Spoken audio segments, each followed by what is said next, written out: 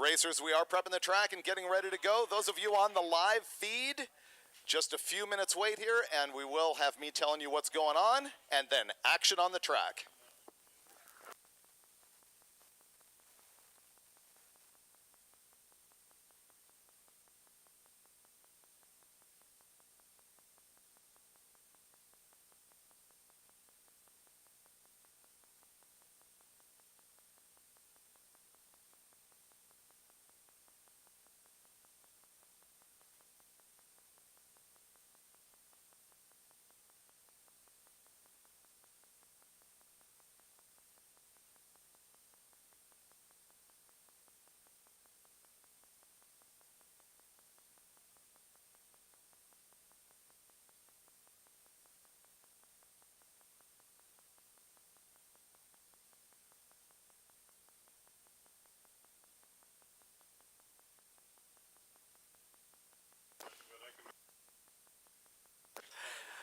We do have another racer in need.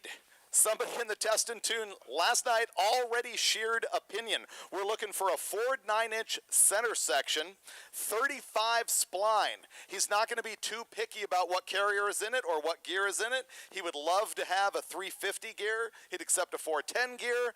Look for the black 57 Chevy. Black 57 Chevy. They need a Ford 9-inch center section.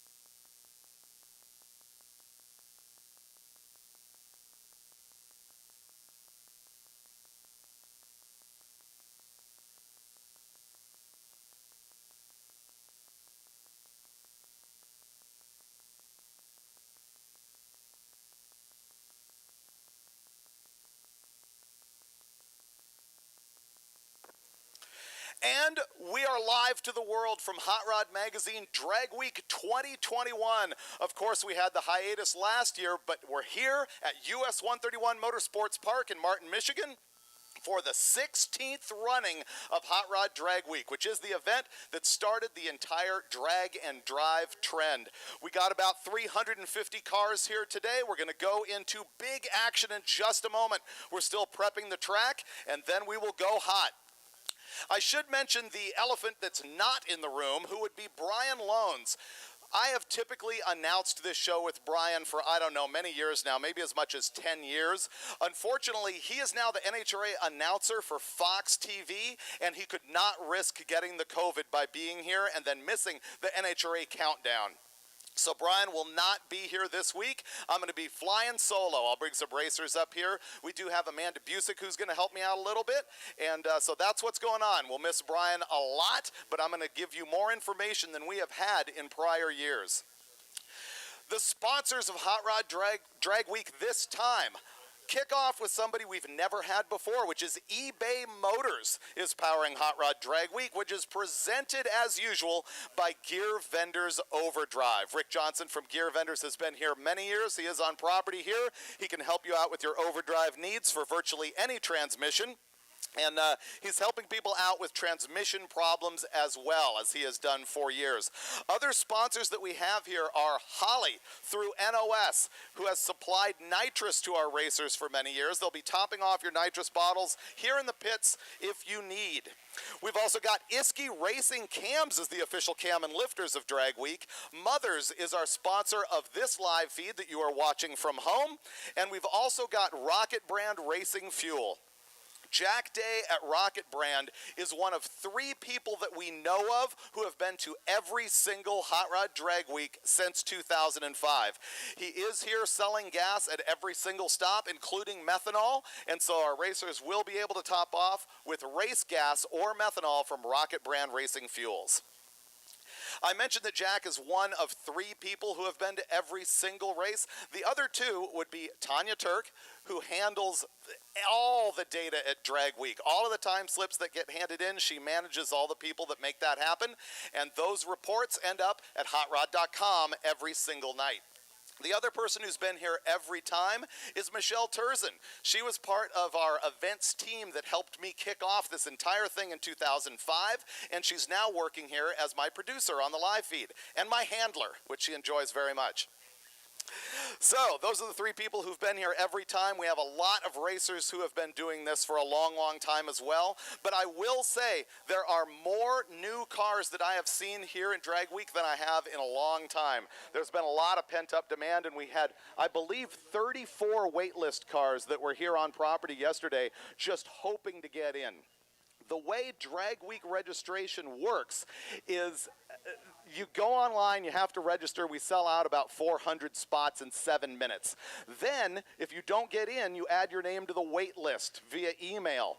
This year, we had 800 people on the wait list. So then, we go through several months, and we find out that there's a whole bunch of people who drop out for one reason or another. And hopefully those people get in touch with us and say that they're not racing so that we can begin to accept people that are on the wait list. Then when we show up here at the venue and go through Tech Day, which is a very long day that happened yesterday here at US 131, there's a bunch of people who just don't show up despite best intentions. And so at that point, we start letting in people who are on the wait list who come here in person to take a chance at getting to run at Drag Week.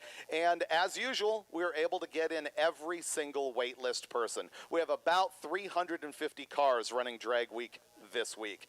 So if you're at home watching or if you're in the pits and you've never done this before, let me tell you how Drag Week works. This is an event with 5 drag races in 5 days, and the cars are required to drive on the streets and highways from track to track. The route is typically just about 1,000 miles.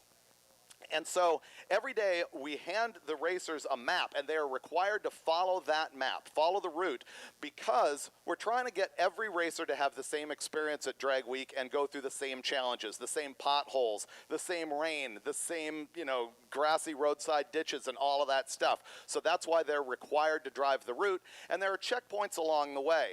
They take a photo on their iPhone or, Android or whatever, and they show it to us as they hand in their time slip the next day to prove that they actually drove on the route. And at the end of the week, after 5 races, each racer will have handed in their best ET from each day. We take the average of 5 days, and that is the winner in each class. We've got 12 classes at Drag Week, and the quickest overall becomes the overall winner. The top 3 quickest cars, regardless of class, become the Gear Vendors' top 3. And we've got the traditional electric guitars that Rick Johnson gives away to those people. It's been a tradition for a long, long time. The other thing that we do at Drag Week that's really important to us is what we call Spirit of Drag Week. As we go throughout the week, both the Hot Rod staff and the race director and the other racers look for the racer who best exemplifies the spirit of Drag Week, as it's called. People who are suffering really badly but keeping a smile on their face. They're still helping other people. They're just doing what it takes to finish no matter what while being super cool at the same time. And we do give an award for that at the end of the week, as well as a drum of Rocket brand racing fuel. And there is a perennial trophy that's been going on since the very first year in 2005. Here's how Spirit of Drag Week actually got started. A buddy of mine, Steve Atwell, drove his legit factory super stock Hemi 1968 Dart on the very first drag week in 2005 and suffered really badly doing it. I remember pulling up in a gas station. He actually had the manifold and the whole valve train off the Hemi trying to replace some roller lifters. And that's a scene that has repeated itself many, many times over the years, but it was the first time we see it. And we just thought it was the craziest thing. And we just thought, man, we got to give this guy something because he won nothing, but he just kept going with a legit Hemi Dart. And so we developed the Spirit of Drag Week, and Steve took the camshaft that had been destroyed on that trip, mounted it on a plaque, and that plaque still exists today and is passed to the different Spirit of Drag Week winner every single year. Looks like we are getting close to action here.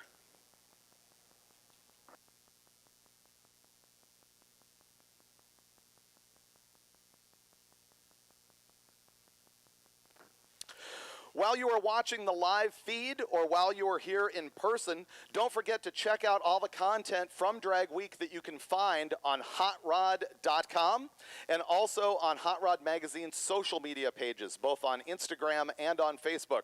They'll have photos and coverage all throughout the week. And also look for the hashtag Drag Week, or some people do HRDW for Hot Rod Drag Week, or DW2021. There's a lot of hashtags that will let you follow along what all of these racers are doing along the way. And some of it is pretty radical. We've already had some breakage here last night. There was a test and tune. And the thing I always say about this event is that it's the largest gathering of race cars that didn't run yesterday. And as I walked through the lines talking to people yesterday, that was absolutely true. There's so many cars here that have just been put together for the event. You would think that wouldn't happen. They had a full year off to make it happen. But you know how it goes, especially these days with the radical parts shortages that we're seeing in the aftermarket. It has been tough to get some of these cars together. I would say at least 30% of the cars here have only been down the track once or twice. And there's a lot of newcomers here that are going to be driving for the very first time and finding out that the key to Drag Week is actually survival more than being fast on the track. People have built a lot of very radical stuff. They come out here on the very first day and they put down a killer number, and then they find out that they cannot survive the drive. And the drive is a huge part of Drag Week competition.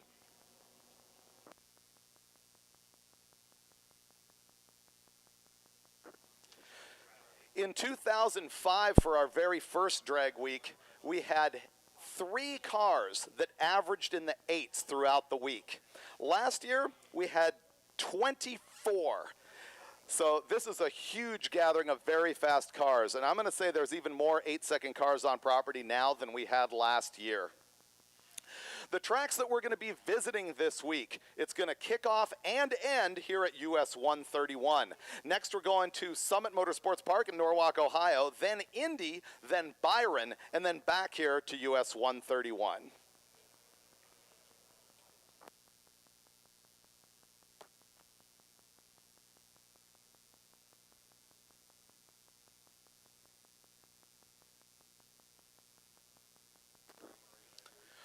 Those of you who are watching on the live feed on the MotorTrend channel of YouTube, a couple of things. First, I'd really appreciate it if you would spread the word, get our view counts up. Right now, there are 2,256 people watching worldwide.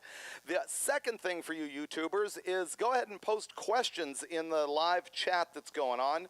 And throughout the day, I will have a look at those and answer them as I can. I can answer some questions right now. Once we go to action, it's more difficult for me to do that. But as we have a pause in the action, I'll answer questions. Somebody is checking in from Warsaw, Poland.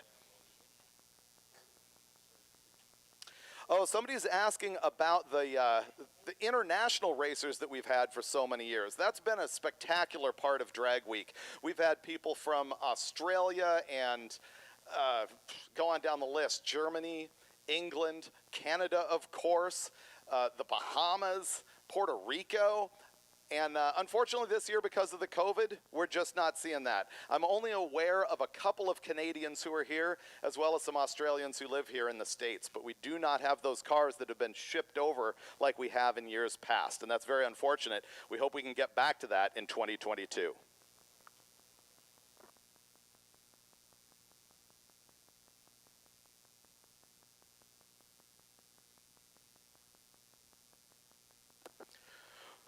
One of the most common questions that I'm getting on the stream and my social media as well is if my partner, Mike Finnegan, who's my co-host on the Roadkill show, if he is here with his Blasphemy 55 Chevy. He is not. Mike is actually running the Rocky Mountain Race Week 2.0 that's happening next week. And there are some zanies here at Drag Week who are going to run this 5-day event and then go run that Rocky Mountain 2.0 event, which is the same thing as Drag Week, next week. So that's pretty crazy.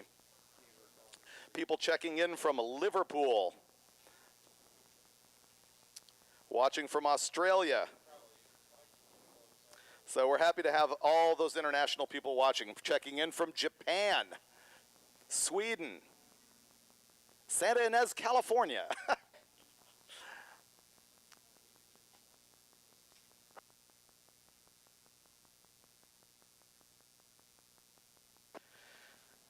And those of you on the live feed, you got to realize that I'm announcing not only to you, but also to people here at the track. So you'll hear call outs for people who need parts. You'll have lost and found going on. You'll have announcements about cars coming to lanes, things like that. And here's one right now. We found a car key in lanes. So if you are driving a Mitsubishi, come on up and grab your little car key fob.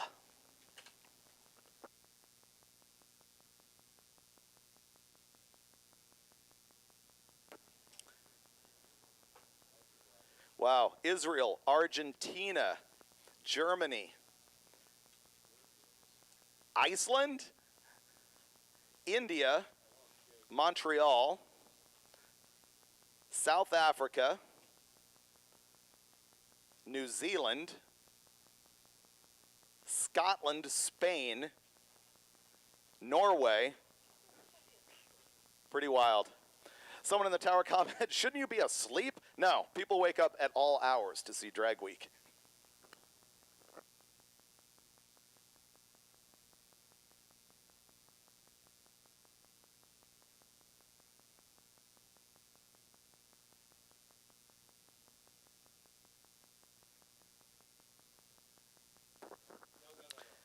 As we're waiting here for action at US 131, a couple of comments about the place. This track opened in 1962 as Martin Dragway, or sometimes Martin Raceway, and then it was revamped in 2002, just prior to the 2005 Drag Week that did end here. Our very first Drag Week ended here. This track is at 754 feet of actual elevation.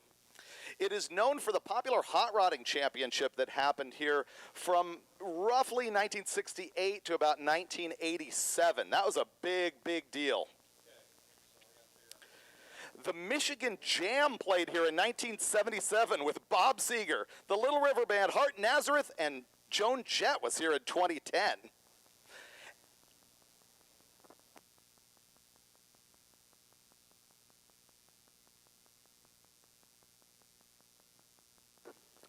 For the locals here in the stands, spread the word. Drag Week will be back here on Friday, so you're going to need all of your friends to be sick that day and skip work and be here in the grandstands to see the grand finale of the event.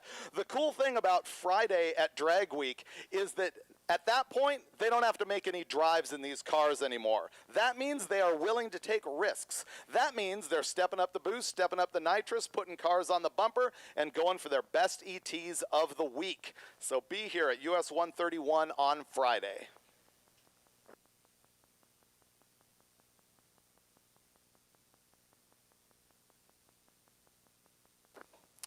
And I've just got the word that as soon as they are done dragging here, we are going to be ready to go. Those of you who are fans of my show Roadkill, which you can see on the MotorTrend app or the MotorTrend cable channel, if you cast your mind back to the episode where the Hellcat engine was first installed in our General Mayhem 1968 Dodge Charger, you will see that we road tripped here to US 131 and ran the thing, and I believe we went 1067 with it, with a stock Hellcat in a 68 Charger.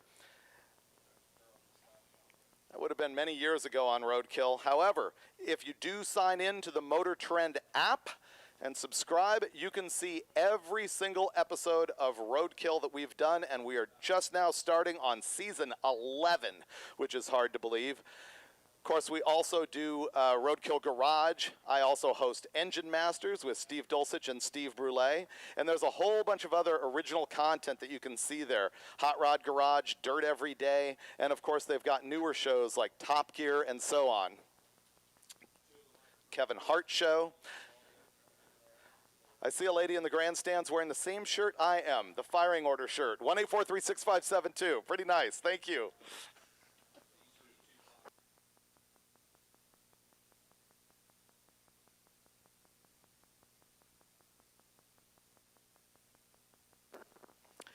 Going back to questions from people on YouTube, what are the car requirements for Drag Week? Great question. As we get cars going down track, I will explain to you all the different classes that we have here. But essentially, anybody who can pass NHRA safety tech can race here. We have a class called Street Machine Eliminator that has no technical rules for the car except for NHRA safety. The only thing is you cannot go quicker than 10.0 in that class. But it's a catch-all where you'll find virtually any kind of car. Now, if you go quicker than 10.0, we like to see you in our other main classes that are broken down by big block or small block, power adder or not power adder, and the level of modifications to the chassis of the car. Once again, I'll be describing those as we go down, start to race down the track. The other thing that I've got this year that I have not had before is I went through all 15 years of prior drag weeks, and I do have class records for the weekly average and also for the best single pass in every class that we run here at Drag Week. Some of those record holders are here this week, others are not, so we might see those records fall. The other thing that happens quite frequently at the event is that guys will show up in a car and during drag week, they end up running their quickest ETs ever, and they're mind blown by that. And that's often because we run with better track prep that they see at their typical like Saturday night event.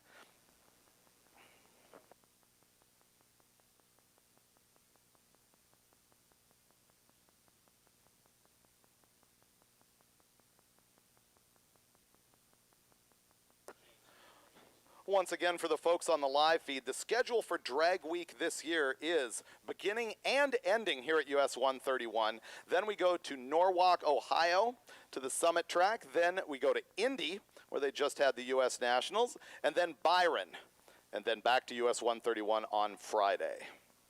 And yes, you can come spectate at any one of those tracks. You cannot come run your car in Test and Tune. You have to be registered and teched through yesterday to be able to race at Drag Week. We do sometimes have people come in trying to run. And here we go with our very first pair. This is a very interesting pair of cars because one of them's a Pontiac, one of them's a Chevy.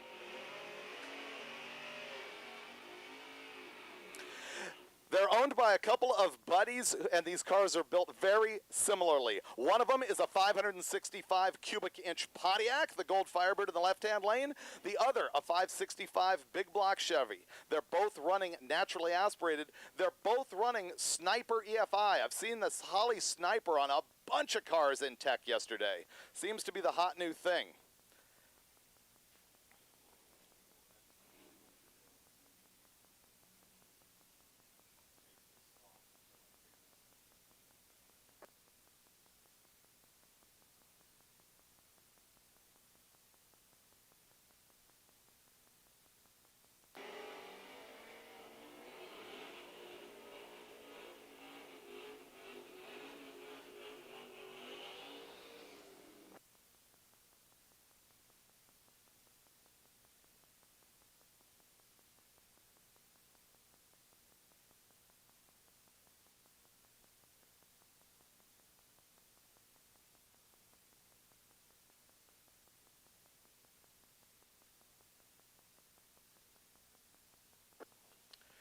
Sorry for the delay there as we worked out the screen. In the left-hand lane, you saw that Pontiac go 862, and in the right-hand lane, 907.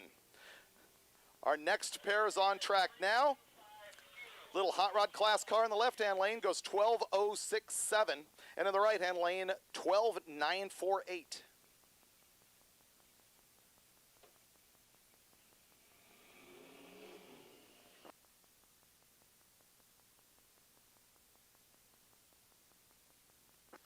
If you are hungry, as you are because you've been working all night long, the 131 grill over on the pit side is open for breakfast. Here on the left-hand side, we have another one of our hot rod class cars. These are designed for stuff that looks very traditional, pre-48 kind of cars.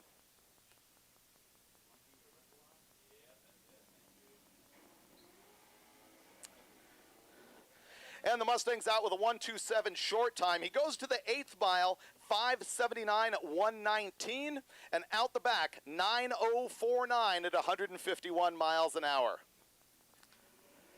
The hot rod decided to eventually go down the track. Looks like he might be having an issue, or he's only going 49 miles an hour to the 8th. And a whopping 24-second ET for that hot rod.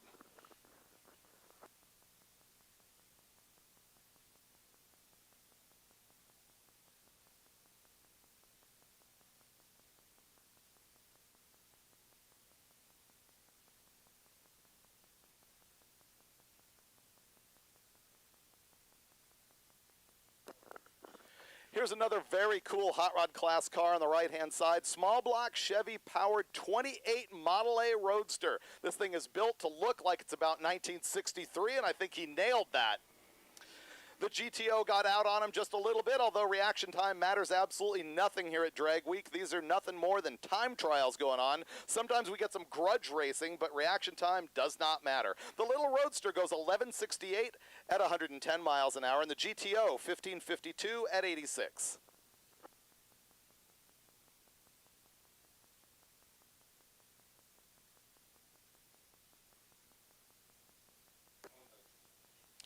This Model A truck on the left-hand side, I think they told me that this is their 5th year at Drag Week in the hot rod class. And on the other side, you've got one of those Hellcat-powered Grand Cherokees.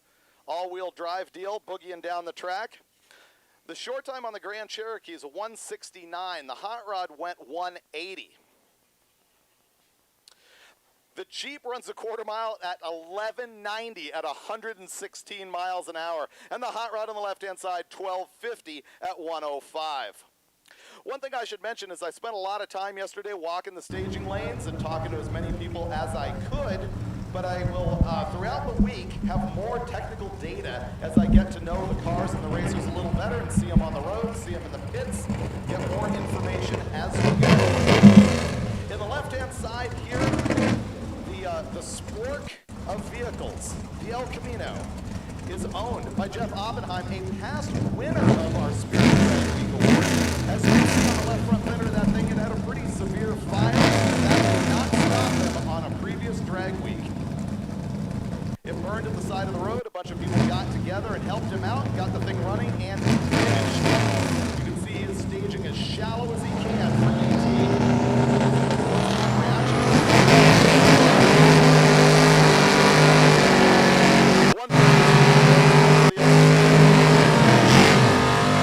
And he goes 904 an hour. On the right-hand side, 1506 at 96 miles an hour. Here on the right-hand side, you're looking on the live feed at the hood scoop of probably the most legit two-lane blacktop looking 55 that I have seen yet. The gasser class at Drag Week has become cooler and cooler. My buddy Mike Finnegan does hold the record after winning in his Blasphemy 55 Chevy last year. He was the first one to ever run 8s in the class. We'll see if that gets beat here. Tim Baptiste on the left-hand side with the 67 Chevelle. He's got a 406 small block in it.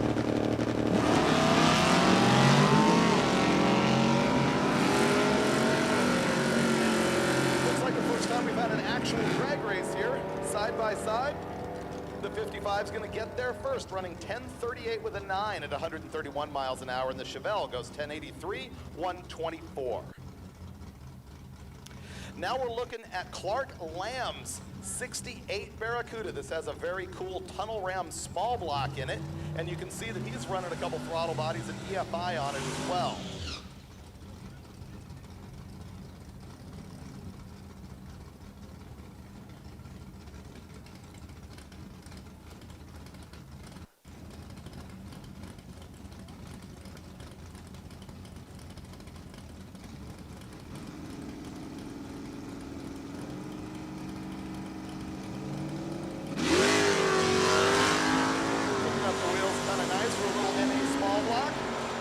Chased down by that Mustang.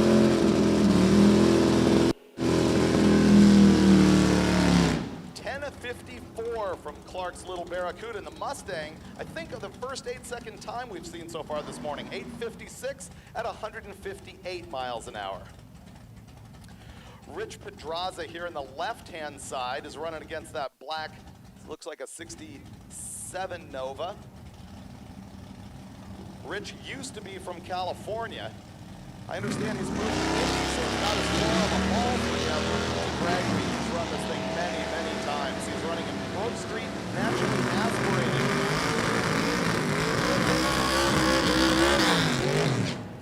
The black Nova went down at 10:83 at 126 miles an hour, and Rich went 12:75 at 104. Not indicative of what he's capable of with the 572 cubic inch big block Ford that was in that yellow Mustang. Ooh, now we're going to the crew cab Nova. I like the 4 doors.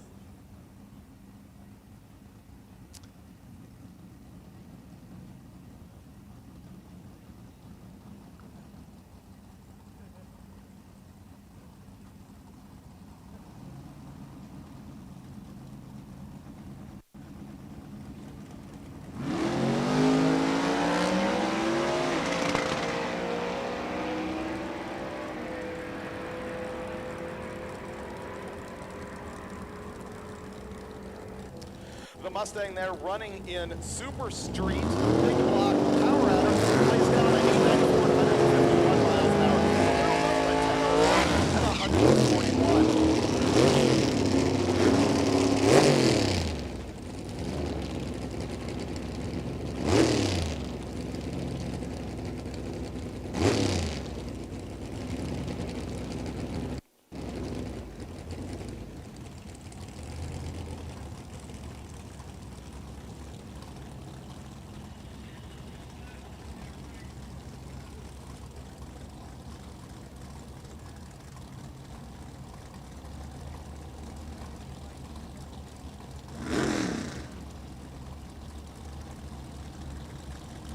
That Mustang on the right-hand side is one of the prettiest cars that you will see here. Very well detailed. Big block Chevy.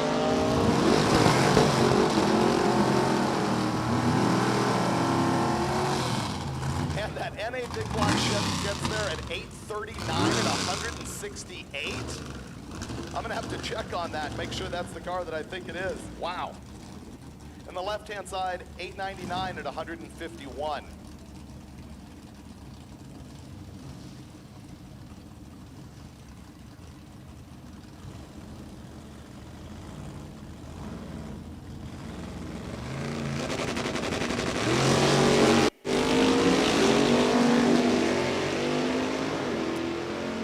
Left-hand side, the little hot rod's powered by a stroked Chrysler early Hemi.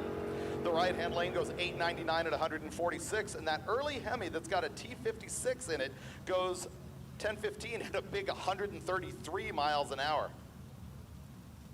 Now in the burnout box here, you're looking at honk if parts fall off. Small block Chevy twin turbo deal. You've seen this car run all over the country. This is the only car in the small block street race power adder class that has ever laid down a perfect 8.5000 ET. So in this particular class, we do not allow a funny car roll cage. And that sort of as a de facto thing means they cannot run quicker than 850 per NHRA technical rules. And so everybody said when we invented this class that, you're making an index class, nobody's gonna care. Well, it has become the single hottest class in Hot Rod Drag Week, outside of Street Machine Eliminator that usually has the highest participation. The second is Street Race Small Block Power Adder. So this car, the four-door Chevelle, was in a zillion pieces last week. He burned a piston at the Yellow Bullet event, and he threw the thing together with a bunch of pistons that were very questionable, scuffed, crushed ring lands, things like that. And last night, he was rebuilding a transmission in his wife's car.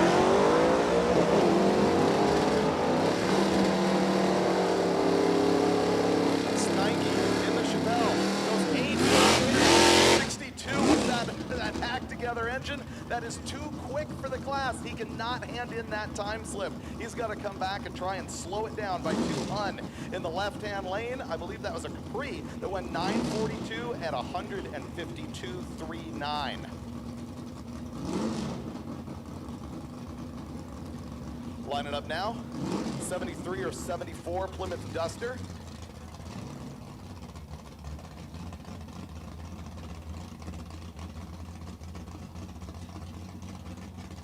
And I don't have a class on the truck on the right-hand side.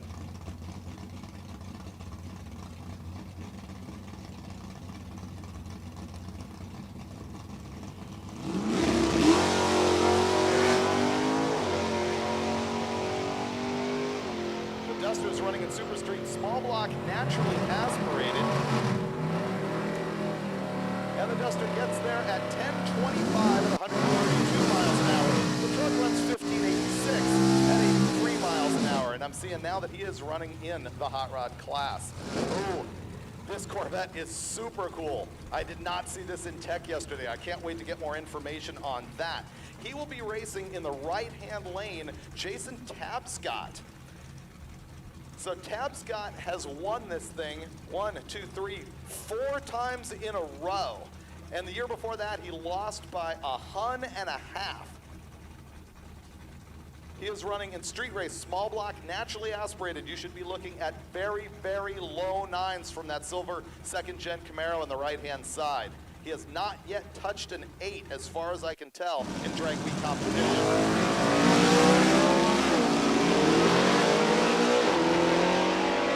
126 short time off Tapscott is looking promising. He goes to the 8.573, and look at that, not quite an 8. He runs 9:00.94 at 150.35. In the left-hand lane, that Corvette did 9:61 at 145.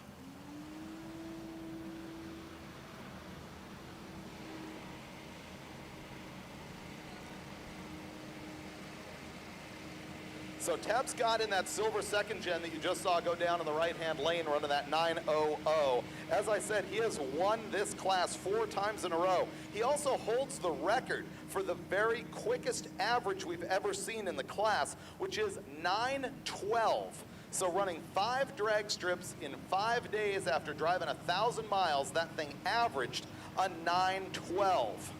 If I look here for a bit, I could probably tell you his best ET ever, but I believe you just witnessed it.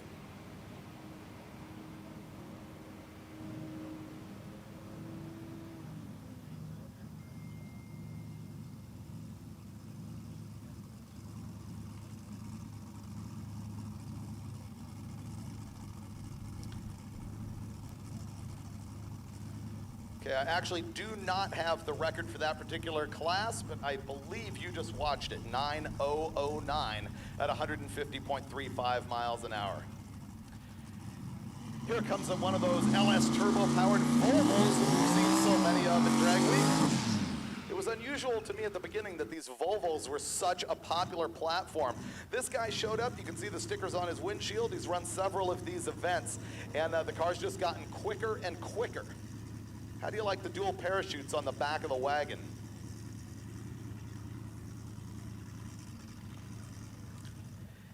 The Volvo is running in a class called a Modified Power Adder. The modified class is not broken down by displacement. There's no big block and small block. Power Adder obviously means he's running either boost or nitrous on the thing. Modified means that he's running a small tire on a suspension that is not the stock concept. So he's either got a 4-link or ladder bars under this thing. That's how all the classes are broken down here by displacement, whether it's got a power adder or not, and what the level of chassis modification is. Street race is stock suspension. Super street's got a little bit more leeway. And then there's modified, which once again is allowed a 4-link or ladder bar in the back.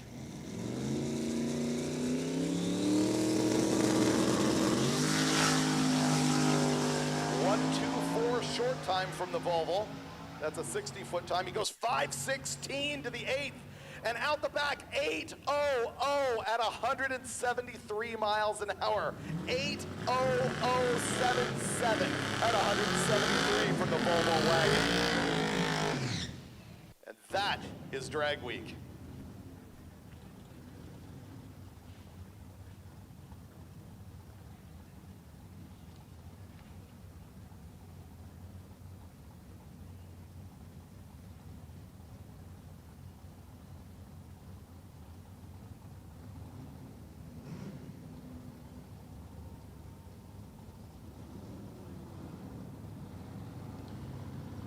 In the left-hand side, the Nova is a Super Street small block power adder car.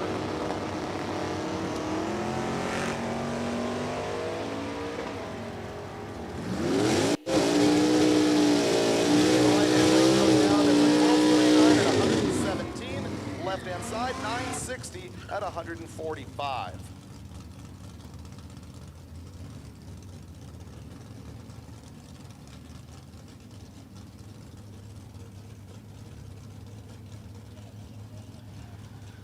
The 71 Demon in the right-hand side is, I believe, Paul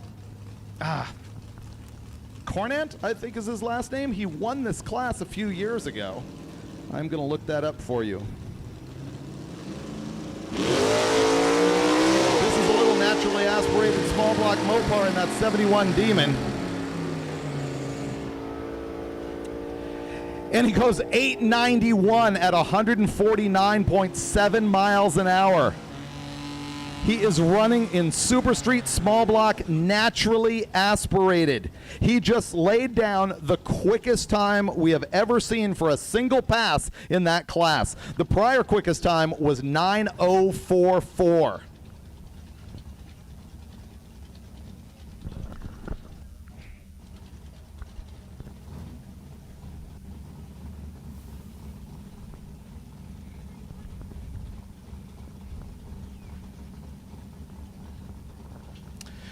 On the left-hand side, the Pontiac is running in street race big block naturally aspirated. The way we determine big block and small block here is a break of 430 cubic inches. If you're over 430, you're in big block, even if you got small block architecture, which does not particularly apply to the Pontiac, but there you go. Here comes our little turbo V6 Grand National.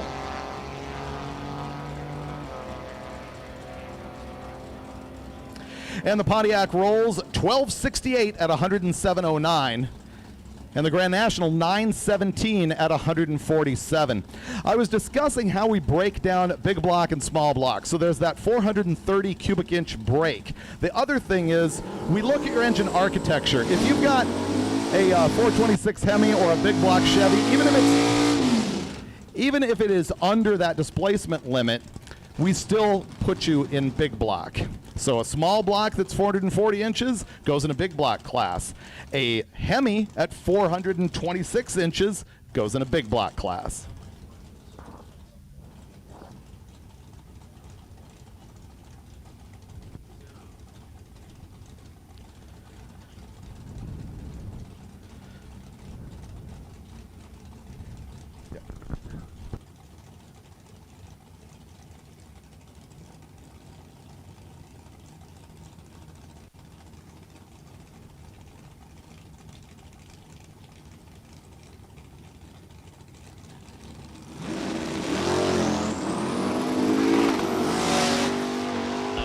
Look at that, the wheel stand and the hood flying off. Photographers running everywhere.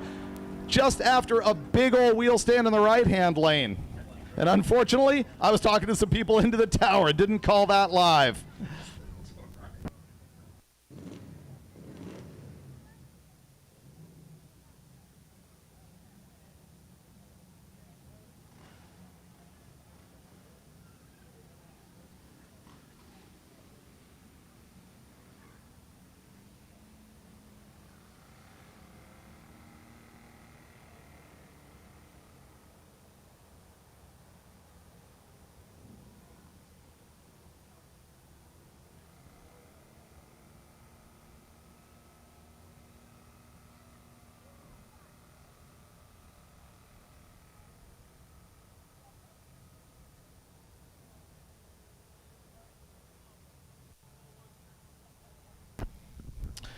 All right, they'll take a moment to clean that up, and I'll give you a little bit of news about how we work with the cars here. We do 3 sessions at Hot Rod Drag Week. The first one is for what we call class cars. The second one is for the class called Street Machine Eliminator. And then the third is an all-run session.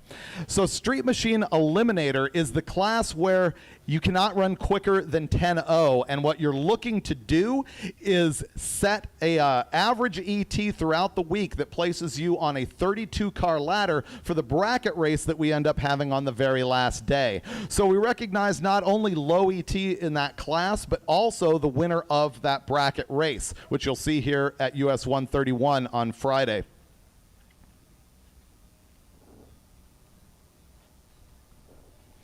We can go to some questions from the live feed here.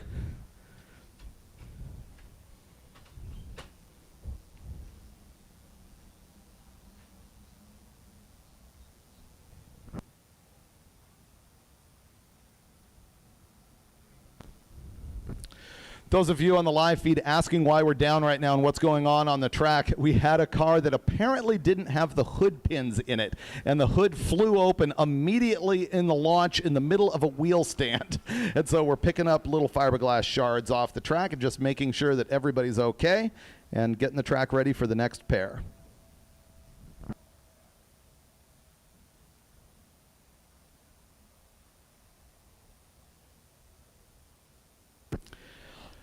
Here's a huge question. It's about our past Drag Week winner, Tom Bailey, in the 6-second cars. He's had both 1.0 and 2.0, sort of pro mod looking Camaros. Unfortunately, he is not here this week. So that is a bummer for our entertainment. However, it does give an opportunity for somebody new to win Drag Week. And I can see some of our very fast cars down on the line. Specifically, I am looking at Bryant Goldstone is coming up. We've also got Joe Barry coming up, Glenn Hunter in his amazing 56 Chevy. So you're going to want to stay tuned while we're cleaning the track because we have got some good stuff happening. Plus, how could you miss the Chevette coming up in the right-hand lane? On the left-hand side, you've got an all Pontiac-powered Trans Am. Brian Anders has got the 77 Chevette. This thing is known for standing up on big wheel stands, although he has moved some weight around in the car to try and prevent that from happening. On the left-hand side, that Trans Am is running in Super Street big block power adder. And the Chevette is running an Ultimate Iron. Here's the deal with that class. That is a full tube chassis car with a stock body on it.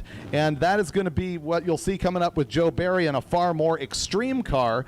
But that is the level of modification that lands you in Ultimate Iron, is a full tube chassis with a stock body. You can see he's tooting some nitrous out of that thing. There is no displacement limit in Ultimate Iron. And there is no small block and big block class. It is all run.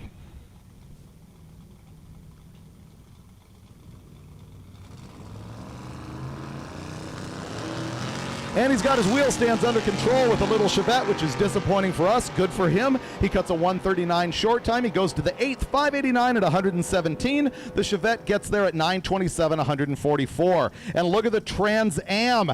He goes 8.768 at 155 miles an hour.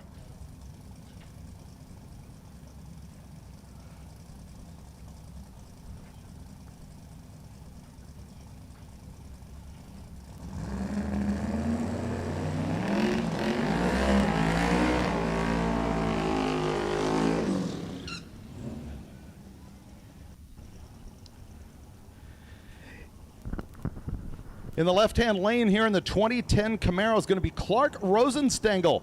I remember Clark from the first time that we were here at US 131, and he had a yellow second-gen Camaro, I think. He's had a couple of other cars since then. He is a two-time class winner, and I believe he's still got Steve Morris power under the hood of that car.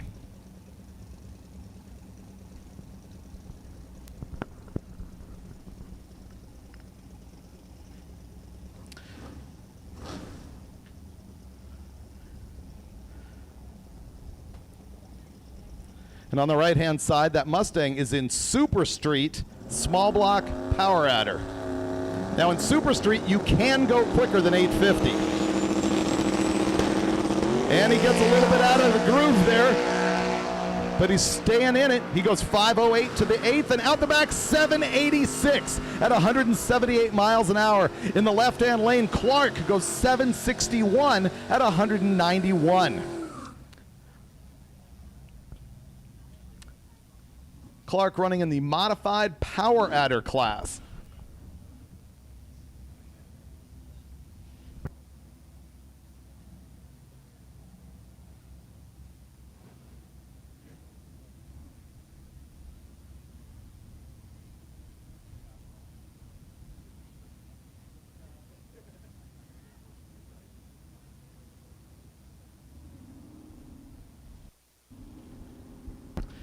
In the right-hand lane here, that Belvedere is powered by a Hellcat, brand new Hellcat engine.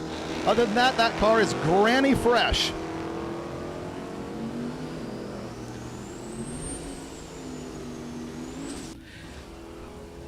And the Hellcat pushes that car to 1066 at 132 miles an hour. If you'll recall my story from earlier today, we put a Hellcat in my 68 Dodge Charger and came to this track. It was actually the very first car to ever have a Hellcat swap, an old muscle car with a Hellcat, and it ran pretty much exactly that same number. So that's what you get when you put a Hellcat into a big B body. I should explain that truck that just went down in the left-hand lane. He is running in one of our faster classes. However, he really should be in the Street Machine Eliminator class, but sometimes you'll see people with the slower cars enter a faster class just so they can run earlier in the day and hit the road. Here on the right-hand side, the little Rampage. This is the Dodge and Plymouth version of the Spork. It is the little front-wheel drive pickup truck. Joe Barstow on the left-hand side. He leaves in his Chevelle, goes to the 8th at 583. The Chevelle goes out the back, 904 at 159 miles an hour. And the Rampage, 1718 at 80 miles an hour. And once again, he has entered street race small block naturally aspirated with that thing, even though he's got a slower vehicle. No doubt because he wants to either hit the road early or run with his other buddies in the class. In the right-hand side here, this little, what appears to be 67 Barracuda has got a stroke 340 in it, which is roughly all those guys would tell me about the car. Street racer secrets going on.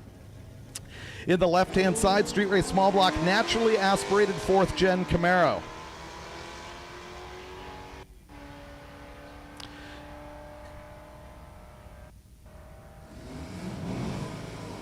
The Camaro, 1227 at 111, and the Barracuda, 1245 at 107. Both of those guys had reaction times you could probably clock with a calendar, but once again, we're not looking at reaction time here at Drag Week. This is really time trials, not side-by-side racing. These people are just looking for their absolute quickest DT. So you'll see turbo cars sit around on the starting line for a day or two trying to spool up their turbo. You'll see guys trying to shallow stage as much as they possibly can. You'll see stick cars that aren't on a two-step trying to get their launch RPM exactly perfect, and reaction time just does not count. It's a great father and son story here on the left-hand side. Hunter Cochran's got that 69 Nova with naturally aspirated LS power in the thing. Modified rear suspension puts him in modified NA. And the Nova goes down 1127 at 119.9. And in the right-hand lane, he went 1249 at 109.04.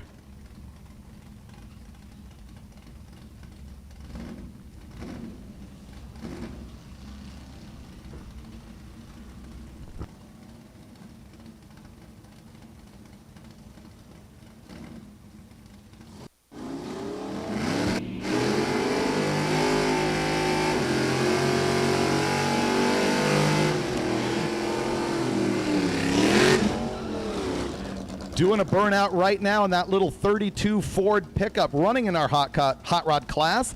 He's got a 468 cubic inch big block Chevy in that thing, about 13-1. He's got a tunnel ram on the thing. He is a past winner of the hot rod category. Mark Fisher ran or averaged 998 with this car, and he did tell me that he is looking to dip this thing into an 895 with the naturally aspirated big block in that Ford.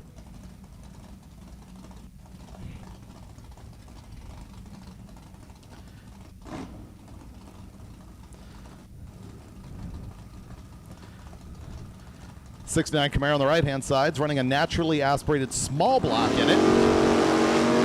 He's about to get trampled by that lightweight hot rod with a big block. The hot rod goes 136 to 60 feet, 582 to the 8th, and 912 at 148 out the back. The Camaro with the naturally aspirated small block, 1180 at 115.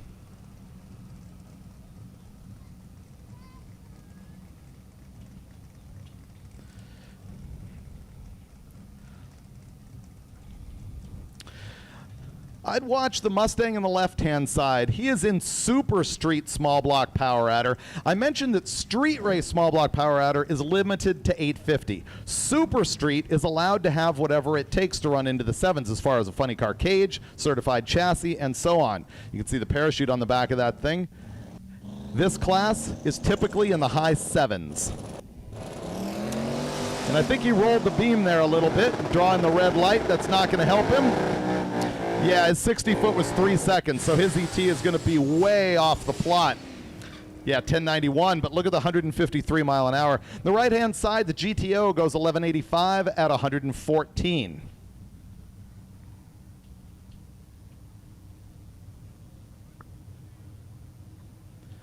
I didn't get a chance to have a look at this thing, the Miata, I believe. I'm really bad at foreign cars, but I believe that is LS swapped.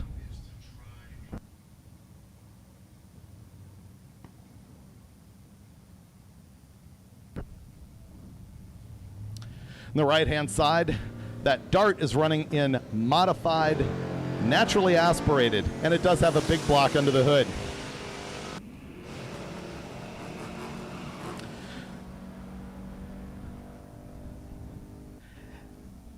.863 at 152 for the left-hand side, and the Dart goes 1026 at 129. Here comes another Crew Cab Nova on the left-hand side. That one's running in Street Race small block, naturally aspirated. And on the right-hand side, we've got a pickup truck doing the same thing.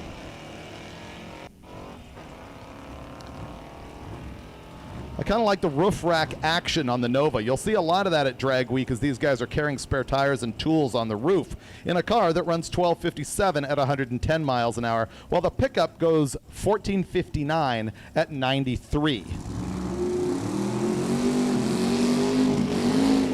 And here comes Bryant Goldstone in the AMC Javelin, twin turbo big block power. I didn't get a chance to catch up with the guy here in the left-hand lane, the radical-looking Camaro. Once again, as the week goes on, I'm going to have more and more information and stories about all these cars, which is why you don't want to miss the live feed that's happening every single day, sponsored by Mothers here from Drag Week 2021. Bryant Goldstone, having been a heavy hitter in our Ultimate Iron class, he has also run at our Roadkill Nights event that we do on Woodward Avenue in Detroit. Goldstone holds the record in this class as far as a week-long average. He has averaged 685 in that Javelin. The best number he's ever run is also a class record for a single run, which is 6,749 in Ultimate Iron. I'm looking at the car right now, seeing that this year he has entered in the Unlimited class. That is what the A indicates after his number. I'll have to get with them and see what has changed about the car. Unlimited has no rules whatsoever except for NHRA safety spec. So he might be playing a game there looking at who was entered in the class and trying to figure out which one he could win. I'll have more information about that as the week goes on. Also an Unlimited car on the left-hand side.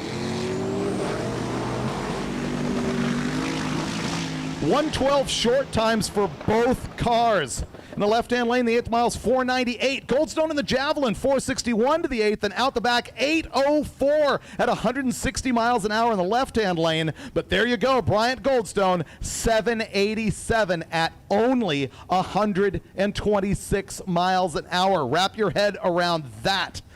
Only 126. He was off of it. How fast is that car going to be? Here comes Glenn Hunter. Glenn Hunter has also moved into Ultimate Iron.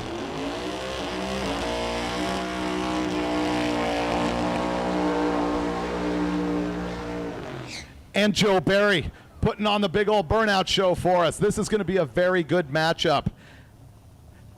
Glenn Hunter in this 56 has been amazing to watch this car progress over the years. He showed up initially with a Roots type supercharger on the thing. He switched over to turbos. He switched over to E85. I believe he finally touched 6 seconds in this car.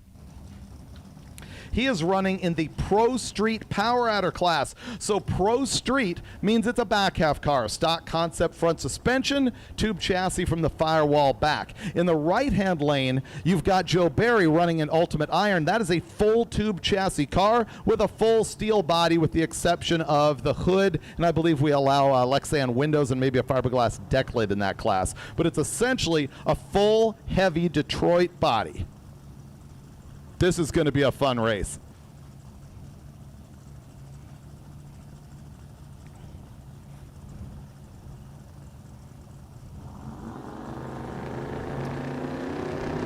Glenn building boost.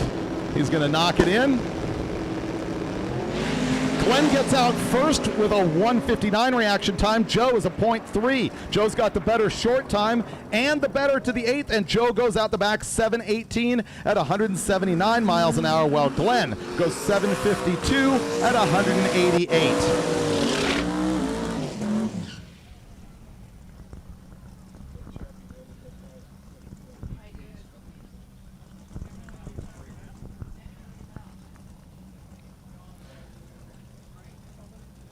Jason Sack on the left-hand side with a 427 LS deal, and that's 69 Nova.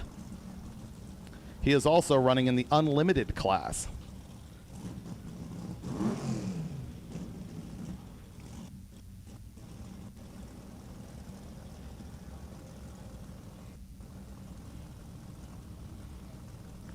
It's interesting to me to see these cars that have moved into Unlimited, perhaps once again playing a game for winner of that class after seeing that Tom Bailey is not going to be here this week.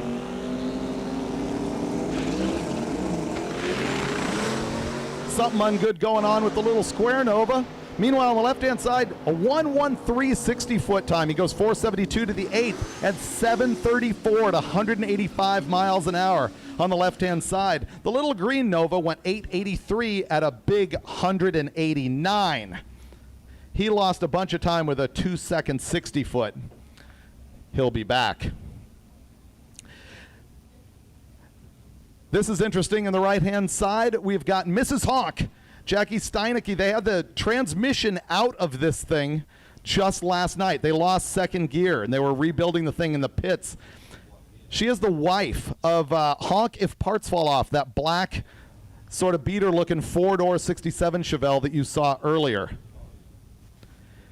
If you have a chance, walk in the pits and look under the hood of this thing. It is a small block Chevy with a ProCharger on it, and it looks remarkably like a small block Ford. She just recently got this car into the 8s for the first time. She was our low ET record holder for Street Machine Eliminator last year, and this time she doesn't get that 8. She goes 900 at 150 miles an hour, but the other side goes 885 at 154. That's Bruce Woodward with the 93 Mustang out of Connecticut.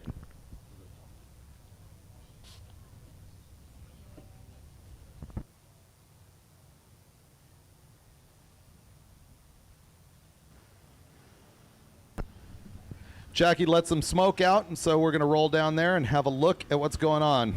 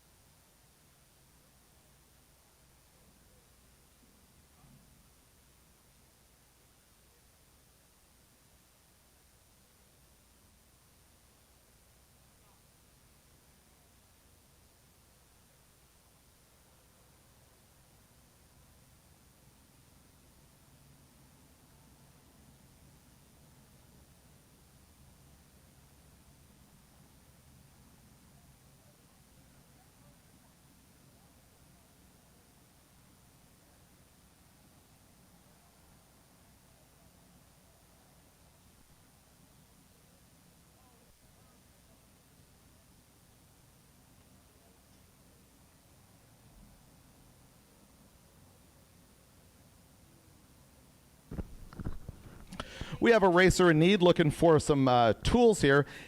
We need a fluid transfer pump for a transmission fluid fill. This is a little green Mustang. It's like a 94-ish Mustang. It's the one that's a V6 with a turbo on it. It is in the northwest corner of the pits. The guy's name's Nick. I do have his phone number up here. If you come up to the tower, we can text him and let him know that you've got that fluid transfer pump that he's looking for. And I hope he gets that V6 together. He was telling me about it yesterday. It's really interesting. This guy is just beating his head against the wall, making a 3.8 V6 as fast as he can go. And it's in the 970s. So let's give him a hand with that fluid transfer pump.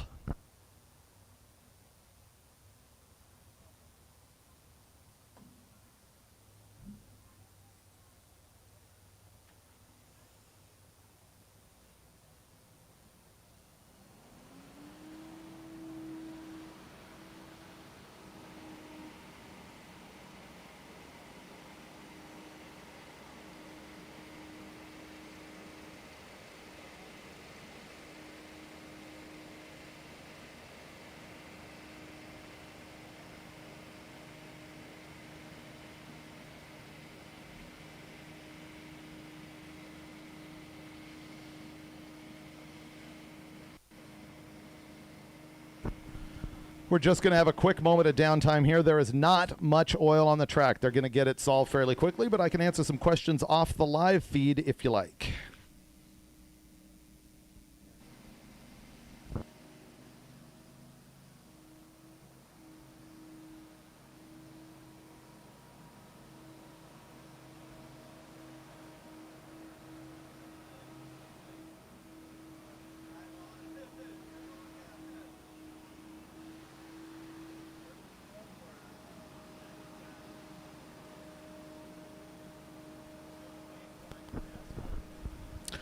Racers in the pits, we do have nearly 4,000 people currently watching on the live feed. So you're being broadcast all over the world, so don't mess this up. We have had as many as 6,000 or 7,000. As a matter of fact, Michelle tells me we might have even hit 8,000 people at once. We've hit as many as 100,000 throughout the week. And that's one of the things that really helped Drag Week take off, is when we started doing the live feed and people saw how cool this was and saw the suffering and saw the types of cars that were here. And so we very much appreciate Mothers for hosting the live feed this year.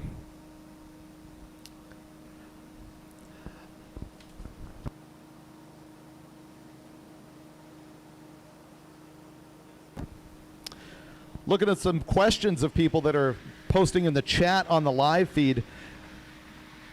Someone asked if we have any people from out of country racing this year. As I explained earlier, we got border problems with that, so we did not have people ship cars in from Sweden and beyond like we normally have had. We're looking forward to those people being able to come back in 2022. Many people are also asking what happened to Brian Loans. That's a reasonable question because they're only listening to me, which is a disappointment. Loans, unfortunately, is announcing for NHRA. They're in the middle of their countdown. The races are very tight together. He could not risk getting sick and not making those countdowns. So he is unfortunately not here this year. People are checking in from Germany. People asking if Larry Larson is here. Larry was a huge hero in the beginning years of Hot Rod Drag Week, having won 5 times, but he has not been here in a handful of years. He's probably been gone longer than he was racing. So no, he is not currently here, nor is Mike Finnegan. You get a lot of people asking that question. Finnegan is actually running Rocky Mountain Race Week 2.0 next week for an episode of Roadkill with David Newbern, who is one of his co-hosts on the Faster with Finnegan show. If you are a subscriber to MotorTrend and you're like a Roadkill guy, Roadkill Garage guy, I highly suggest that you check out Faster with Finnegan. It's a really good show and very entertaining. So if you haven't seen that yet, have a look. The other one that you should check out is the Hoopty World Championship, which is a good showdown of beater type cars, hosted by myself and my buddy KJ Jones. So check that out.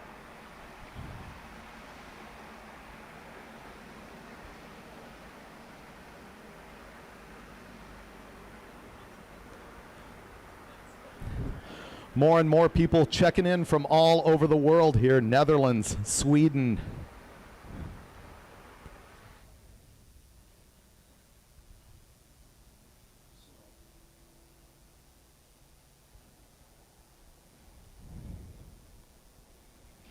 Someone asks, is Keith Turk still the race director here? Yes, he is. And Tanya Turk is also still doing all of the data here when you hand in your time slips. She's the one responsible for all of the reports that you can get at hotrod.com each night to see how your favorite racers are progressing throughout the week. So yes, Keith and Tanya are here. Many people ask about our land speed racing program. Keith and Tanya are my partners in that red, white, and blue Camaro, the Hot Rod Magazine special that you've seen run at Bonneville and beyond. And right now we are working on records at El Mirage Dry Lake. We're not running Bonneville currently. Keith pretty much restored the Camaro here, you know, over the last year or so and fixed all the rust, because when you race at Bonneville, salt gets packed all over the car. It rusts badly. And so he got all of that sorted out, and right now we're running on the dirt. El Mirage Dry Lake in California is hard-packed talcum powder is sort of the consistency of the dirt there. And I was able to get in the 200-mile-an-hour club there earlier this year, set a 208-mile-an-hour record, actually beat a record that Andy Granatelli had held since 1984. So that was a huge moment for us. And we're planning on going back there for the final meet of the year and trying to bump that record up a little bit. We had some plans to run the points championship this year, but that ended up falling through. And one of the reasons for that is that El Mirage was racing yesterday, and we were here making tech happen. And so you probably all met Keith. And if you have any questions in the pits, Keith is the guy to look for. Anybody here that knows him can point him out to you.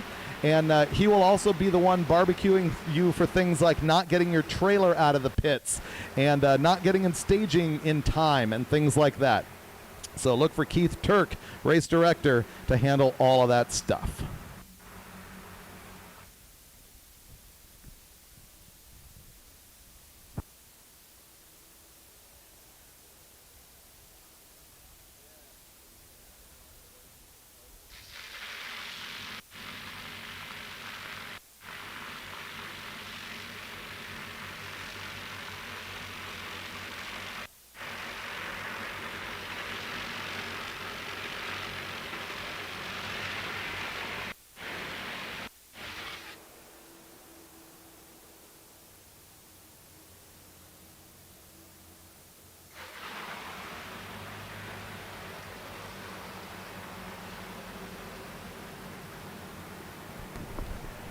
If you're watching on your live feed, you were just seeing me like staring into my phone. I was not surfing Instagram, although that is a possibility.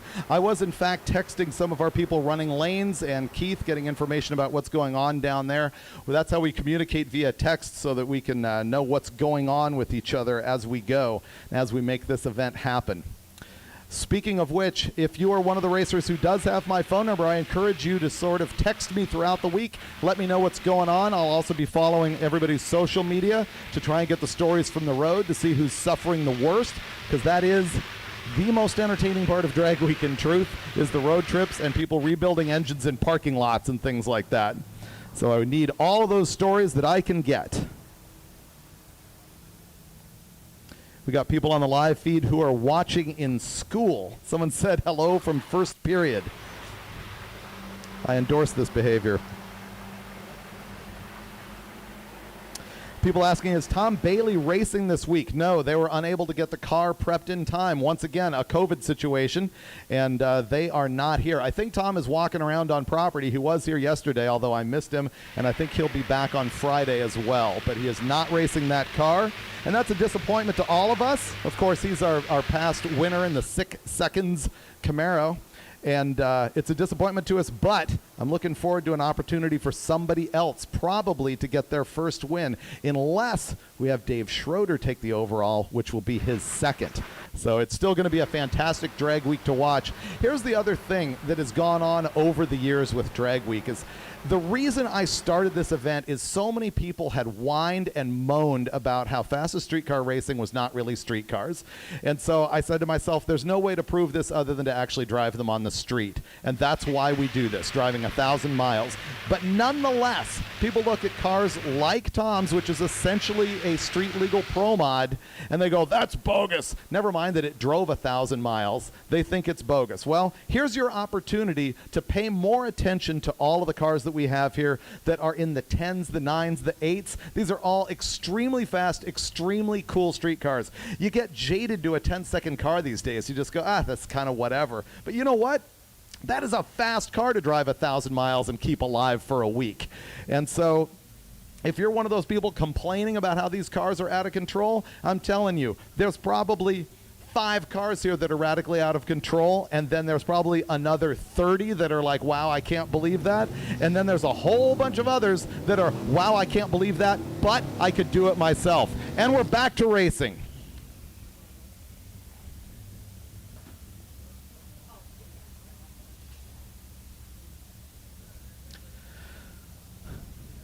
We got a pair of Chevelles happening here. On the left-hand side, he is running Super Street Big Block naturally aspirated. And on the right-hand side, Super Street Big Block Power Adder.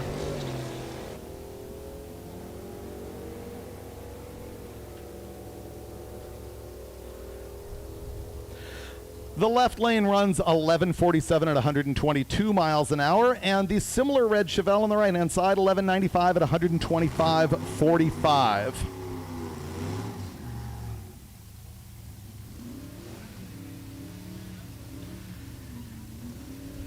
Here's a racer in need, and this is the type of thing that you hear at Drag Week. I need an engine hoist and chain to borrow today and tomorrow. He's got an engine swap going on. It's the pink Beretta out near the trailer area. Jonathan in the pink Beretta is looking for a engine hoist, a cherry picker, as 2 of our Gasser class cars run to the line. A pair of Novas here. 3-3 small block on the left-hand side, and we got a big block in the right-hand side.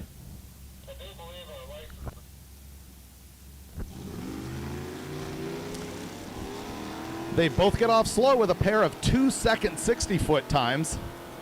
The left-hand lane is going to make it to the 8th mile first at 8:53 at 85 miles an hour. And as we go all the way to the quarter, the left-hand lane goes 13:18 at 101. And on the right-hand side, 14:05 at 98.9. Here comes Dave Schroeder. I have not had a chance to have a look at his new Corvette yet.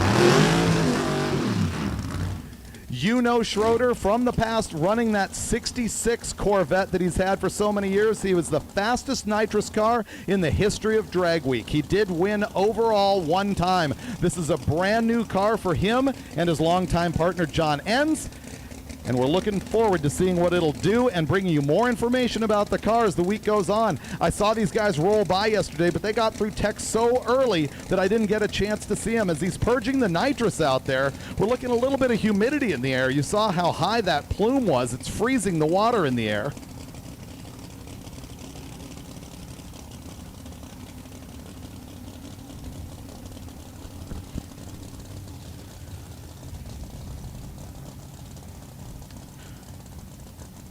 So the quickest that Schroeder ever ran with his old Corvette as an average throughout the week was 681.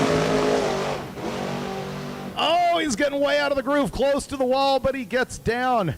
He is going to be a lot better than that later on in the week. He only ran an 808 at 109 miles an hour. I'm looking forward to seeing them sort that out. I heard them run a couple times yesterday at about half-track poles. Now on the live feed, we are looking at Alex Taylor, who is also a Drag Week veteran since she was 16 years old. She normally has been driving that orange Camaro called the Bad Marrow, and this is a brand new car. You can see her dad, Dennis, standing right in front of the car there. They unbelievably whipped this thing together in a matter of a couple of months, I'm going to say, and at the same time, they built a Hellcat Challenger for the shootout at Roadkill Nights and won that event. So that is 2 complete cars that they built in just a matter of months. She did get this thing tested recently and ran as quick as 775, but their ultimate goal with this car is to touch the 6s.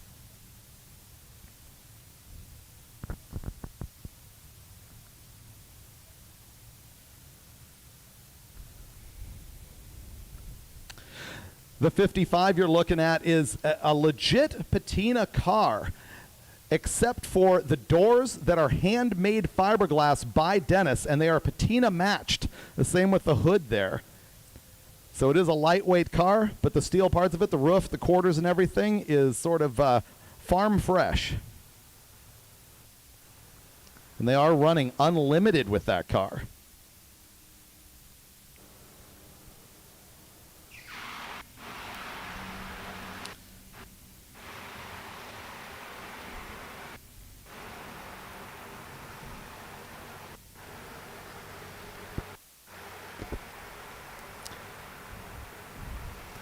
Out on the line, I see Dennis checking the track as the rotator is out there, trying to give Alex the best surface they can. I'm also seeing Tom Bailey standing there at the line, talking to hot rod photographer Wes Allison.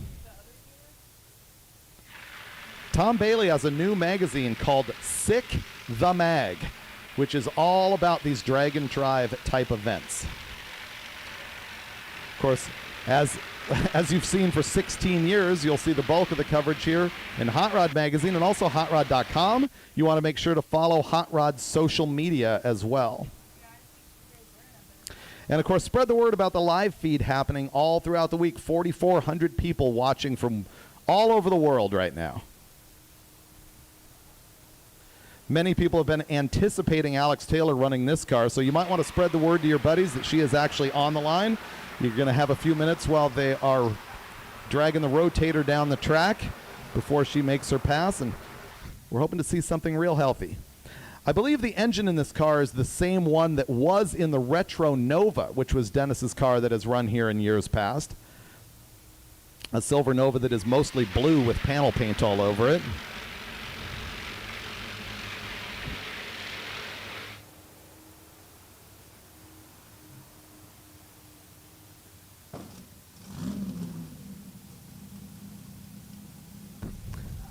And here we go.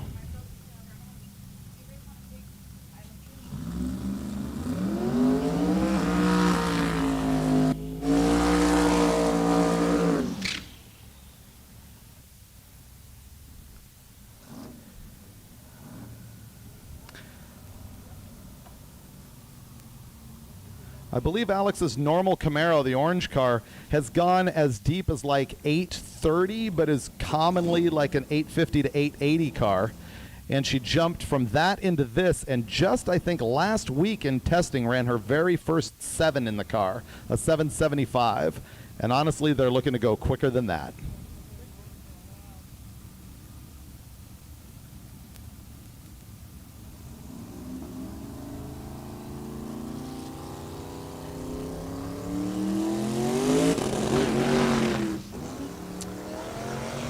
That's not going to get it, but she's going to drive it all the way on out.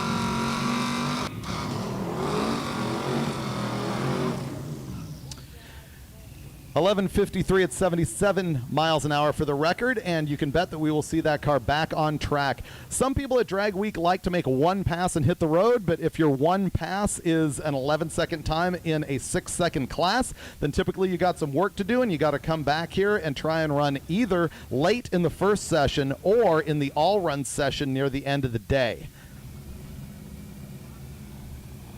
Ed Schwartz on the right-hand side out of Florida in that 72 Nova.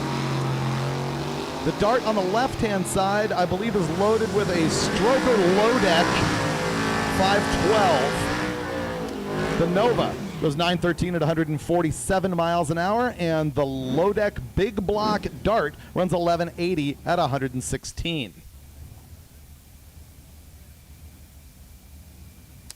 Daryl Yost is back in the 69 Chevelle out of Colorado on the right-hand side.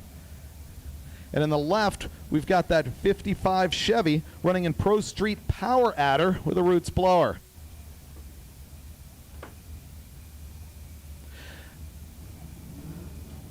That car on the left was black and white years ago.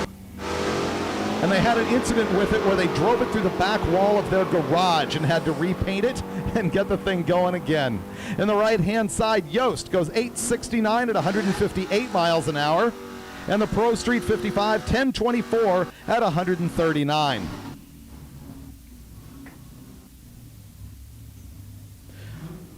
We've got a small block naturally aspirated car in the right-hand side, or excuse me, left-hand side.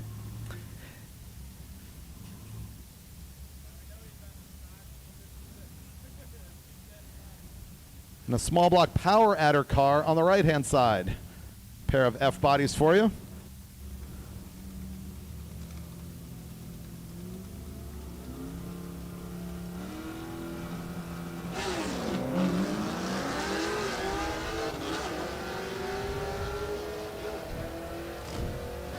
So the NA car gets out front with a quicker 60-foot, and he's going to get there first with a marginally quicker ET. The NA car went 11:34 at 122. The power adder car on the right-hand side went 11:38 at 124.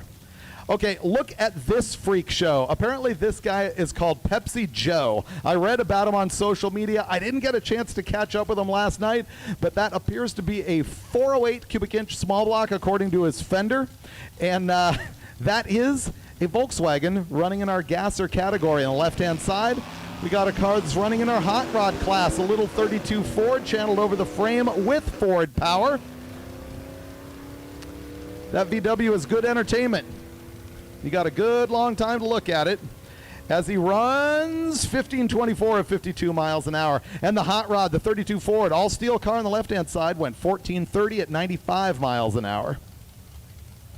Look at this wagon that we've got here in the staging lanes. It reminds me of the very first Hot Rod Drag Week. We were at, I think, KCIR, very first track. And Steve Morris, who is now like one of the top engine builders who you'll find in this type of racing, he had a blow-through ProCharger big block in a Caprice version of one of these cars. And so this just flashes me back directly to that program. Those early years were just so fun. The very first year we had 42 cars enter and 32 finish.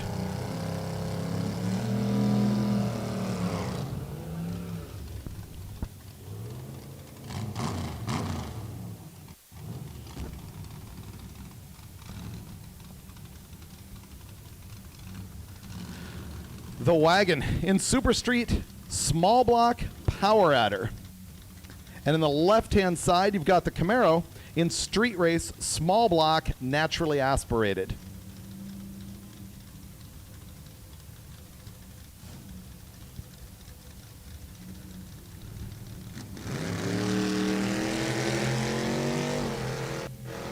Josh Smith out of Florida on the left-hand side, and that brown 79 Camaro goes to the 8th mile at 7:15. At 97 miles an hour in the quarter mile, 11:28 at 121. The wagon runs 13:21 at 106 miles an hour. I really dig this AMC Hornet here in the left-hand lane. That is just a cool-looking car. Street race small block, naturally aspirated. I will disappoint all of you AMC fans by breaking the news that it does have a small block Chevy under the hood.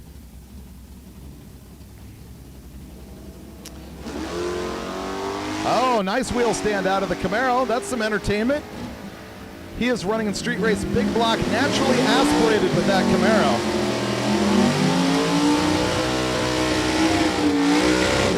The Camaro gets there 1064 at 124 miles an hour, and the small block Chevy Hornet goes 1311 at 104.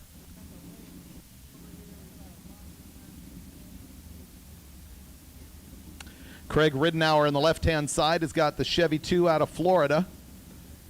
And I have not caught up with this wicked-looking Malibu in the right-hand lane yet. He is running Super Street Big Block Power Adder in the Malibu as Ridenour goes down in his street race big block naturally aspirated Nova. And he runs 964 at 138 miles an hour. Unfortunately, pushing off the once again wicked looking Malibu.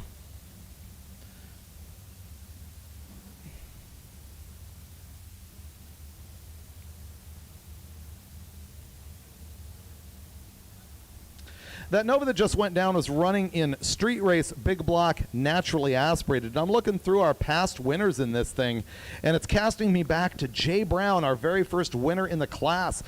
Jay Brown won a bunch of different classes, all with FE-powered cars. He had that very cool 69 Mach 1 the very first year.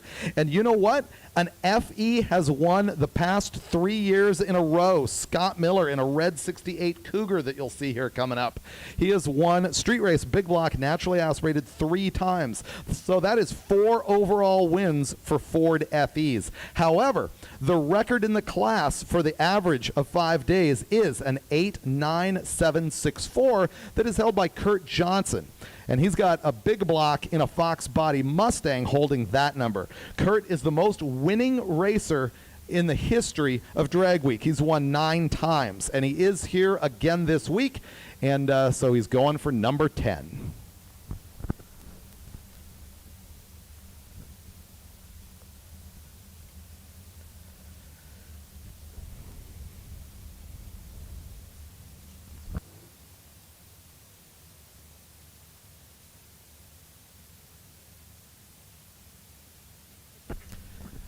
I have 2 racers in need if you can help these guys out. Here's a good one, in need of a windshield for a 3rd-gen Camaro. A windshield.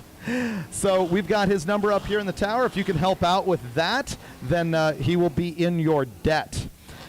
I believe you could probably dig that up at a glass shop locally and maybe get somebody to deliver it here. We've had fans in the stands often help out racers by delivering stuff. We also need some Krager-style lug nuts. M12 by 1.5 with a 1.5 or 1.6 inch shank. That's Ken Mahoy. He's got the black and red Monza Spider that you can't miss. And once again, if you got that stuff, you can take it up here to the tower and we will help out. As the Mopar drives off the line with a 60-foot time of 165. Looks like a 66 or 7 Coronet. I didn't get a good enough look at the grill. He goes to the quarter mile at 11.79 at 113 miles an hour. And in the right-hand side, the Fairlane goes 14.10 at 100.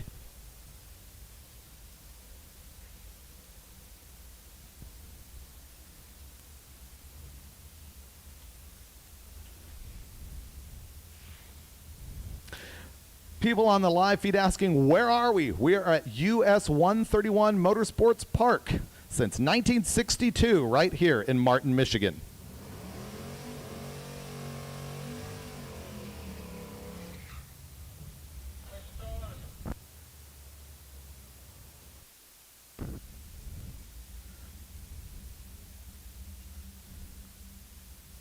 As the big block satellite pulls to the line, running in street race big block naturally aspirated.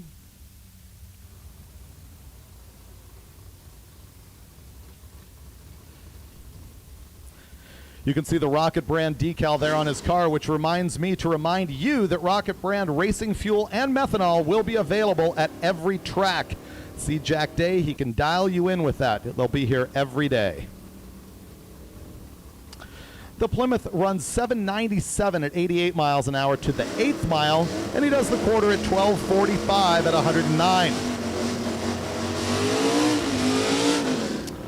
This is Scott Miller, who I was telling you about just a moment ago on the right-hand side. Street race, big block, naturally aspirated. He's got a big stroker FE in that thing with a tunnel ram, and he is our 3-time winner in the class. His best average ET is 9:21.2, so we'll see if we can make that thing run quicker here this time. In the left-hand side, that awesome-looking Monte Carlo is a Super Street small block power adder car, so we're looking for a 7 out of that thing in order to be competitive in the class.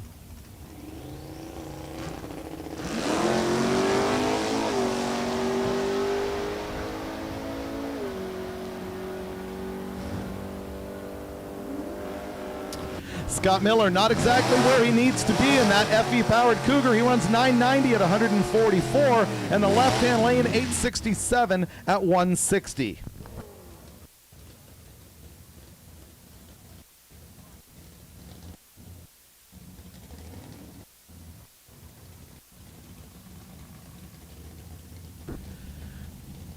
Going from memory, I believe it's Christine Wiegand in the right-hand side in the Trans Am with pure Pontiac power. They've got a couple Pontiac-powered cars out here in the family this week. In the left-hand side, one of our gasser entries in the 55 Chevy. Oh, banging gears. I like it. The 4-speed cars are just fun. We traditionally have a stick car race put together on the very last day, which you'll see here on Friday. The left-hand side, the 55 Chevy goes 1106 at 125. The Trans Am, a healthy 1192 at 113. Apparently that is a legit Trans Am. It was a factory white with blue stripe car, but they wanted to put it back together as a blue with white stripe car, which were the only two ways you could get a Trans Am in that year.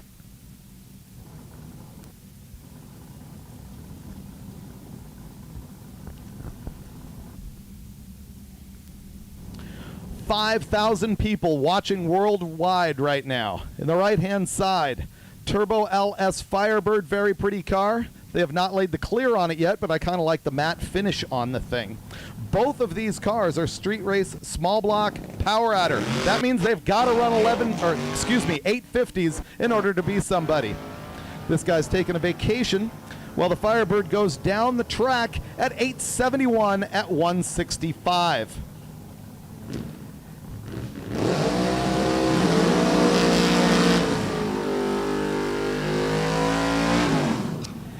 And eventually the Camaro gets down at 1489 at 95 miles an hour. That's another racer who I'm thinking you will see again. Check this out. In the left-hand side, this is another pure Pontiac-powered car assisted by a whole lot of nitrous.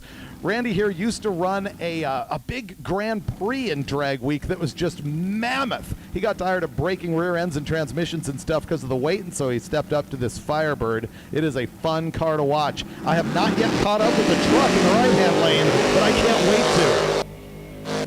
The truck gets out with a 139 60-foot, and the Firebird did a 126. The Firebird runs 543 to the 8th and 854.12 out the back at 154 miles an hour. The truck, 970 at 134. We've got an unlimited class Chevy in the right-hand side. And in the left, a street race small block power adder, 68 Camaro.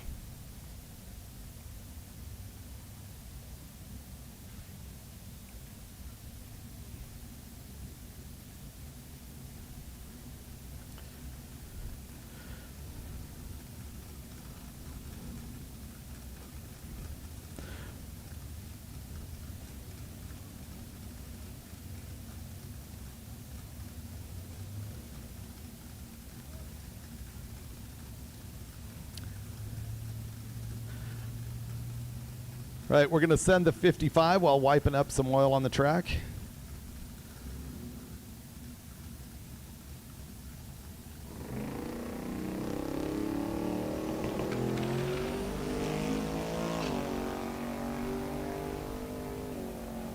He goes to the 8th mile at 550, which means 857 at 160 miles an hour in the right-hand side with that black 55 Chevy.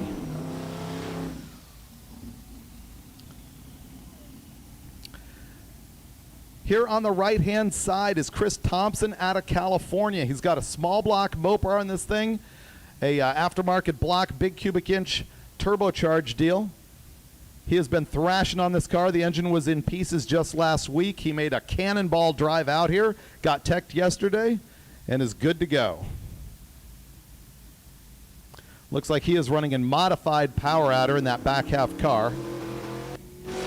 Oh! Big wheelie, and he lifted hard, man. That thing fell down. Gravity is a thing. Hopefully it's okay. He does have a little something dangling under the car, but it does not look critical, and he wisely pulls over to ensure that he is not lubricating the entire track for us. And we'll have a look at that, make sure everything's okay, and hope to see him the rest of the week.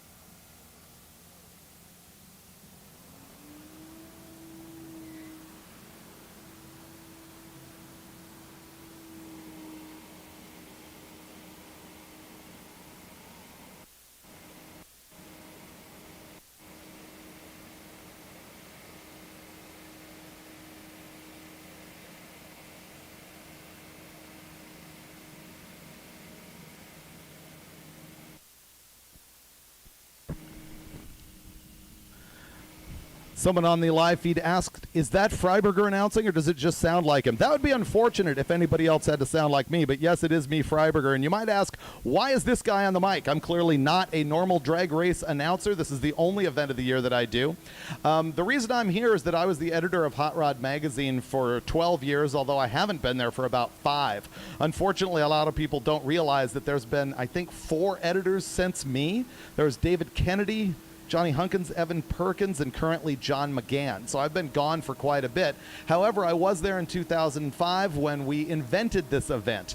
And I've been calling it for roughly that same amount of time. And I just love doing it. It's far more entertaining when Brian Loans is here with me. We have a lot of fun jabbing each other all week long. Unfortunately, he's not here this time. So I'm going to be riding it solo. The other thing that I do, if you recognize me but don't know what's going on, is a few TV shows for MotorTrend. One of them is Roadkill. Another is Roadkill Garage. I also do Engine Masters. And those of you who are into sort of more technical stuff instead of more fun stuff, the Engine Master show is awesome. We learn things every single time. It's myself, Steve Dulcich, and Steve Brule. We dyno stuff at West Tech Performance Center in Mira Loma, California, Performance Group. And it's just nothing but trying out engine stuff and seeing what works. And there's a lot of engines here at the grounds on Drag Week that are way beyond the stuff that we do there, but there's probably more than half the field that could really benefit from the things that we are learning. So check that out, Engine Masters on the MotorTrend app.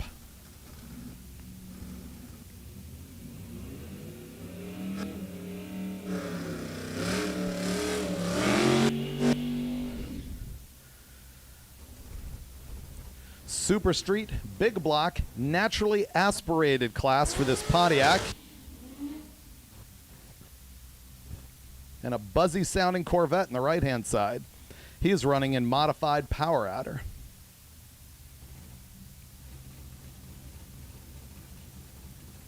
Once again, as time goes on, we'll have more names in the computer, more information, more stories from the road. And when we get into some breaks, I've got some very cool historic stuff to tell you as well about the history of fastest streetcar racing, Drag Week, and much more. The NA Big Block car gets out first. He runs a 1:43 short time. That gold Pontiac goes to the 8th mile at 6:40. End of the quarter, 10:09 at 132. Meanwhile, the Corvette, 9:61 at 145 miles an hour. Leslie Sano cars that's out here at Drag Week. It is so clean. It is a big block car. He is running in a street race, big block, naturally aspirated. Seth Lindner in the left-hand side with that orange Camaro is running in street race small block naturally aspirated. So you got a big block in the left-hand lane versus, or a big block at 989 at 135 miles an hour. Meanwhile, the orange Camaro, 1268 out of Michigan, and I believe that car actually has a 400 Pontiac in it, his Firebird third gen. I keep getting that wrong. But I just think it's interesting to put a Pontiac in one of those because obviously they came from the factory with small block Chevys in them. Emily Ballard in the left-hand lane out of Burbank, Illinois with the 68 Camaro. She's got an LS in that one. And I have confirmed legit Pontiac power in the Firebird. Emily goes down 554 to the 8th and 862 at 159 miles an hour in that left-hand lane. And the Pontiac-powered Poncho runs 1251 at 111.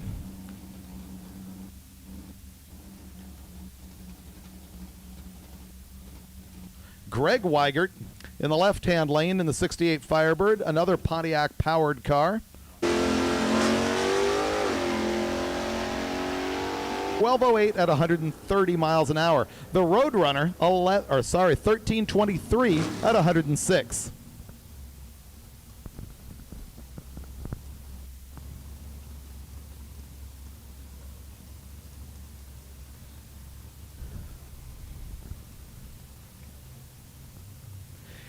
Here's an Olds on the left-hand side that we've seen a bunch of times at Drag Week. I believe it's Tracy Grimm. And in the right-hand side, we've got that Nova running in the street race small block naturally aspirated class. Tracy is in modified naturally aspirated.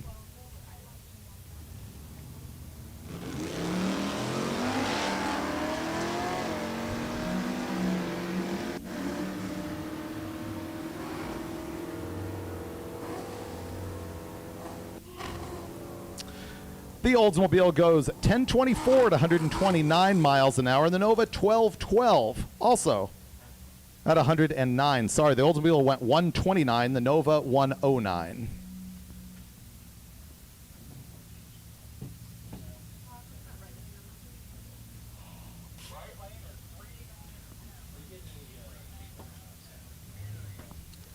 Brian Smith in the Mustang on the left-hand side. And he's not getting off very well. I believe this car's got an Eliminator with a Pro Charger on it. At the right-hand side, another small block naturally aspirated car gets down at 1252 at 112. Meanwhile, 1337 at 117 for the Mustang.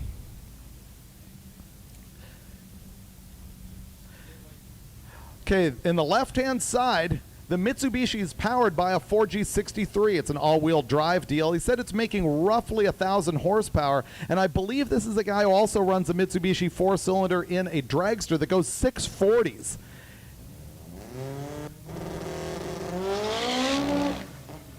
Oh, that's not good. Maybe he broke a front axle. You never know. There goes the 67 Chevelle. Scott Franks Jr. out of Ewing, New Jersey in the 67 Chevelle.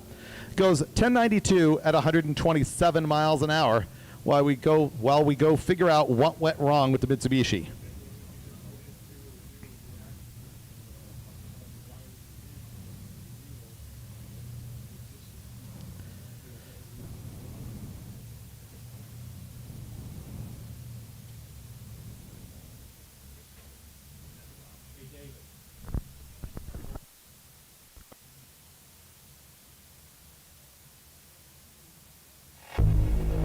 The science of shine.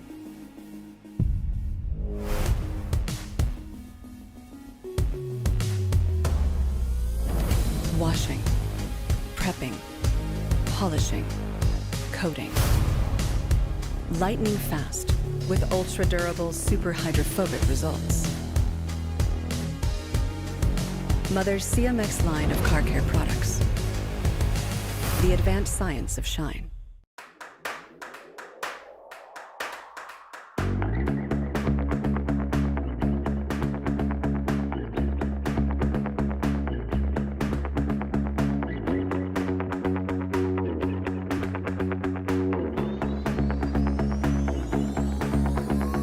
Meet Ultimate Hybrid, advanced ceramic and wax technology. The best of both worlds, but better. Only from Mothers.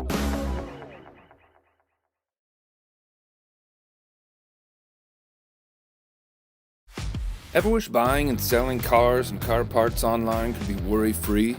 Welcome to eBay Motors, where you can buy with confidence thanks to VPP, our Vehicle Protection Plan. It covers you up to $100,000. That's a lot of moolah. But there's more, a lot more, like millions of parts and accessories, all covered by the eBay money-back guarantee. So you can truly transform your ride into your own masterpiece. All on eBay Motors.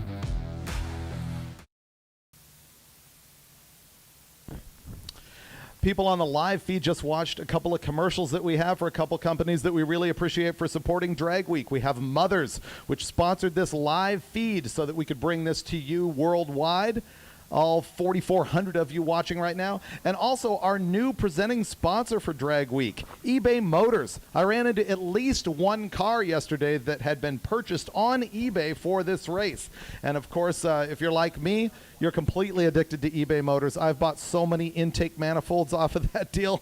It's stupid. I think I added them up. I've got something like 62 intake manifolds. I just use them for all kinds of dyno testing, and I'm intrigued by them, and I like cross rams and tunnel rams and all sorts of things like that. So you can get addicted to eBay.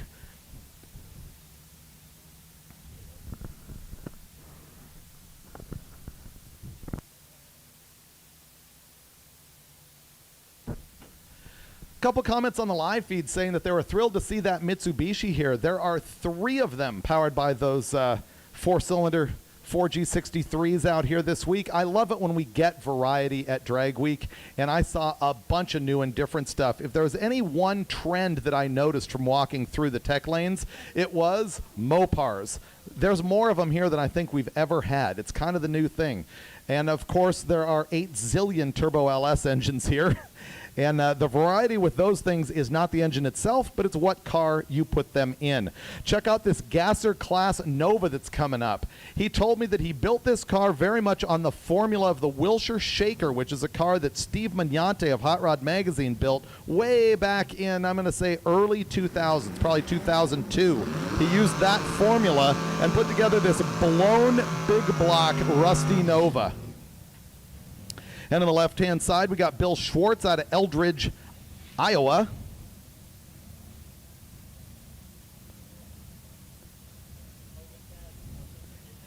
He's got a 427 small block in the Chevelle, and once again, a blown big block on the right-hand side with EFI on it for drivability.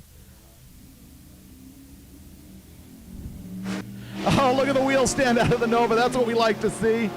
His short time is 1:39. Meanwhile, the Chevelle goes 1:30. At the quarter mile, the Chevelle goes 8:68 at 151 miles an hour. And the Gasser 9:32 at 143.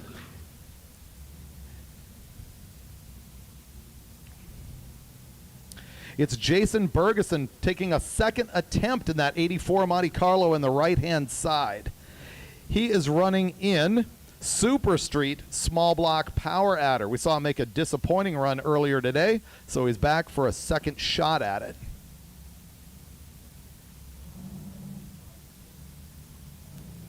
The Pontiac also running in a naturally aspirated class. It is small block.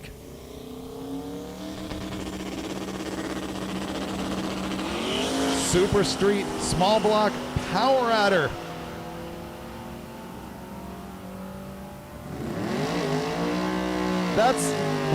That's like the number he's looking for. 8:48 at 161 miles an hour. I was about to say that that's too quick for the class, but he was running Super Street, which means he can run quicker than 850. The left-hand side, that Pontiac went 12:01 at 112 miles an hour. We've got a pretty much stock Ford Lightning here on the left-hand side. That's Chris Cabe out of Maple Grove. He blew up a rear end, I guess, last week and had to fix that, and then found his way over here to Drag Week. Robert Baptista on the right-hand side with the 68 Camaro LS Power. He is running modified power adder on the right-hand side.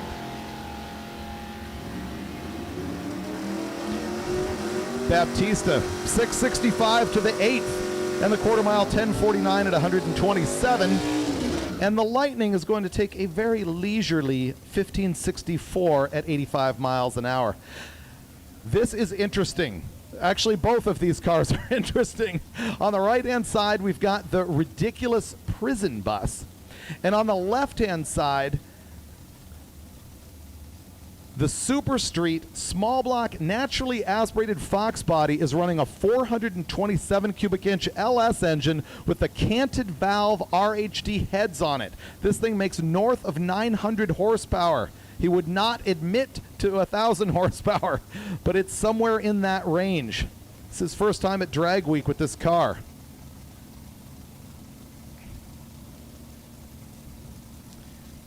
Our prisoner was in the way, so we had to back him out. He needs to be on, the chain gang somewhere. Not a good launch for that naturally aspirated 427 LS Mustang. He still gets to the 8 at 604, and that 934 to 148 isn't going to be exactly what he's hoping for at the big end.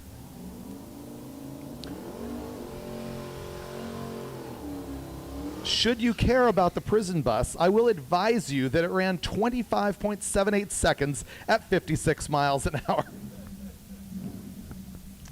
On the right-hand side here, you see this Fox body wagon that has been involved in drag racing a long time, up to the point where you can see the sticker on the windshield where he passed our $3,000 Hoopty Challenge at a roadkill event several years ago. He's been building the thing up consistently since then. Of course, it is LS Turbo Power. I think it's a 5.3. He may correct me later. But this thing's going to boogie. He's running street race small block power adder. He's got to go 850 to be somebody. Bree Brewer is on the left-hand side with that 08 Mustang with a V6 power. Everyone is welcome out here. You can run virtually any car.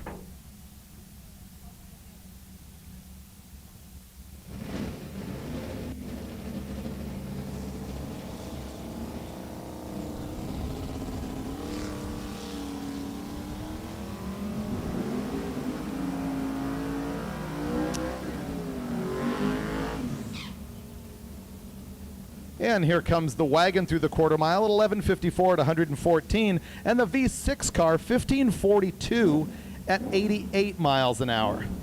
We got a 70 Mustang Fastback here on the left-hand side running the Pro Street Power Adder class. Pro Street is for back half cars, stock front suspension, and big meats on the back with a aftermarket concept rear suspension. In the right-hand side, that Chevelle is running in street race big block naturally aspirated.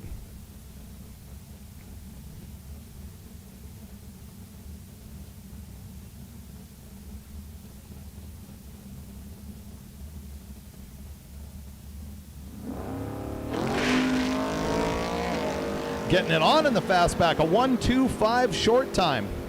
That means 60 feet. He goes 5:55 to the 8th mile and 8:79 at 152. In the right-hand side, 11:29 at 100.2 miles an hour. People on the live feed were asking me, what does Freiberger mean when he keeps saying power adder? So naturally aspirated means no nitrous, no boost. Power adder means it's either got nitrous oxide or boost in some form, a supercharger or a turbocharger. That's why they're broken down into two separate classes, because obviously the advantage is going to go to a power adder car. Jason Hager on the right-hand side in that black Mustang. He's got a 302 Ford in the thing. I believe it's a Windsor. On the left-hand side, we've got that Nova running in a small block, naturally aspirated class.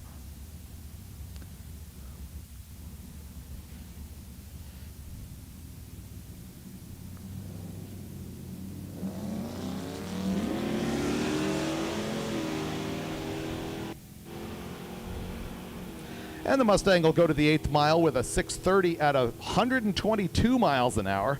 But at the back at only 10:19 at 109. So he's got stuff going wrong down there. The Nova goes 11:71 at 112.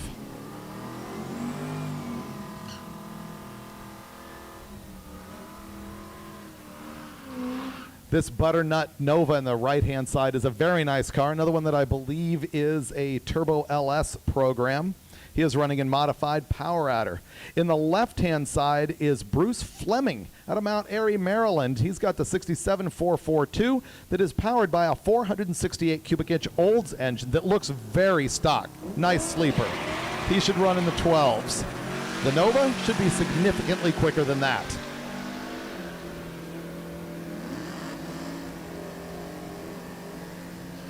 And the Nova goes 8:75 with a 3 at 156 miles an hour. The left-hand side, that sleeper Oldsmobile goes 12:97 at 113.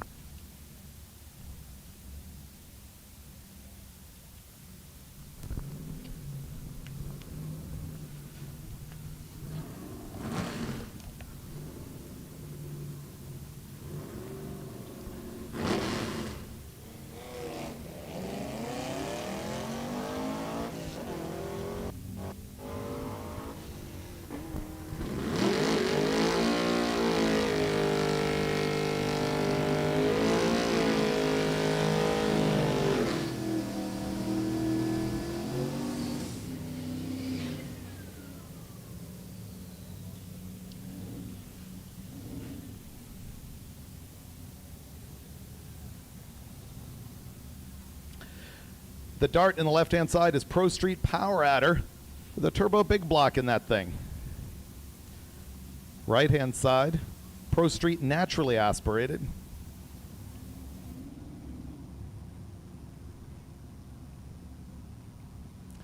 Courtesy staging, not really a thing at Drag Week.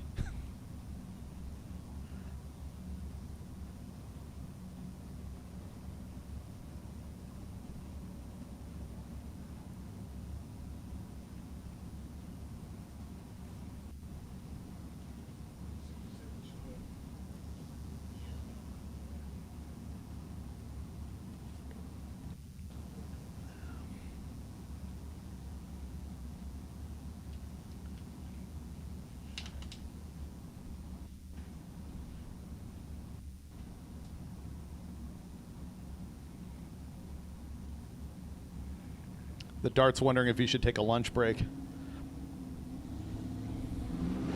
Okay, Power Outer Dart, NA Camaro. Let's go.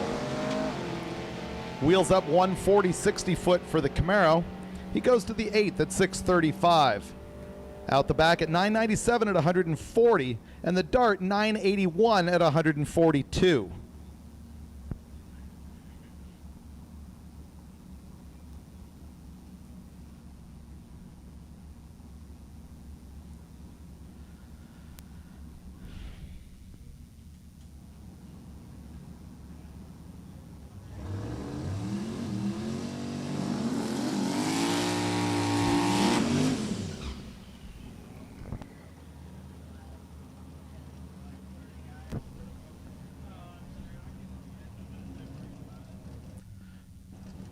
Mark Lampier on the left-hand side with a 92 Mazda Miata, V8 powered, clearly. And on the right-hand side, that Nova is running street race small block power adder. Once again, that class that is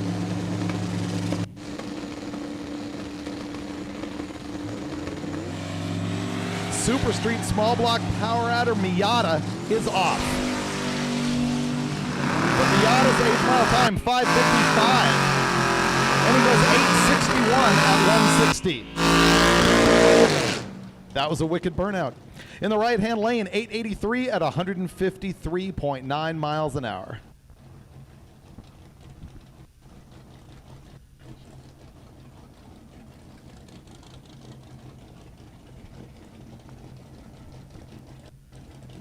This Cougar in the left-hand side is playing in the Ultimate Iron class.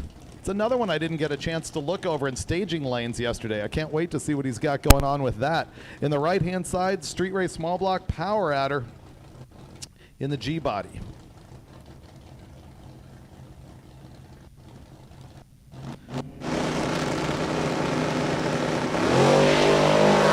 Spinning the tires off the line there with the Cougar. He cuts a 131 60-foot time. He goes to the 8th in 563, and by the time he goes 1,320 feet, he's running 880 at 155 miles an hour. In the right-hand side, 1188 at 115. And I will tell you that anything that's under 430 cubic inches plays in the small block class, including a V6 or even a 4-cylinder. There's no discrimination about displacement. It can be tiny and still run in small block, even though everybody else is running up around 427 cubic inches. Very cool Pontiac on the left-hand side here. 421 written on the fender, telling us that that's got Pontiac power. By the way, racers, you can send me messages by writing stuff on your back window in shoe polish. If I'm pronouncing your name wrong, getting your engine wrong, anything like that, don't be subtle. Tell me I'm wrong. The Pontiac in the left-hand side gets to the quarter mile in 11:53 at 114 miles an hour, and the right-hand lane is 11:94 at 112.9.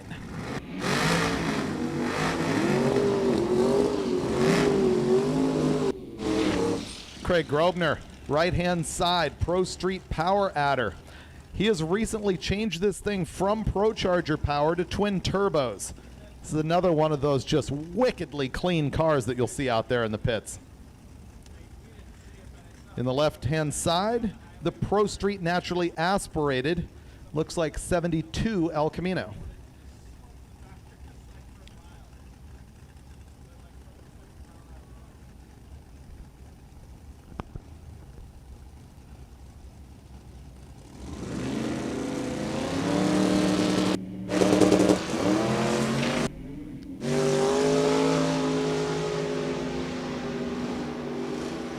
.516 to the 8th and 778 at 178 miles an hour at the quarter mile from that car on the right-hand side, also letting the smoke out. We're going to have to go have a look at what's going on there.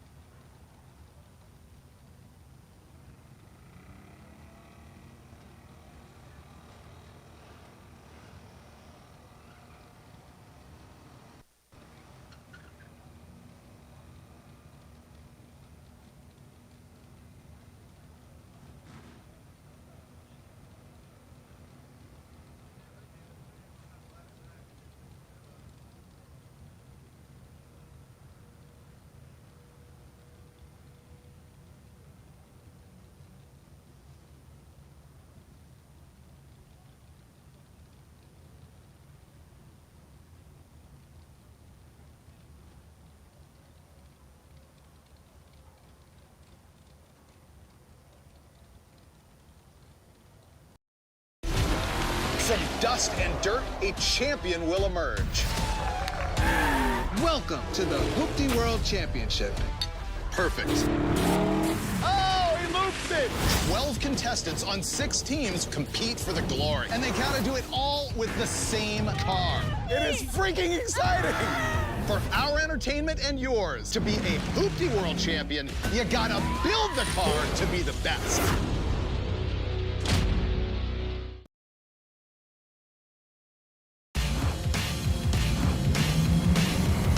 I'm Kevin Hart. 2 years ago, I bought my guys classic cars. Guys, we need somebody to teach us about cars and do the work on them. We need a builder. Ready for some noise? Putting these guys in a position to make these cars better would make us better. I'm ready to ride. But what is the voice? What voice? Kevin Hart's Muscle Car Crew! You guys ready? Are you ready? Let's do this.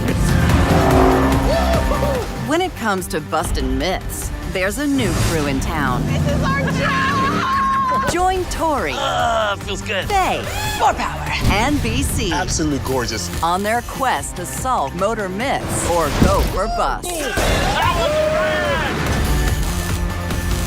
It's Mythbusters for car lovers.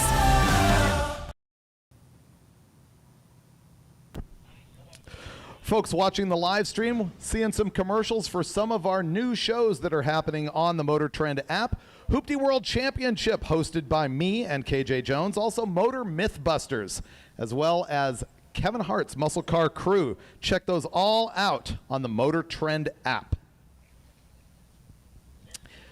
eBay Motors powers Hot Rod Drag Week presented by Gear Vendors. eBay Motors is proud to be our title sponsor for 2021.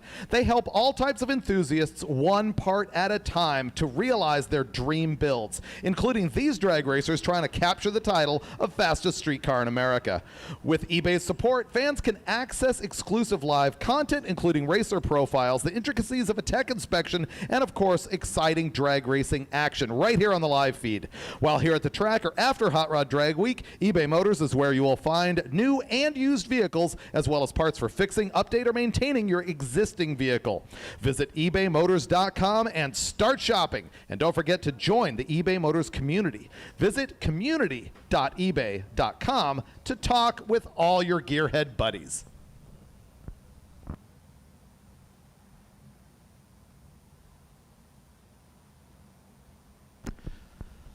We're still having a look at the track here at the top end after Grosvenor went down there and let some smoke out of the thing, just making sure everything is tidy before we move on.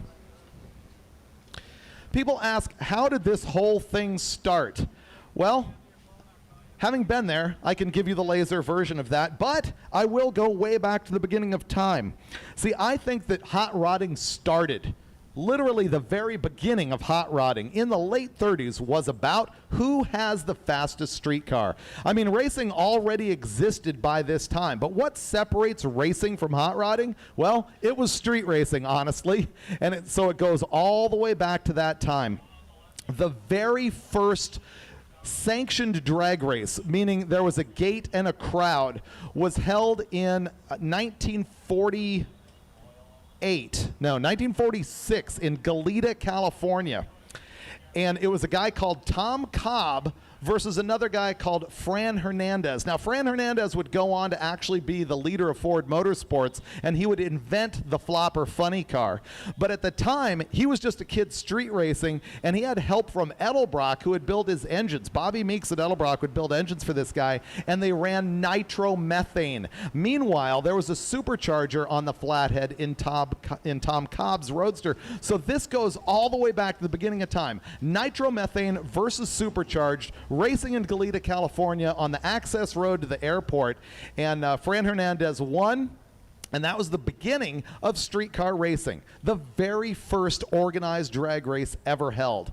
And so now we can fast forward into the early 90s, and I'm a staffer on Hot Rod Magazine at the time, and the races like Top Gun Showdown and the Orlando Street Race and all these things are going on, and we as staffers are sort of looking at them, and we're attending these events, we're covering them, and we're going, man, this is crazy, all these street legal cars doing these wild things, and we're like, who has the fastest street car in the country? And we're talking about it. We're arguing about guys that we've seen. I had been in the Detroit scene, and another guy, Joe Pettit, had been to the Atlanta Top Gun shootout.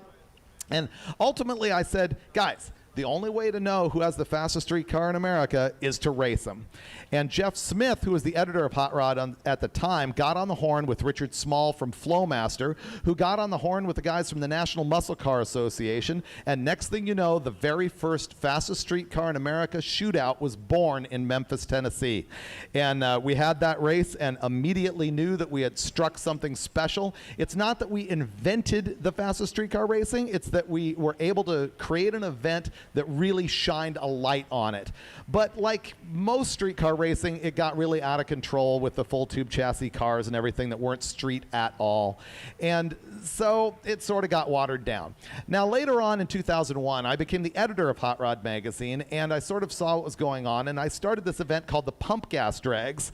Now in order to be, quote, streetable in this case, we filled up those cars with Rocket brand 93 octane fuel. Rocket brand having supported that pump gas drags even before Drag Week ever existed. So we filled every car with pump gas, made them drive from comp cams in Memphis all the way out to the drag strip, and then we made them hot lap 3 rounds, and the one with the lowest ET would win. And this is at a time when also True Street and things like that were going on pretty hardcore. And that was a fun and neat event, but ultimately it still raised questions about, is it really a street car, and this, that, and the other. And so in 2005, I honestly got tired of the conversation, and I said to myself, there's only one way to do this. And I ripped off One Lap of America, which is an event where they road race every single day and then drive from track to track. And we called that event Drag Week. And here we are now, still running 1,000 miles in 5 days and racing at 5 tracks. Now, in the very first year, in 2005, we ran one way. We started at Cordova, Illinois, and we drove one way all the way here. And the problem with that is, what did people do with their trucks and trailers that they had to leave behind at the very first track? The trucks and trailers they'd use to get to the race. And so that ended up being a problem. And by the second year, we figured out to make a loop. That's why, like this year, we're starting and ending here at US 131. All of the trucks and trailers will be stored here during the week, so that racers do not have access to them while they're participating in Drag Week. If they come back and access their trailer, they're actually out. That's not allowed. These cars are all expected to survive on the road as if they were out on a road trip by themselves. So they don't have a crew following them, they don't have a truck with parts following them, anything like that. Racers can help racers, but the concept is you should be loaded and ready to go with everything that you need to race. If you need to borrow a tool here and there, that's fine. They're allowed to order parts and FedEx them to the next track. They're allowed to have somebody in the stands go run and make an errand for them so they can get parts that they need. But other than that, there is no support on Drag Week. And that's how we were able to legitimize it and say, you know what? If you can drive 1,000 miles by yourself and run these tracks, you are a legitimate street car. And we just decided that as far as Hot Rod was concerned, and as far as we personally were concerned, that just finished the question of, is it a real street car? Because let's be honest, the scale of what is a street car and what isn't is individual to the person. Some people would never drive some of these cars that are out here. Others consider it no problem at all. And fortunately, we got 350 people here today willing to suffer for your entertainment and mine. And we call that Hot Rod Drag Week.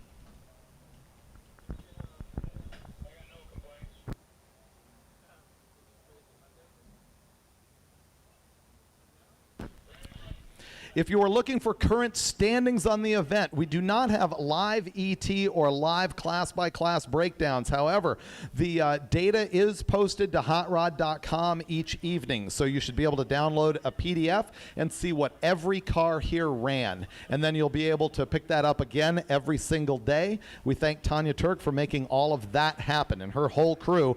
And that reminds me to remind the racers, if you have made a pass that you're happy with and you're leaving for the day, do not forget to come up here to the second floor of the tower and hand in your ET slip. That is critical. We are not keeping track of these times for you. You have to pick the ET slip you're willing to hand in, making sure that it's not too fast for your tech legal speed or for your class, and hand it in before you go, and you will be handed a map, which is the route to the next track. And remember, you are required to drive that route. We have thrown out some of our big name guys who are friends because they jagged the route. You're not allowed to do that. You got to drive the route. Can I be more clear? Drive the map that you are given, or you could be tossed on your ear. And hand in your time slip before you go. We have had problems with that in the past too, people who neglect to hand in their time slip. We do our best to help out with that, but you got to help us help you.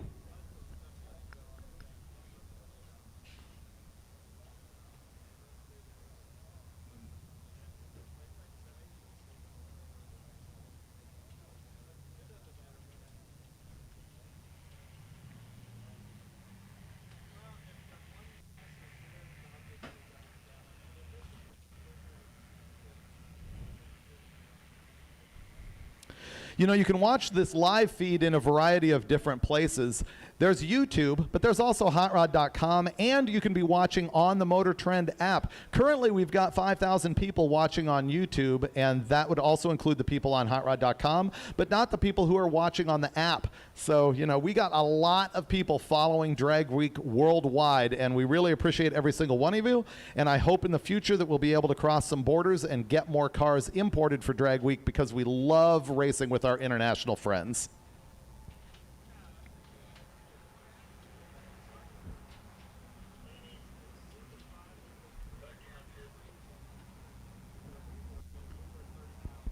Another person on the live feed has asked, when can we find out the route to the next track as spectators? That's a good call. You know, there's a lot of people who do gather along the route to see the cars drive by, especially at our checkpoints. Those are usually a party. I believe they are still posting the route on hotrod.com that's downloadable. I will...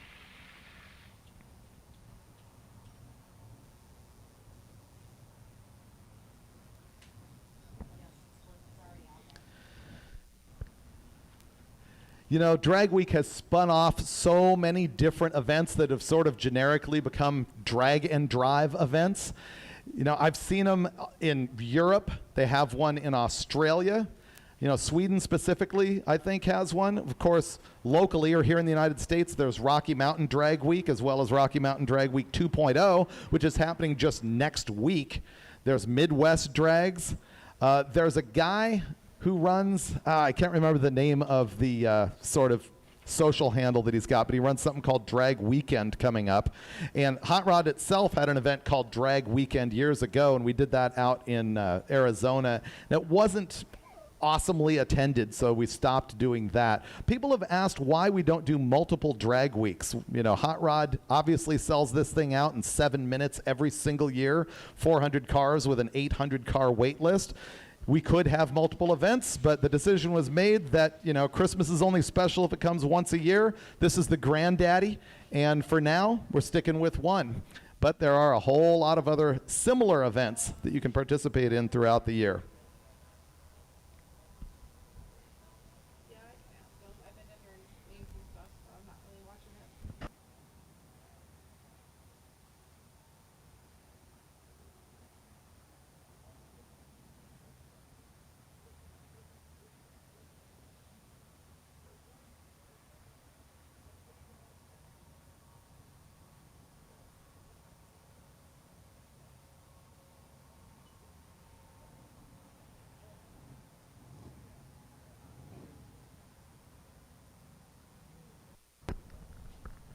Here's a great question from the live feed audience, which is, why was there no Drag Week registration in 2021?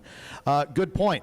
Here's what happened. Last year we did registration, did the aforementioned selling out in 7 minutes, and then the COVID hit and we ended up not having the event. So the very first thing that happened about registration for this year is that We invited all of the people who had already registered for 2020 when there was no event. And there were so many of those that followed up and went ahead and re-registered because we had actually refunded everybody for 2020. But then we invited those people who made it in to come back for 2021. And just by doing that, we were able to fill up the entire event and then start with that 800-car wait list. So that's why there was no registration this year, because we just followed up with what we had done for 2020.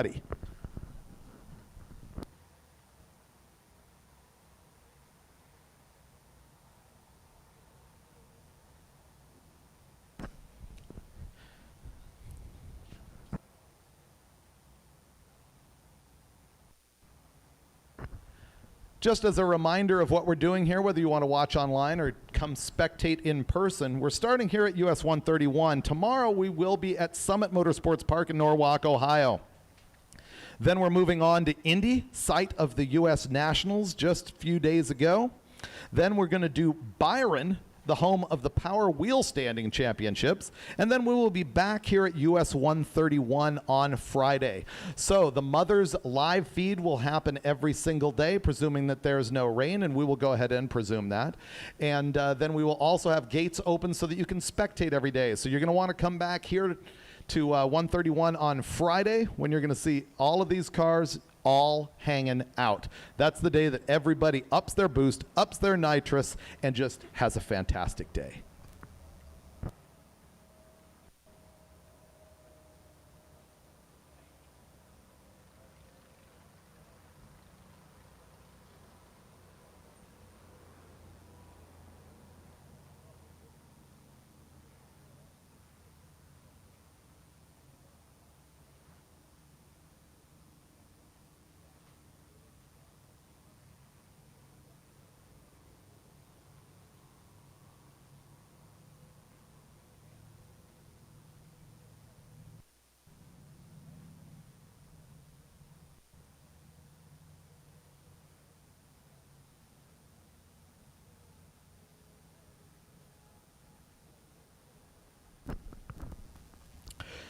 Known by enthusiasts worldwide for their premium car polishes, waxes, and cleaners, Mother's Polish offers a broad array of quality products under its Ultimate Hybrid, CMX, California Gold, Powerball, Back to Black, Speed, and Professional lines. Stop by your favorite automotive retailer today and stock up on the latest Mother's car care products, including their cutting-edge, super hydrophobic, Ultimate Hybrid, and CMX ceramic product lines. Whether it's your daily driver, hot rod, roadster, classic muscle car, or drag week car, remember, there's no shine like Mother's. And Mother's is, of course, the sponsor of this live feed, so we thank them very much for that.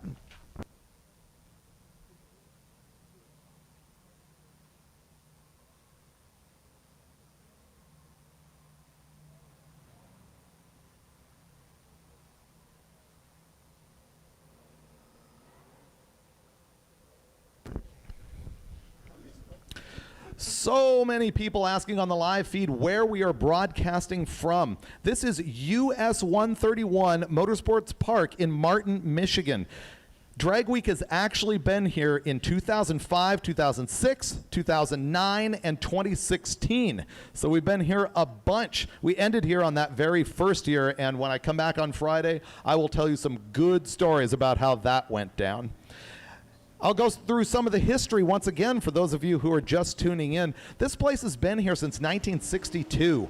It was originally called Martin Dragway, or sometimes Martin Raceway. They completely revamped this place in 2002, laying down this track and tower and grandstands that you see here today. And that was just prior to that very first year we were there for Drag Week in 2005.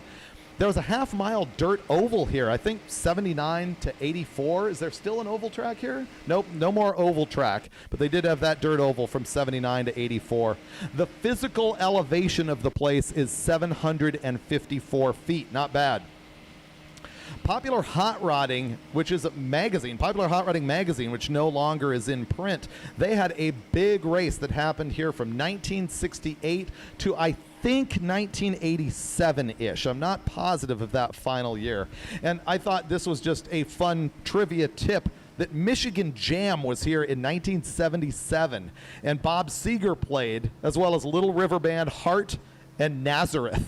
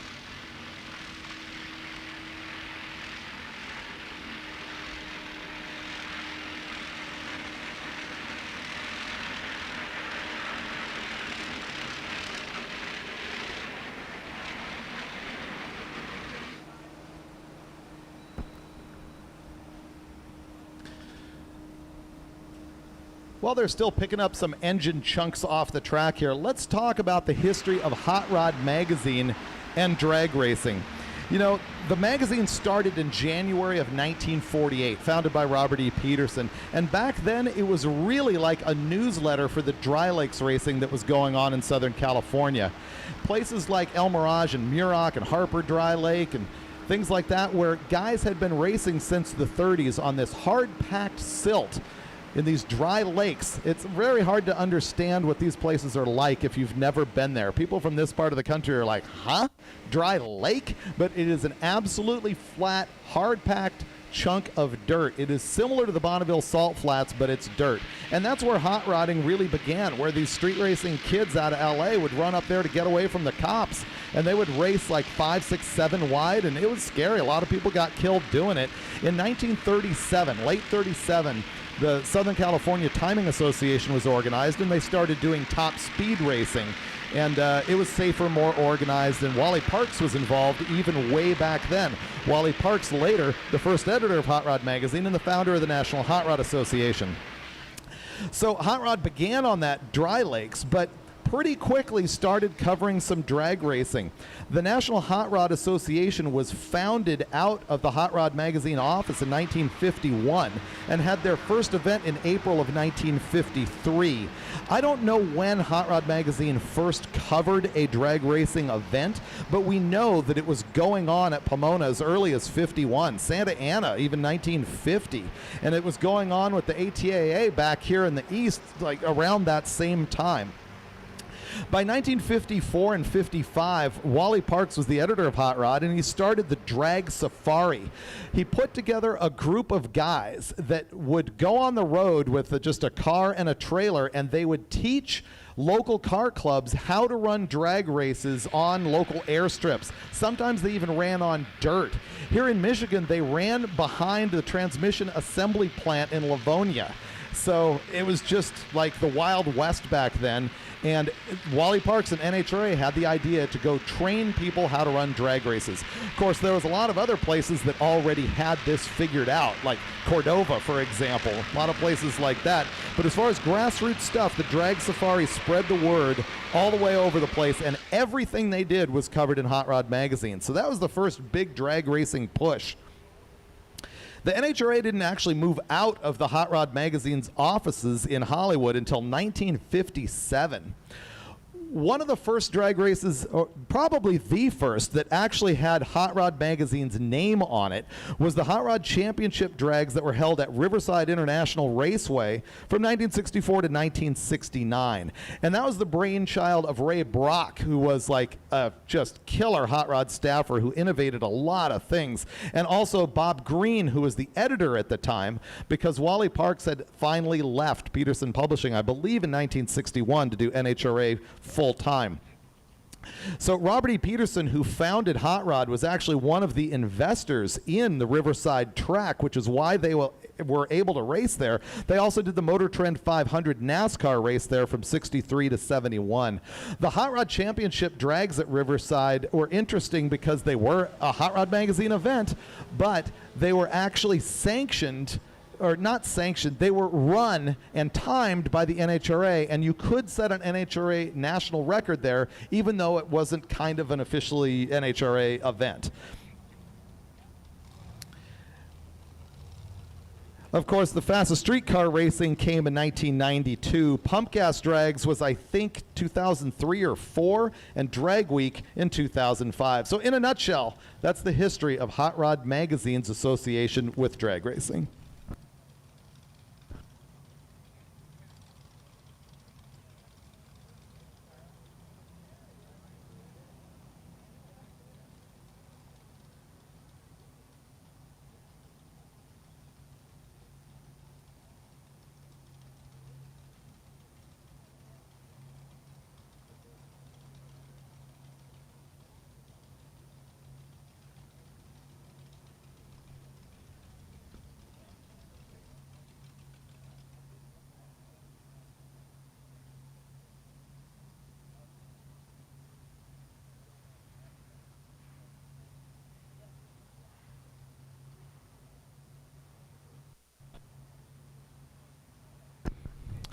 Those of you watching the Mother's live feed at home, get ready for your very first Mother's replay. We got some action for you to see here of earlier today when there was a Mustang that launched off the starting line and then launched his hood into the sky. Here it comes.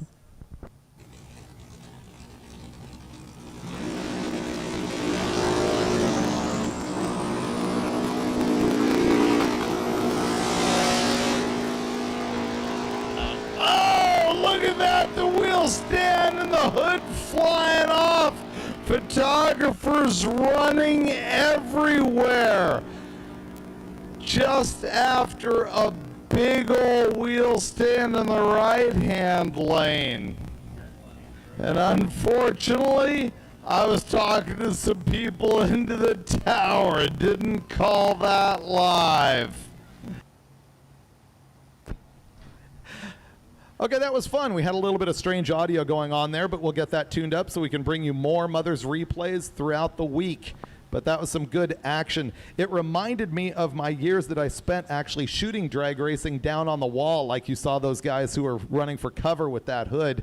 I remember a chunk of a connecting rod whizzing past me one time, and I guess the biggest deal is I was at Memphis at one of the fastest streetcar races, and I was about 60 feet out on the left-hand side of the track, and there was a car that came and hit the wall right in front of me, and he had, it was a 69 Camaro, he had the gas tank in the front that was full of alcohol, and he hits the wall and the alcohol comes up and over the wall, and by the time I roll away, the grass behind me is on fire, and then I hear this crazy like noise, and I look over and there is a nitrous tank hidden inside the fuel cell of this car, and the top was knocked off the thing and it was blowing nitrous everywhere, and nitrous was not legal in the class for an alcohol car. So that was how that guy got found out. But that was probably my most dangerous moment as a photographer, although now that I'm thinking about it, I was at Sonoma one time, also on the left-hand side, about 60 feet out, and there was a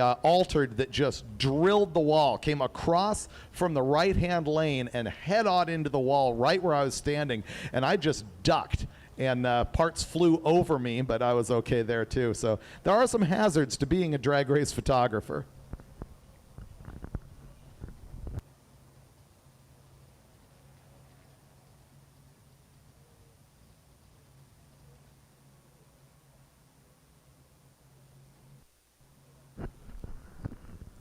Also, with some downtime here, I think I'm going to tell you about how these classes are broken down. While you're watching on the live feed at home, you've heard me throwing out things like Super Street Small Block Power Adder, Street Race Small Block Power Adder. So let's start from the bottom, and I'll tell you how all these classes work. First of all, the group that's going to be coming up after the current group is going to be called Street Machine Eliminator. In the early days, we called this Daily Driver, and many people still do because that just kind of stuck.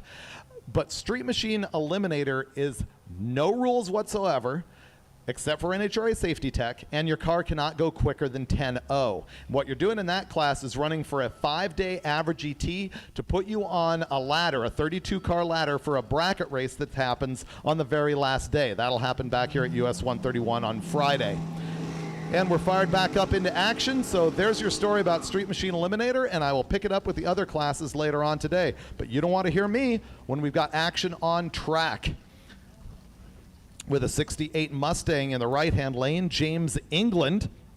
He's going to be running in Street Race Small Block Naturally Aspirated, and Christopher Poole is on the left-hand side in that 84 Cutlass. And he is running Street Race Small Block Naturally Aspirated. So both these guys in the same class. They could be running heads up for fun, but once again, beating somebody at this point doesn't matter. You're trying to get your personal best ET. And for the Mustang, that is going to be 1280 at 105.8. And the Cutlass in the left-hand lane goes 1400 at 97.3 miles an hour. Now we got Tommy Dupree in the left-hand side in the Trans Am. Paul Bunal in the right-hand side from Rome, New York.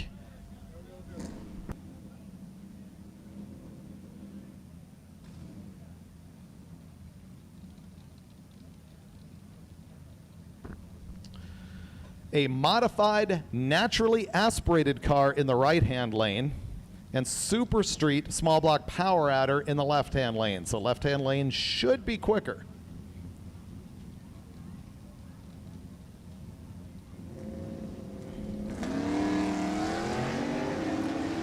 And he gets off with a 1.50 60-foot time on the left-hand side, and he goes to the 8th at 670, seemingly slowing down, and sure enough, he goes 10:56 at 126 miles an hour. And on the right-hand side, 11:57 at 117.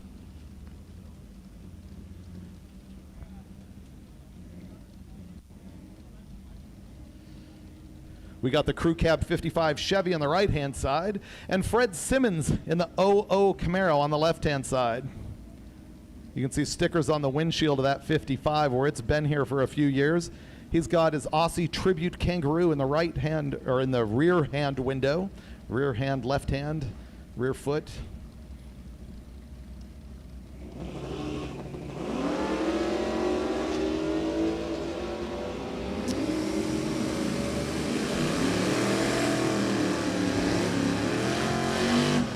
The big block 4-door 55 Chevy runs 11:56 at 105. The left-hand lane, 1088 at 125.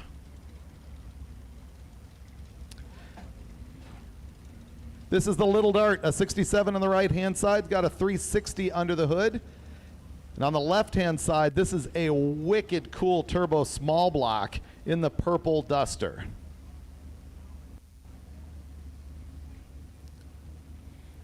I think they told me it's a 412 stroker in the Duster, maybe 408, 414, something in that neighborhood.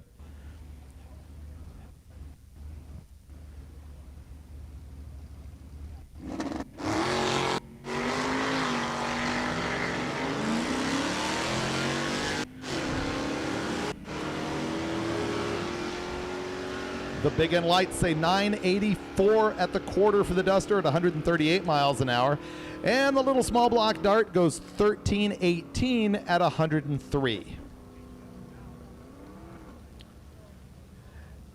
Steve Felker on the left-hand side in the 85 El Camino. He's running in modified naturally aspirated. And it's a modified Power Adder car in the right-hand side.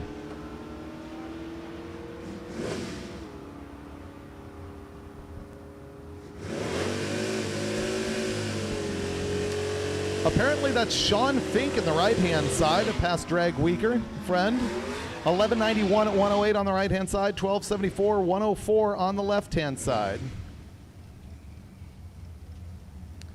Now we got Kevin Gibbs on the right with a very cool Pro Street Power Adder Chevelle. Unfortunately, I don't have a name on the person on the left. Once again, I will have more names and information for you as the week goes on.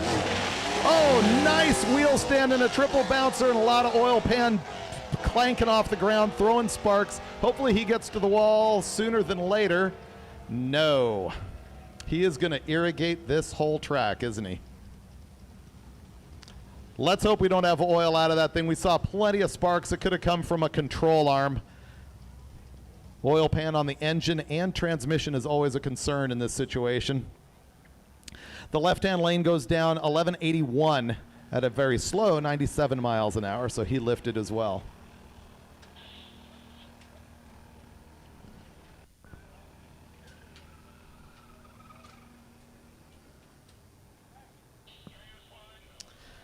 Unfortunately, at drag week, you do not want to play the oil on the track drinking game.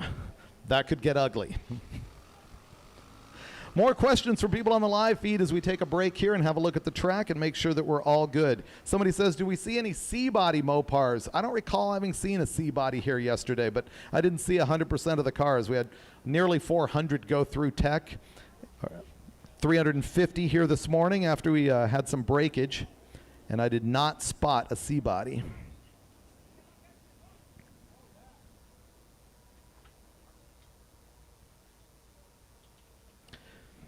Wow, we got somebody on the live feed watching from the Ukraine and Sweden.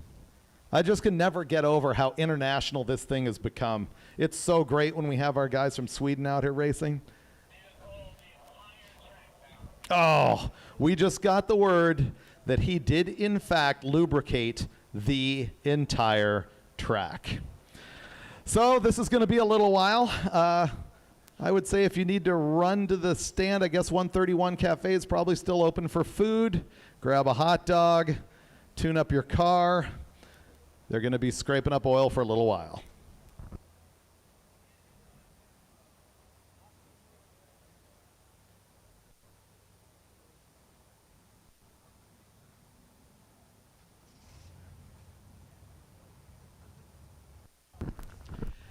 I'm going to go ahead and just advise all you drivers that if you have an issue like this, get over to the wall and stop ASAP. It really kills the program when we got oil on the entire track, and that could have been prevented had he just pulled over sooner. Didn't look like he was at speed that really required going that far. So please get over to the side of the track and stop if you even suspect that you've got fluids coming out of the car, and do it safely.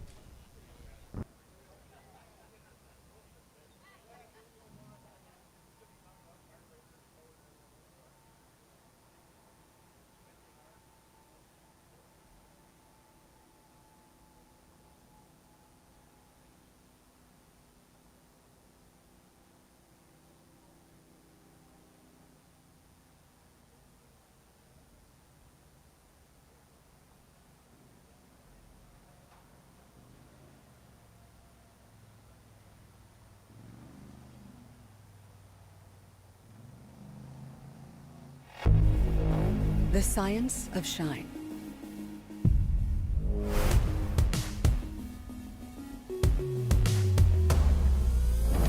Washing, prepping, polishing, coating. Lightning fast with ultra-durable, super hydrophobic results.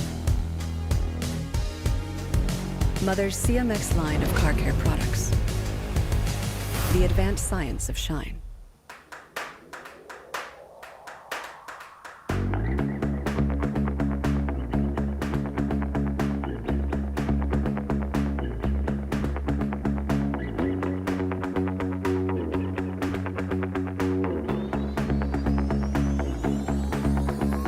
Meet Ultimate Hybrid, advanced ceramic and wax technology.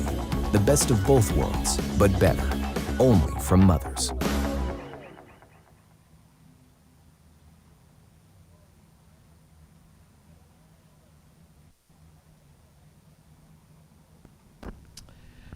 And once again, thank you to Mothers for making this live feed happen.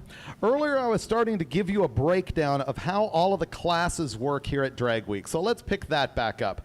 Initially, I had told you about Street Machine Eliminator, which is the class where you can't go quicker than 10.0. There's basically no rules, and you're running to get on a ladder for the bracket race on the last day. Moving up from that, we have classes for nostalgia cars. There's Hot Rod, where it's required to be an older car, I think pre-48, and it needs to look like a retro Hot Rod. What's wild to me is that that is like the most wide open class in all of Drag Week. Somebody should have looked at the rules by now and blown that thing wide open, but as it stands now, it's a low 9-second class, whereas it could probably be in the 7s if you look at the rules because they're pretty slack. Then we've got gasser classes, which is kind of the same thing. It's a retro look. They need to appear like the gassers that were running in the gas wars of the mid-60s. And by the way, a lot of people use the word gasser and don't really know why. Gasser means a car that ran in the gas class of drag racing, which was invented circa 1958 and which was really, really hot in the mid-60s as the cam manufacturers got behind those cars and really advertised them to death. So they were gas class, which is why they were called gassers. As a pet peeve of mine, a gasser does not have to have a solid axle in the front, and any car with a solid axle is not necessarily a gasser. But that falls into the fact that there's a rule in the gas class at Drag Week where we have to make a judgment call if it looks legit or not. If you show up with something with a straight axle and the right stance, but it's all covered in billet and it's got a big, 70s Pro Stock hood scoop and stuff, that's not going to fly. So it is sort of judged by taste. None of the other classes really are. So that is gas. Now we move on to the street race category. This is the most restricted category in all of Drag Week. Street race is for bolt-on muscle cars. So typical muscle car body styles all the way up into current times, only allowed bolt-on suspension. You're not allowed to modify and weld and put in ladder bars or forelinks or anything like that. Your suspension concept has to be as it was delivered from the factory. If it's a coil spring car, it's got to have coil springs. Leaf spring car has to have leaf springs.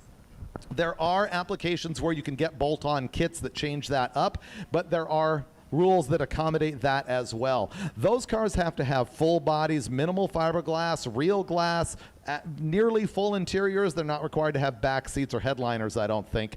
So street race is really where Drag Week began when we broke it down initially based on big block or small block and naturally aspirated or power adder. To clarify that to some of the new people who are watching at home, naturally aspirated means the engine has no forced induction. We also classify nitrous oxide as a power adder. So power adder means you've got boost from a supercharger or a turbo, or that you've got nitrous oxide on the car. So once again, street race is restricted bolt-on only muscle cars, and they're broken down by big block or small block and power adder or not. And the brake for big block, small block is 430 cubic inches. But if we also look at the engine family, for example, if you have a 426 Hemi-based engine, that runs in big block regardless of displacement, and that's true for a couple of other engine families as well. Then we move into Super Street. Super Street, let me back up a little bit actually. In street race small block power adder, you are only allowed to have a conventional 850 or 8.50 second legal roll cage. So the NHRA specification for that cage does not allow or does not demand a funny car cage. A funny car cage is one that encapsulates the head of the driver, and that is where the super street cars fall. And because of that rule about the roll cage, it takes that street race category that I said was the most restrictive bolt-on one, and it makes it a de facto 850 index class because you can't run quicker than 8.50 in street race. Super Street allows you to have a funny car cage and some other modifications that are not allowed in street race. It's just a little bit more liberal as far as the suspension modifications that are allowed and the body modifications, the amount of fiberglass and things like that. So in Super Street, you will see funny car cages and you will see 7-second cars.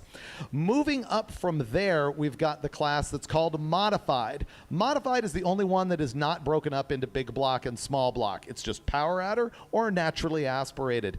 In Modified, it's basically allowing a back half car on small tires. And so there are no suspension restrictions for the back half of the car. It can be a ladder bar, it could be a welded in 4-link, anything like that, but it runs on small tires. It also has even more liberal rules for body modifications than we see in Super Street. And then above Modified is Pro Street. Pro Street is also back half cars. They can have modified rear suspension, but stock concept front suspension, but Pro Street runs on a wide, big tire. Then, moving up from there is Ultimate Iron. That is a stock-bodied vehicle, typically a steel car out of Detroit with a full tube chassis. Those are the types of cars that we initially saw in the fastest street car racing that we did in the early 90s. And so that is stock body, full tube chassis. And finally, there's Unlimited, where there's no rules whatsoever with the exception of NHRA safety tech. So if you look at all of those together, you'll see that the classes are broken down fairly simply. It is big block or small block, power adder or naturally aspirated, and what is your level of suspension modifications. So it starts at the bottom with street race, then it goes Super Street, then Modified, then Pro Street, then Ultimate Iron, and then Unlimited. So it makes kind of logical sense once you get through all of that stuff. And of course, the rules are available on hotrod.com. We typically take the rules and lock them in for 3 years so that the racers know that if they build a car, they've got 3 years where it's going to be legal. What's interesting is that we're currently on a set of rules where typically would have had the 3rd year last year when we didn't race because of the COVID. And so we're still on those same rules this year. Potentially, the rules could change for 2022. I need to consult with the guys at Hot Rod to see what they want to do about that. There are some things that I think could be simplified in the rules, but we've been running this basic format so long that it's working pretty well. People sort of are finally used to it. They're whining about it less than they did in the early days. And so I think our structure is pretty good, but some things could probably be simplified and changed, especially for the fact that when we started out with this rule set, the cars are way slower than what they're doing now. So look on hotrod.com and on Hot Rod social media coming up to see if those guys are going to make the call to make some minor rules tweaks for 2022. Once again, I'll thank our sponsors. eBay Motors powers Hot Rod Drag Week, and it's presented by Gear Vendors Overdrive. We've also got Holly on site. They will top off nitrous bottles for you. So ask somebody here where you can see that. I see a Holly tent down there where you can get nitrous bottles topped off. They're not doing complete refills. They don't have as much nitrous available as we did in years past. We've also got Isky Racing Cams as the official cam and lifters of Drag Week. I've been using the Isky bushed lifters on the engines that I really care about these days because I had a situation where I threw needle bearings all over the inside of an engine and wrecked a bunch of stuff. So I'm down with the bushed roller lifter these days, and you can get those from Isky. Mothers is the sponsor of our live stream, so that's pretty awesome. And of course, we got Rocket Brand Racing Fuel, the sponsor that has been here since day one. And they will have gas and methanol available at every track.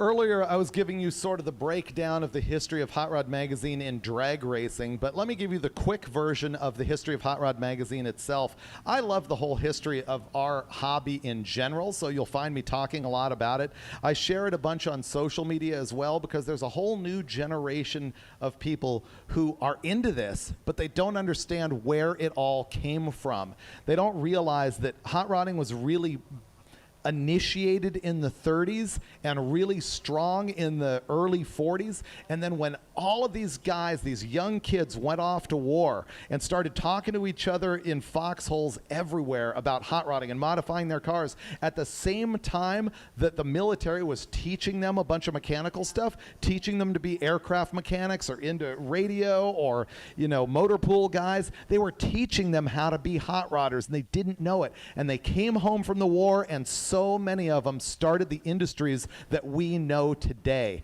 That's how hot rodding started. And before the war, in 1941, early 41, there was a hot rodding magazine that was called Throttle, and I believe it only had 10 or 11 issues. It might have had 12, but it went down during the war. When World War II started, there was no more Throttle magazine, and it's shocking to me that it took all the way until 1948 for another hot rod magazine to come along, because as you know, the war ended in 1945. Why somebody didn't jump on this in 1946 or 7, I don't know.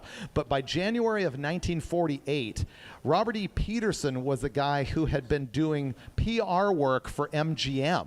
He was like a Hollywood guy, and he was also involved in the hot rodding world, the stuff that was going on up at the Dry Lakes. And honestly, he was less of a car guy than a businessman, and he realized, man, there's a real market for this stuff. And he came out with Hot Rod Magazine, and it was interesting that it was called Hot Rod, because honestly, that was a dirty word back in this time. Remember that actually at a congressional level, the United States did not want hot rodding and modified cars. Those kids were hoodlums. They were street racers. They were thieves. They were causing problems. And so hot rodding was a dirty word. But he called his magazine Hot Rod, and it took off immediately, first in Southern California and later on all over the country. The way it began was at the very first hot rod show. The Southern California Timing Association, which I mentioned to you, started in 1937 and involved Wally Parks, who would later become the editor of Hot Rod and the founder of the NHRA. He was involved in creating this car show at the Los Angeles Armory, which is down where the Coliseum is, if you're familiar with the Los Angeles area. And they had the car show there, and that is when Peterson realized that people inside had bought booth spaces. There was like manufacturers everywhere. He realized a publication was needed. He was selling Hot Rod Magazine on the steps of that show for 25 cents each. That's how the whole empire began. And then Robert E. Peterson himself obviously became a multi-gazillionaire. He ended up founding a bunch of other magazines, MotorTrend in, I think, October of 49. And then he had a magazine called Honk that became CarCraft. And he did that to respond to another publishing company that had launched Rod and Custom and Hop-Up, which Peterson later purchased. And eventually the empire, I think when I started, we had something like 64 car magazines, and it all began on the Dry Lakes of Southern California with a guy realizing that there was a market to sell this stuff. So that's the history of Hot Rod Magazine.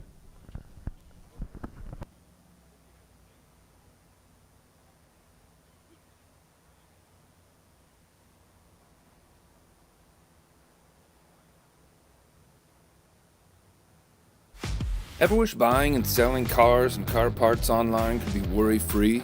Welcome to eBay Motors, where you can buy with confidence thanks to VPP, our vehicle protection plan. It covers you up to $100,000.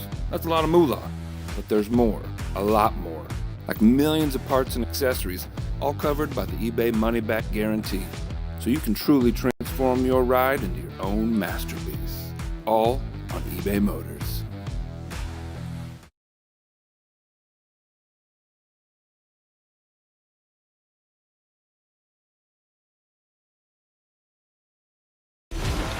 From dust and dirt, a champion will emerge.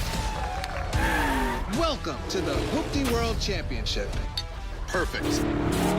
Oh, he moved Thompson! 12 contestants on 6 teams compete for the glory. And they gotta do it all with the same car. It is freaking exciting! For our entertainment and yours, to be a Hoopty World Champion, you gotta build the car to be the best.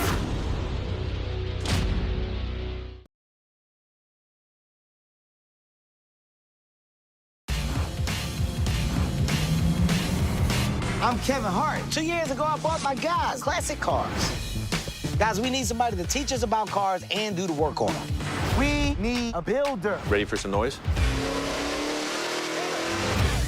Putting these guys in a position to make these cars better would make us better. I'm ready to ride. But what is the voice? What voice? Kevin Hart's Muscle Car Crew!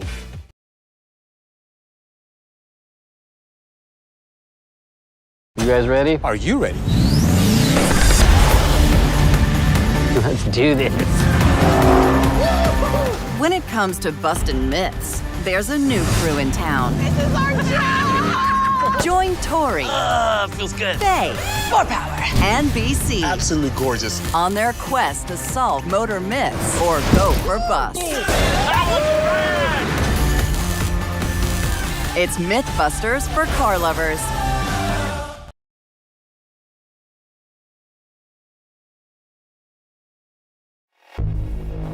The science of shine.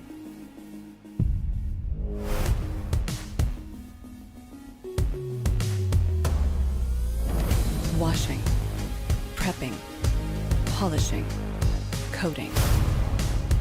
Lightning fast with ultra-durable, super hydrophobic results. Mother's CMX line of car care products. The advanced science of shine.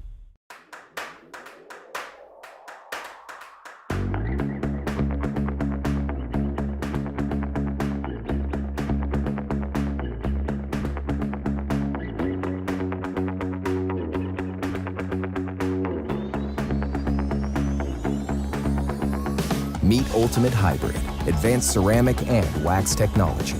The best of both worlds, but better. Only from Mothers.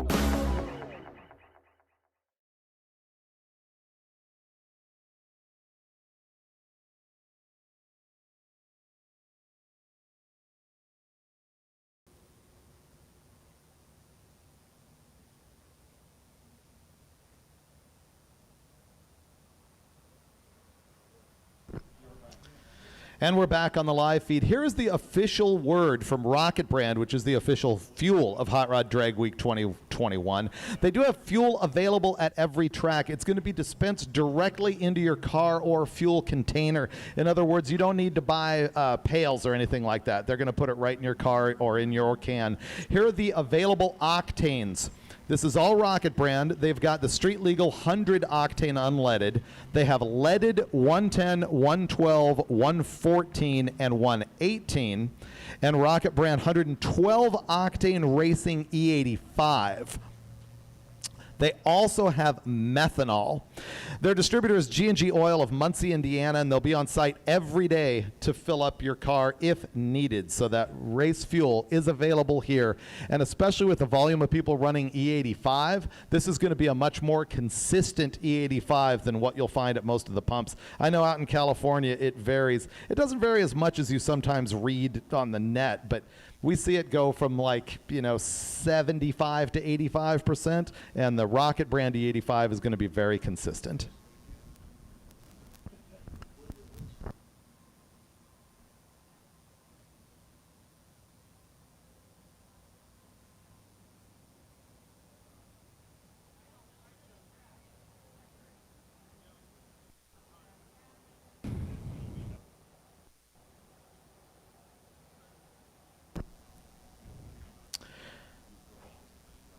Here's some bad news. You remember the first bad oil down that we had earlier today, not the one that we're dealing with right now. It was Craig Grosvenor in that just gorgeous, gorgeous dark red or maroon Nova. Unfortunately, he did throw a rod. I've seen pictures of him loading up in the trailer, so they are done with Drag Week. We hate to see that. Let's hope we don't see more.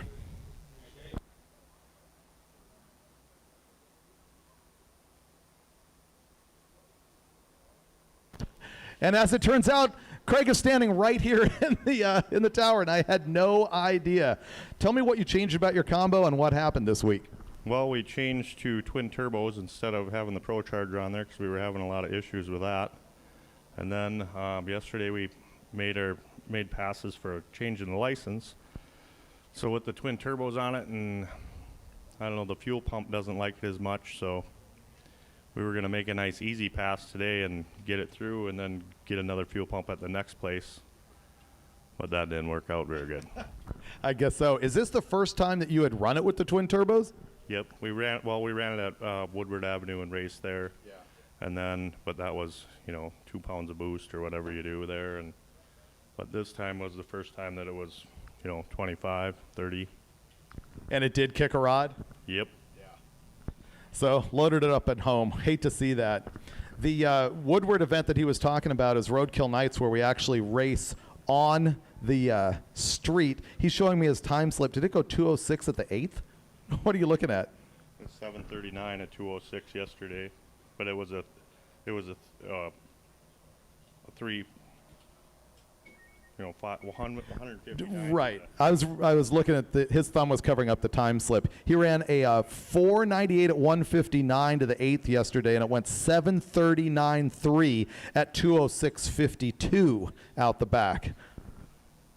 Yep. And then the pass right before that, we did 158 and 7:31 at 188.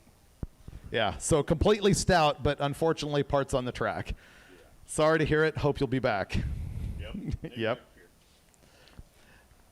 It's unfortunate that thing broke. It's really, I remember when I first saw that car, I was mind blown that anybody would make anything that clean to run in drag week. So unfortunately, that car is out. Once again, this is a game of survival more than speed. You got to be fast, but you got to make it, and not just through the first day, but through 5 days and 1,000 miles.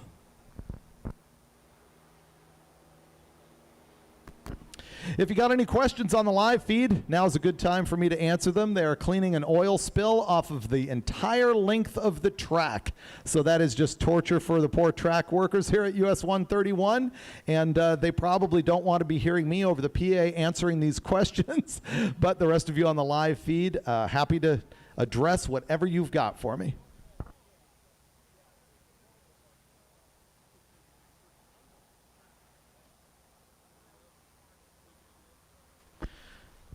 Endless volume of questions asking if Cletus McFarland is racing here at Drag Week. No, he is not. I understand he's going to be at Rocky Mountain Race Week next week, but not here at Drag Week.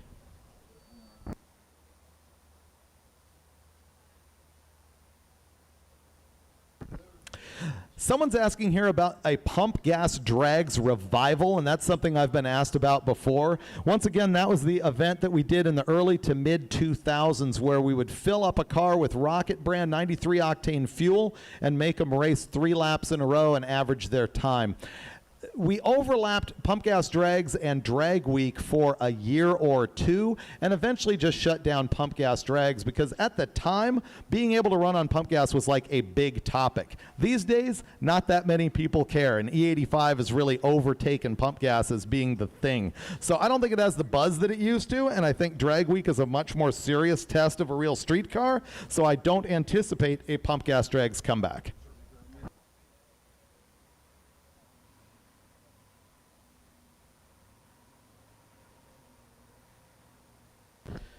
Also, lots of questions about whether Mike Finnegan is going to make it here to Drag Week. And again, the answer is no, just like Cletus.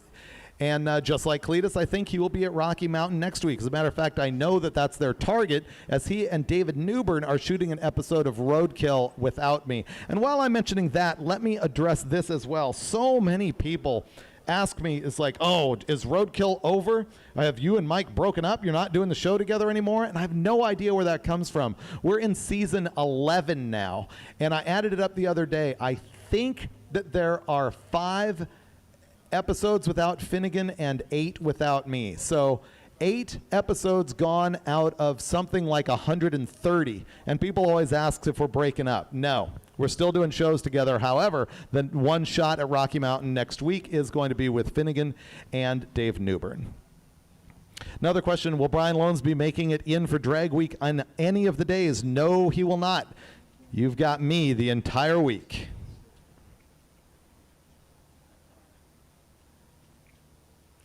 Someone's asking about a West Coast drag week. Hot Rod attempted that. We did drag weekend a couple of times, but it was not very well attended. Believe it or not, it is hard to get a new automotive event going on the West Coast. People are lame there versus what we see going on back in this area. I mean, around Detroit, this is actually the gearhead capital. There's way more fast cars out here than there are in California, and it's just tough to get something like that going. So, nope, didn't happen.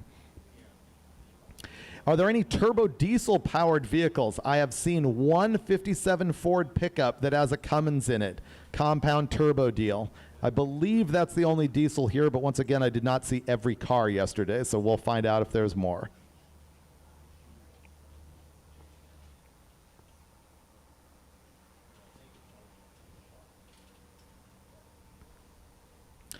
Someone's asking, what's my personal opinion on carbureted blow-through versus EFI setups for either turbo or a centrifugal supercharger? And I've got experience with this mostly on the dyno, probably only on 2 or 3 cars.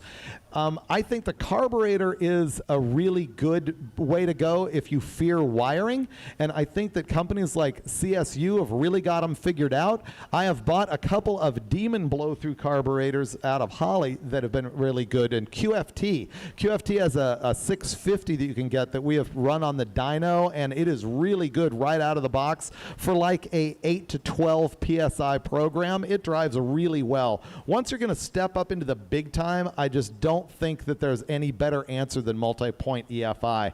Walking around here yesterday, though, I will say that the biggest new trend that I saw was sniper throttle body EFI. A ton of people are running those things out of Holly. The Holly sniper throttle body. I saw it on just daily driver type stuff, and I saw the big Dominator flange stuff on some pretty serious blow-through cars. I have run into trouble running some of those throttle body units on dual plane intake manifolds. They seem to operate a lot better on single planes.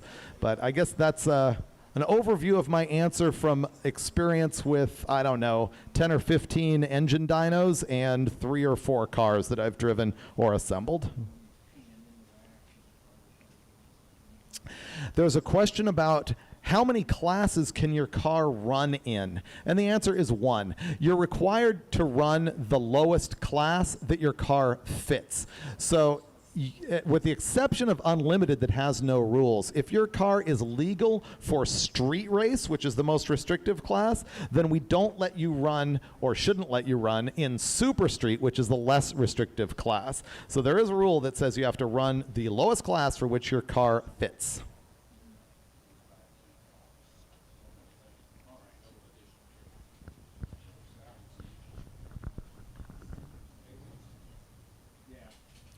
Someone asked, what's the wackiest car I've seen in the event so far? Wait till you see the truck door. Yes, it is an actual tractor turned into a street and strip car.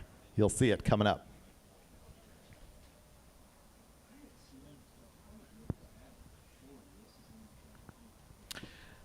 People are asking about my Crusher Camaro, which is a car that has been a project at Hot Rod since 1994.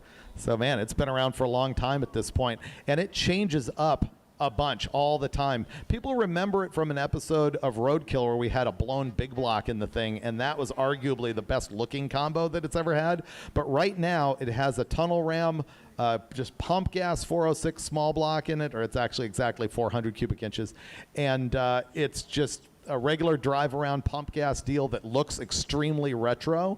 It looks like a modified production drag race car from about 1974, and it runs 1060s NA. So that's a fun deal.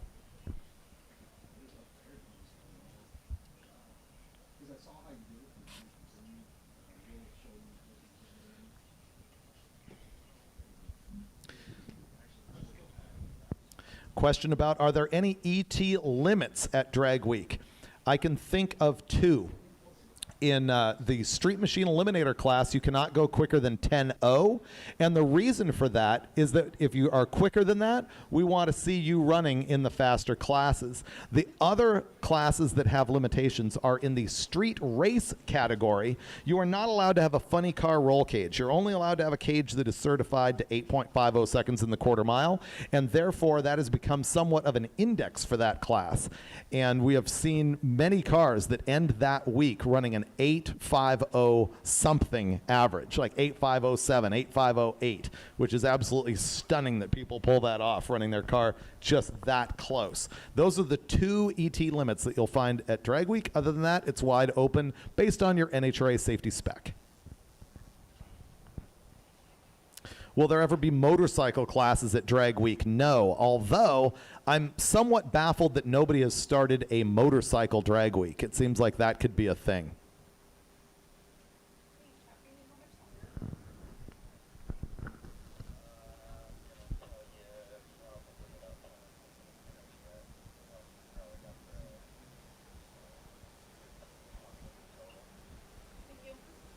What? Just...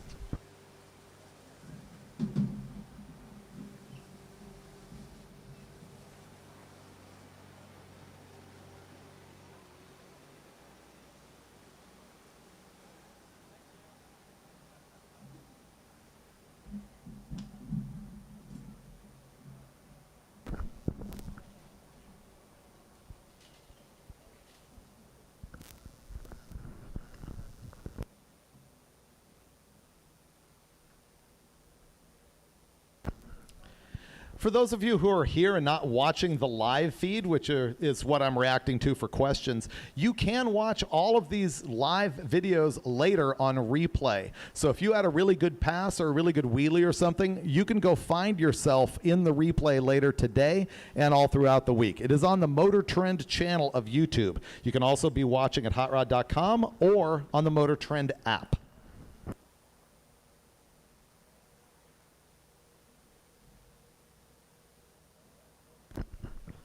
Is there a stick shift class at Drag Week? No, there's not. But traditionally, there has been a race put together by the racers themselves that we help moderate on Friday that is all the stick shift cars. They just run them heads up, side by side, hot lap, and figure out who has got the quickest stick shift car. So yeah, if you want some bang shifting, be back here at US 131 on Friday for that.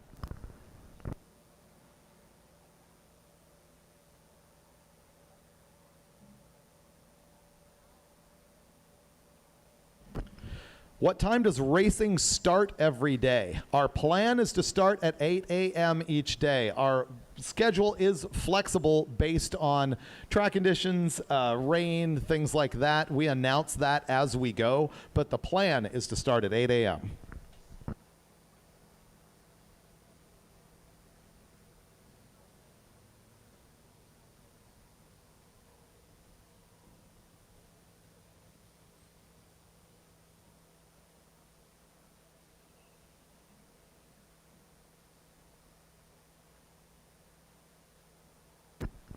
Another question about how many stick cars are there? I would have to guess 30, something like that, based on what I saw yesterday. A lot of T56s, a lot of G-Force stuff.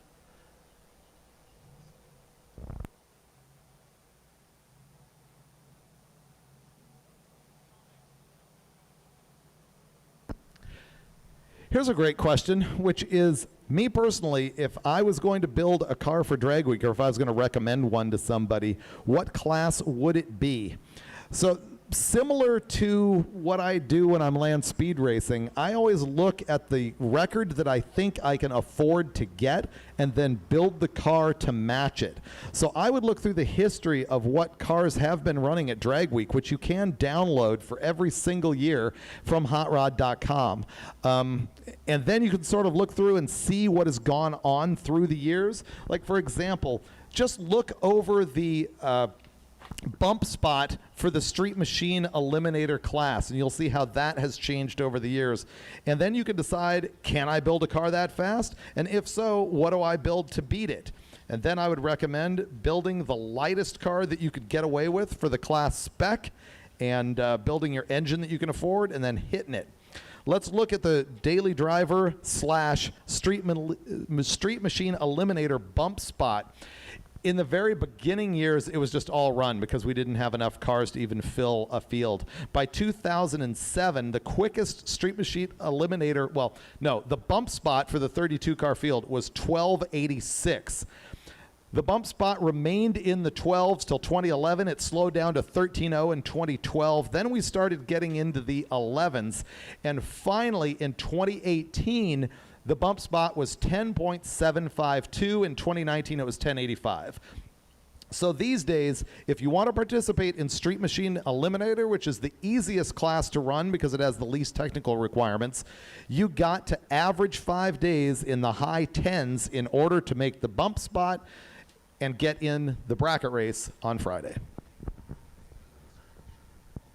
Someone's asking, where's the participant list? That will come out tonight when we issue all of the times and everything. Everybody's car number, name, and ET will be listed on the PDF at hotrod.com.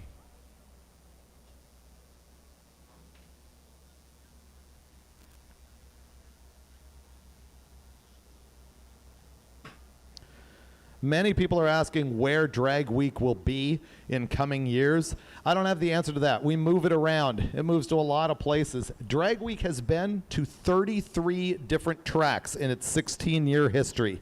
And so we jump around quite a bit, and I don't know what our events people are going to be able to pull off next year.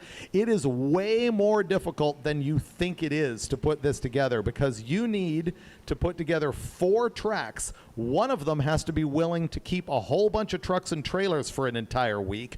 All of them need to be able to hold a 6-second car, and then they all have to be within a 200 or 300 mile drive of each other. And all of them need to have the right kind of guardrails. We can't have stuff with like grass center medians or things like that. So it's harder than you think to put together the schedule for Drag Week, and we appreciate our events crew for doing that.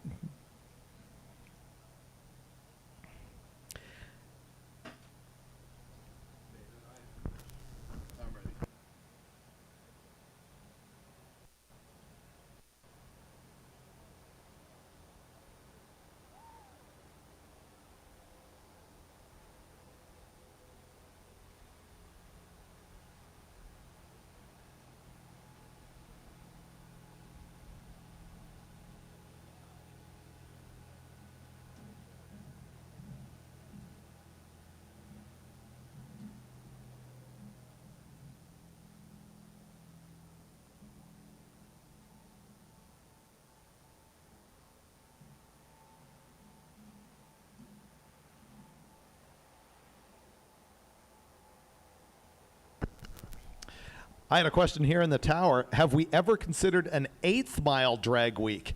I don't know what the Hot Rod crew has considered over the past few years, but when I was running the show, yes, we did discuss that. We also talked about doing something like an 8th mile drag week where you run 2 tracks in the same day, because there's places in the Deep South especially where there are plenty of tracks close enough that you could do that, and it would be a real torture test. And considering that I actually stole this idea from One Lap of America, and One Lap races 2 tracks in one day often. They're like autocross in the morning and then road race in the afternoon at 2 different tracks. We did consider doing that, but ultimately that has not come to fruition.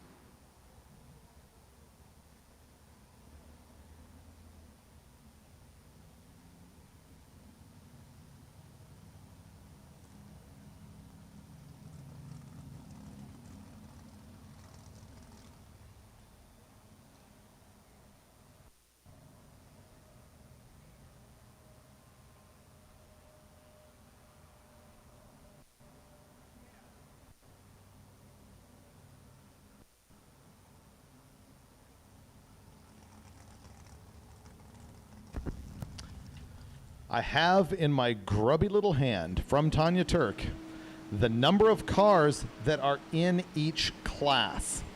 This is something that's informational to the racers here on track, because I believe you are allowed to change your class if your car meets the technical requirements for it on the first day of racing, if you get that information in today when you hand in your time slip.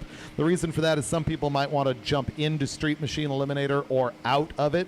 So here is the rundown of the number of cars in each class. In Unlimited, there's 13. Ultimate Iron, 8. Pro Street Power Adder, 10. Pro Street Naturally Aspirated, 7. Modified Power Adder, 15. Modified NA, 10. Super Street Big Block Power Adder, 8. Super Street Big Block Naturally Aspirated, 3. Super Street Big Block Power Adder, 17. Super Street Small Block Naturally Aspirated, 6. Street Race Big Block Power Adder, 6. Street Race Big Block Naturally Aspirated, 29. Now wait for this one. Street Race Small Block Power Adder.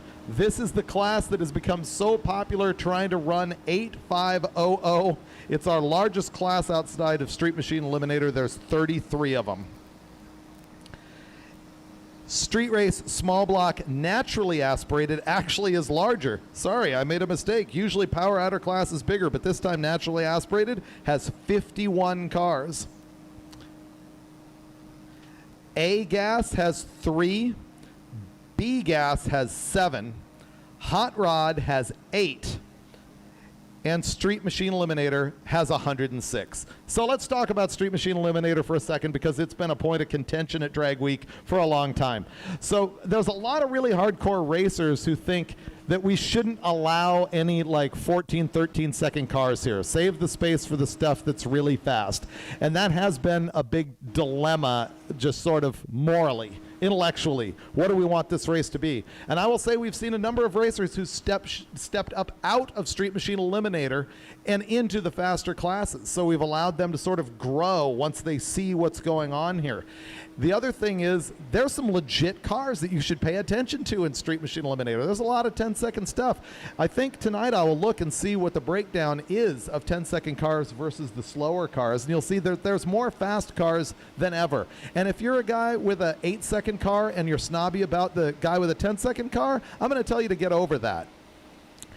The other thing that we did to address this, because there are some downsides, there are people who can't make it here in their actual race car, and they end up showing up with their, Honda Accord or their Suburban or whatever. One of the things that we did to cut down on that is made a rule, which also is helpful for the drag strips themselves, that every car must run on drag race tires. You got to have a soft tire, be it a drag radial, a DOT, or whether it's an actual slick. You cannot run on a regular radial with tread down the track. That helps weed out the people who want to show up with their Accord that they just drove away this morning from their garage. It also helps the track not get a bunch of radial, streetcar treaded tire stuff tearing up the track.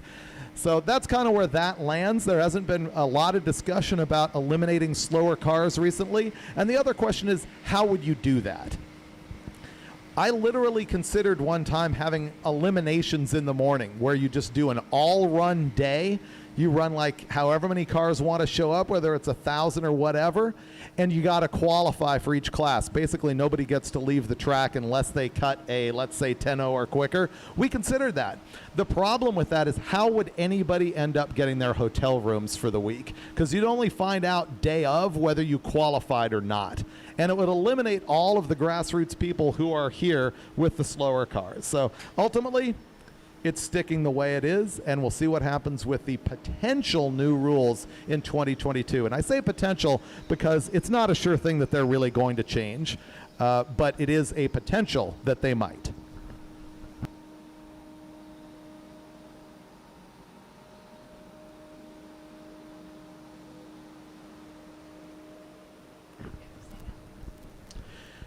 Here's an answer for a racer in need question.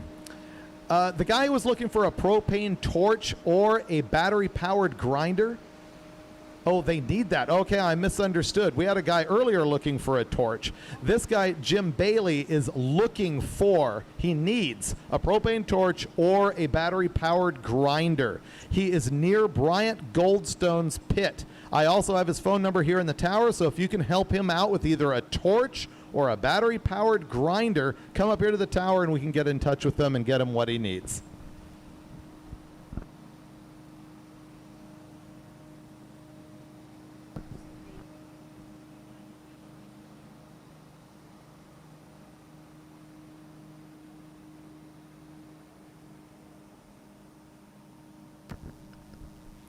Ooh, great question. How many whiners are at Drag Week? Man, we've kind of weeded that out. I would say in the early years, especially when we were getting the rules all adjusted, there was a whole bunch of crying. These days, it's been radically minimized. One of the great things about Drag Week is the attitude of all of the racers here. They all are here to help each other. They're sort of like, you know, all in the same battle, and everybody's trying to help everybody finish. It's a very different feel than a typical drag race because it is not heads-up competition. We're looking for a MIG welder now, or somebody who can repair a mild steel tube for car number 236C, which is Ken. So once again, if you've got a MIG welder, let us know here in the tower, and we will get you in touch with this guy who can get his exhaust system fixed. You can see we're not even all the way through the end of day one, and we're already breaking stuff big time.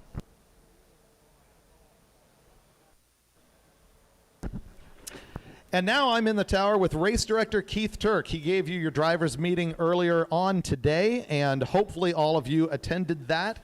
You'll be seeing Keith walking around in the pits. He's the guy for answers and also for probably calling you names and making fun of you. Keith, what's going on at Drag Week so far in 2021? Calling people names, making fun of them.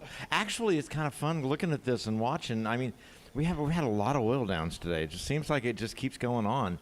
The honest answer is a lot of these cars are so incredibly untested. They're out here trying for the first time. So, yeah, stuff breaks when you do that. Yeah, it's just kind of tough. It's kind of tough to sit here. What is the worst thing that you saw in tech inspection yesterday as far as infractions or attitude problems? You don't have to name names or cars. I won't, but if it was Jesse Matafari with that daggum truck, hello, the worst thing I saw in tech yesterday. Really? He's talking about the truck door. You will see it later on today. It's actually a really good story, which we'll tell when they come up. How about what's the most popular question you're getting in the pits that we can address here? Probably the most popular question is, can I get a set of directions? And can I, you know, spectators and stuff like that, like, can I get a set of directions? We don't put the directions out until we've actually started racing and racers start getting their directions themselves. But Tanya here in the tower does have a couple extra sets. If you need one, she's probably got one. Initially, we started really holding those maps close to the vest because what we didn't want to see was racers pre-staging a bunch of like crew members or help along the route. And so that's why we didn't ever publish the route and make it public prior to the event. And I think that's less of a problem these days than it was in the earliest days. People sort of get the vibe of it, but that's why we did the map thing. Any other good questions? Good question. You know, honestly, no. Everybody's been great. This has been really, really easy. All of the people have pretty much known what the program was. A lot of the questions I get are because people simply haven't read the rules. No way. I'm serious. I mean, like, imagine that. A racer has not read the rules. It's like paper, you know? They know how to read a text. Maybe I should send it to them, you know? Serious.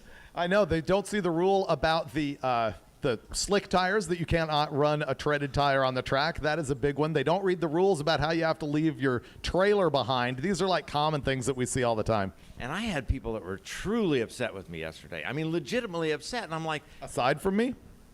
Well, there's that too. No, honestly, it was crazy. And there's a guy running around today that I think is actually running on treaded tires and made a pass. And got through, and we saw it, and we were like, okay, so I'm looking for this guy, and I am looking to find him. I know exactly who he is. I just got to go get him. And that's the thing. Don't think you got away with it because you're doing it first day. We will hunt you down. It has happened. And the other thing is, while we hate to even discuss it, and it doesn't happen very often, there is a protest procedure. Yeah, and you know, I really don't want to get into too much what the procedure is, but it's in the rules if you read them. I mean, mind you, never mind. The fact of the matter is that a lot of guys, they think they do their one class and they focus on the one class that they're in, and they don't really think about the classes outside of that, and they may find they actually fit in a different class. We did some of that yesterday where you and I kind of went back and forth with it. It's amazing how hard it is to read the rules sometimes, and I appreciate that. Today's the last day you get to change that. So, as you've just put out what the racing numbers are, maybe there's a better class for you. If you do, let me know. We'll come down and tech your car for it, that class. Yeah, so if you want to move to Street Machine Eliminator or move out of Street Machine Eliminator, see Keith, and he will dial that in for you. Anything else going on? We about to, actually race this thing? No, but I went and saw Craig in his poor little maroon Nova, and he was truly devastated. That's a Steve Morris engine. It was a great, great engine. And he's a great guy. Have you ever heard the story about his engine? Real quick, the bottom line is that Craig contacted Steve Morris to build an engine for him and contracted him to build the engine. The only real requirement was that he could do a burnout anywhere at any time at any speed with those big tires on any street. Well, that works, as we saw at Roadkill Nights racing on Woodward. Yeah. All right, buddy. All right. Thank you, Keith. Keith Turk, ladies and gentlemen.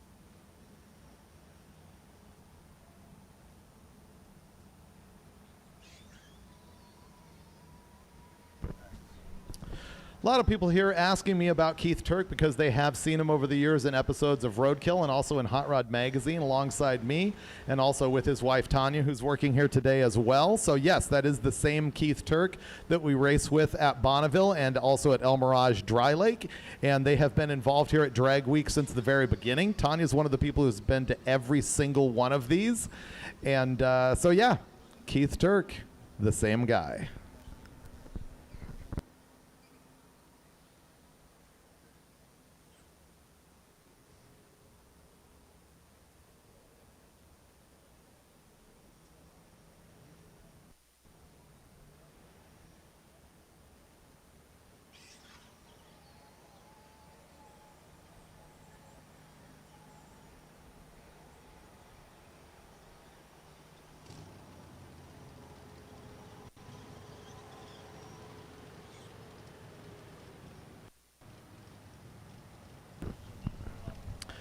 A question here about front tires on the track. You can go ahead and run a treaded front tire. It's the drive tire that we're looking at to be a soft drag racing tire for use at Drag Week on the track.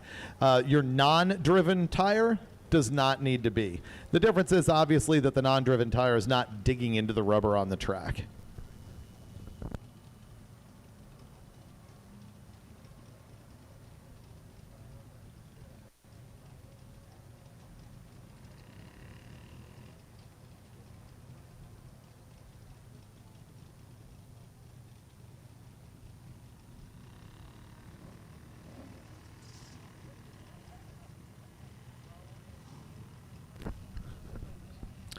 I always like looking at the questions on the live feed because there's so many people watching who are fairly new to drag racing and they have fairly basic questions. So I'll answer those even though the people here on site probably know what's going on, but I'm happy to help these newbies get involved in the sport. And the big one I just got a few times is, what are they spraying on the track? So it's basically glue. It's track bite or other brands of actual adhesive that is mixed with methanol or alcohol and that they spray on the track so that it's actually sticky. You'll see them also scraping rubber off the track, putting some rosin down, and I hear cars coming back to life. So we'll actually be hooking up on the track that these guys just dialed in. Spread the word, we are back in action with Bill Tuttle on the left-hand lane, Greg Steinbacher in the right-hand side in the Nova.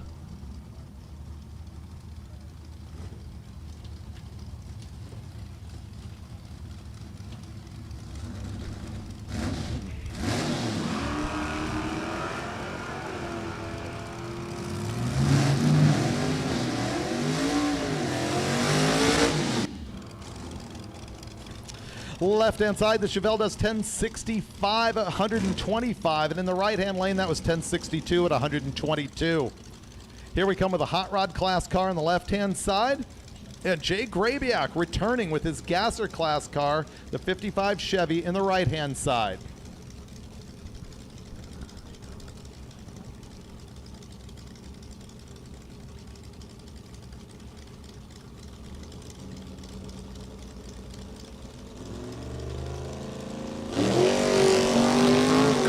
Is off with a 1:37.60 foot time. He's going to make it to the 8th mile in 6:28, and the quarter mile number is 997 at 132 miles an hour. 997. How fun is that for that 55 Chevy Gasser? The left-hand lane goes 12:03 at 115.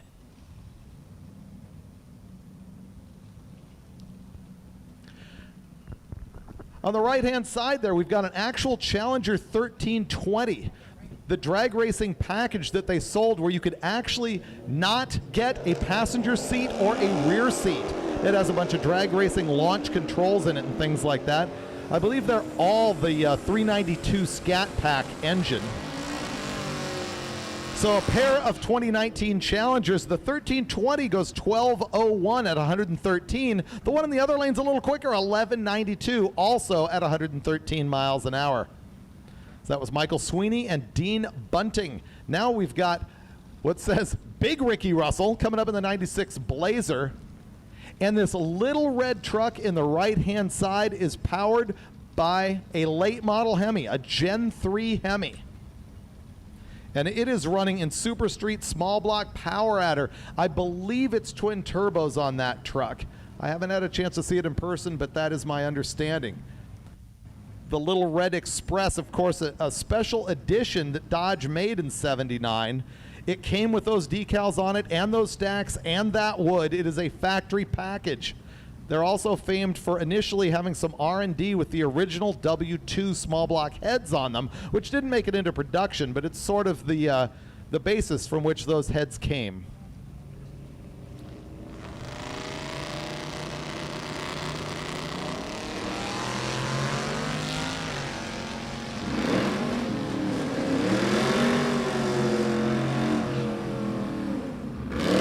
And the little red truck runs 975 at 138 miles an hour. And in the left-hand lane, 1169 at 111.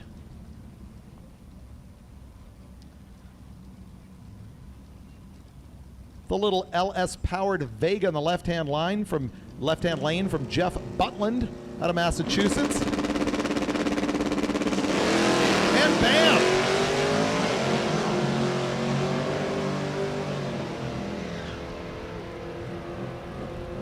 The Vega stomps through at 963, 139 miles an hour. The right-hand lane, 1092 at 123.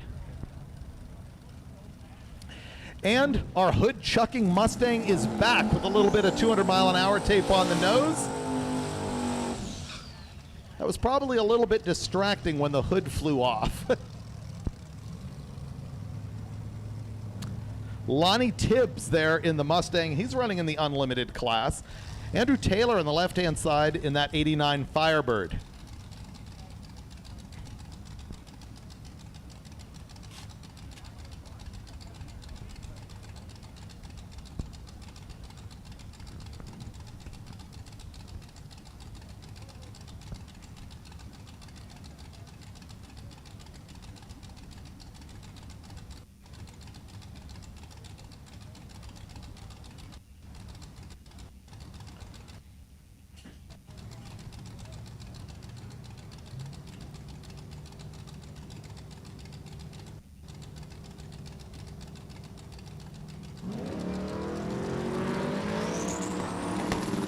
Firebird's off while the Mustang builds boost.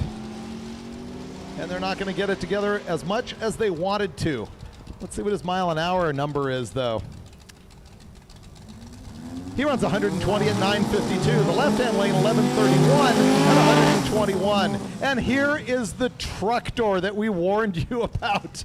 Jesse here is a past Spirit of Drag Week winner. He used to run a square body Chevy truck with this same big block in it and painted John Deere colors just like this one. A bunch of people from the Drag Weekers Facebook group ended up getting together and helping him put this thing together. It is an actual John Deere tractor. He gave me the specs on it yesterday, and I don't recall the year or the make. Just not a tractor guy, but it's great to see him back out here fooling around with that deal. In the left-hand lane, this Mitsubishi is loaded with a wheel-standing 4G63 4-cylinder. I understand it is run in the top sevens as Jesse goes through at 1277 in the Truckter, and this time the Mitsubishi is going to go 915 at 149.2.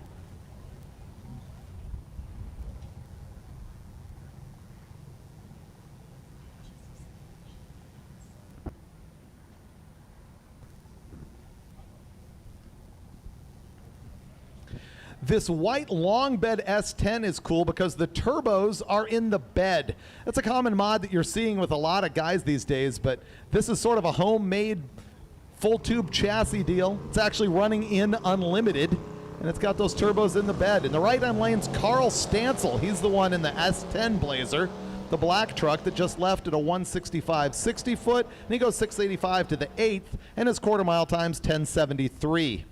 Meanwhile, the turbo in the bed program isn't working as well as expected. He went 1318 at 83 miles an hour.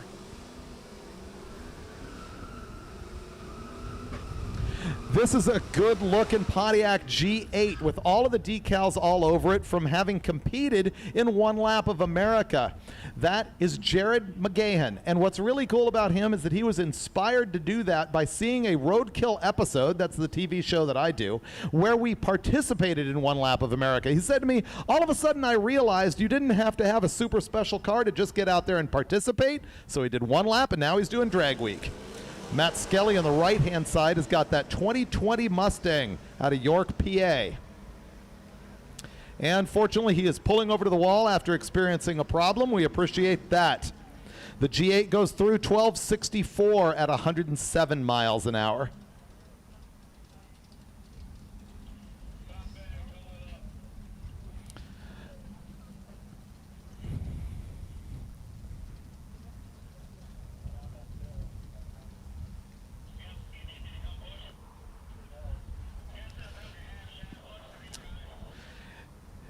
Yep, as suspected, we broke a half shaft on that Mustang. Fortunately, that means no fluids on the track, so we'll drag that thing out of the way, and then we will move on. And one of the cars that you're going to be seeing here, which is on the live feed right now, Eric Leatherman's got this 75 Dodge Coronet station wagon, and it is mini-tubbed, but without moving the frame. It has got a massive Pro Street-looking tire on the back of the thing. Oh, actually, he's slimmed the tire down so that he can run in the street race category. Under the hood of this thing is a 383 big block Mopar that's been stroked to 489 cubic inches. He's running it naturally aspirated. I think that thing's got to weigh like 4,200 pounds. It'll be fun to see it go down the track. People were just loving that thing on my Instagram yesterday, which, by the way, you can follow my Instagram. It is at David Freiberger. My last name is spelled F like Foxtrot, R-E-I-B-U-R-G-E-R. While we're down for just a moment, let's talk about a sort of philosophical issue at Drag Week. How are you guys with, like, the crew members on the starting line? Guys come up, they got to have their guy, like, you know, waving them into the beams, smacking the hood, pointing at the driver. They got another 3 guys back there, you know, adjusting a wheelie bar and taking some video. Now, on the really fast cars, it's actually a safety issue to do that. But philosophically, I've had a lot of people going, what is this? This is a street car race. Why is this happening? So, you get to pick. Remember, crew members are not allowed to follow in another vehicle. In the early years, we had people trying to bring 4 or 5 people in a Suburban to follow them on the route and help them out if they broke down on the road. That is not an allowed thing. However, we've seen more often than not that there are people who like legitimately follow because they want to watch the race every single day. The question is, how much are they helping with the car and how much are they just hanging out? That is a little bit self-policed. We get a lot of complaints from other racers going, okay, this is bogus. This guy is here every single day running valves for this guy or packing chutes or whatever. So it's a constant thing that is a little bit self-regulated and that unfortunately sometimes has to be regulated by Keith Turk.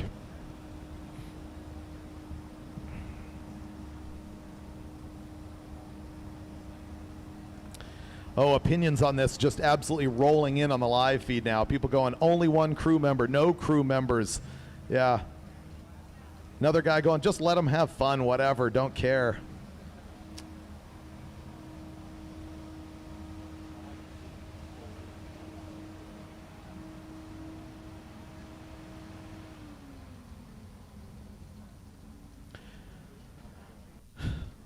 A couple of guys have asked how many AMCs we have running here at Drag Week. As far as I know, I've seen 2, but I'll just go ahead and break the news that they're both Chevy powered.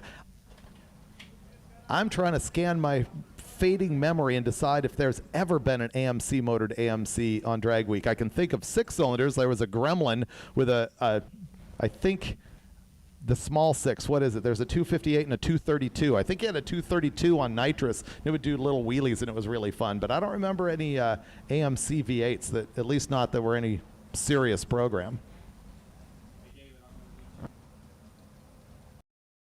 From dust and dirt, a champion will emerge. Welcome to the Hoopty World Championship. Perfect. Oh, he looped it! 12 contestants on 6 teams compete for the glory. And they gotta do it all with the same car. It is freaking exciting! For our entertainment and yours, to be a Hoopty World Champion, you gotta build the car to be the best.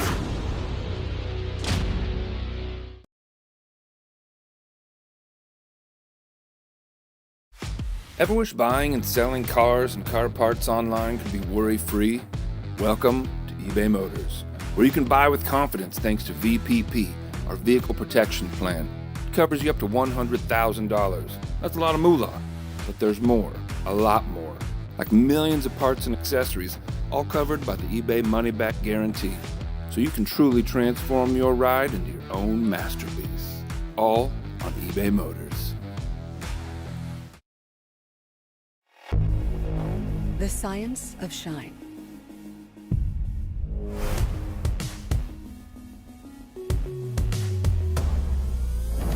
Washing, prepping, polishing, coating. Lightning fast with ultra-durable, super hydrophobic results. Mother's CMX line of car care products. The advanced science of shine. And on the live feed, we're back to racing, and we're with this 75 Dodge Coronet wagon that I was bragging on just a minute ago. It's got a 489 cubic inch big block, which is a 383 with a stroker kit. You normally see that package with a 400 big block, which you can run at about 512 inches. The 383's got a smaller bore, so this is a smaller displacement. He is running in street race big block, naturally aspirated. Mark Kranz to the right-hand side.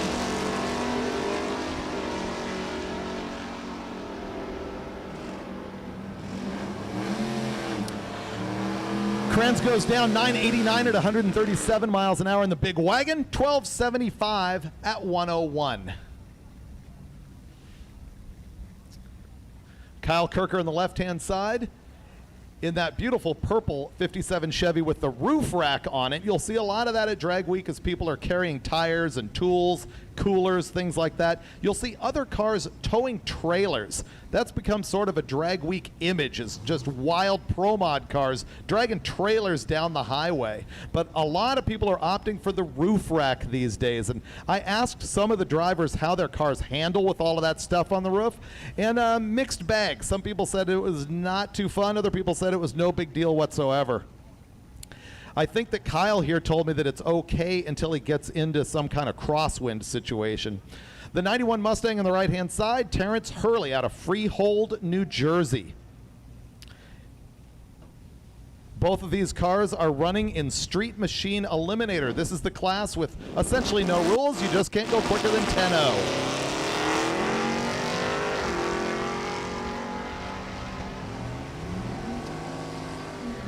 Which isn't going to happen here. 1042 at 130 on the left-hand side, 1204 at 120. Kind of a big mile an hour there for his 12:0 time slip on the right-hand side. Usually you'll see the opposite. You'll see a regular-looking ET in a slow mile an hour, as sometimes people are dumping it at the big end to not outrun that 10:0. Eugene Holderfield on the left-hand side out of Virginia with that 2019 Mustang. Doug Kistler on the right with the 72 Nova.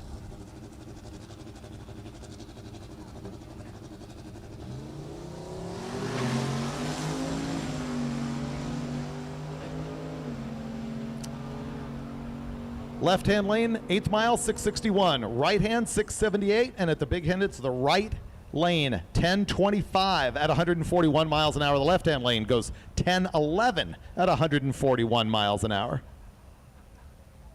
This Dart that you're looking at, the 71 Dart, is good entertainment because if you look closely at the roof, that is not a factory Dodge mod top. Perhaps you're aware that in 70 and 71 you could get a vinyl top with all sorts of crazy paisley prints. This one is just some of his grandmother's lace curtains spray painted through to put a bunch of flowers on the roof. That's going to be Cody Walker in the 71 Dart. The right-hand side is Tom Grosvenor in the 66 Mustang. This whole session is going to be Street Machine Eliminator cars. Good launch out of the Dart, a 1:43 short time. He makes it to the 8th mile at 6:36 at 1:07, and the quarter mile 10:04.59 at 1:33.02. If he can keep that up all week long, he is probably going to be low qualifier for Street Machine Eliminator. 10:0 is the number that you're really looking for in that class if you want to be at the very top of the ladder.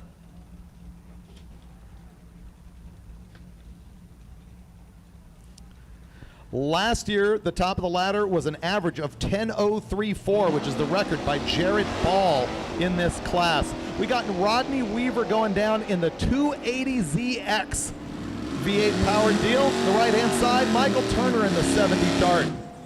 The Datsun, or Nissan, goes 11:48 at 115, and in the right-hand side, the little Dart, 12:45 at 1:07.53.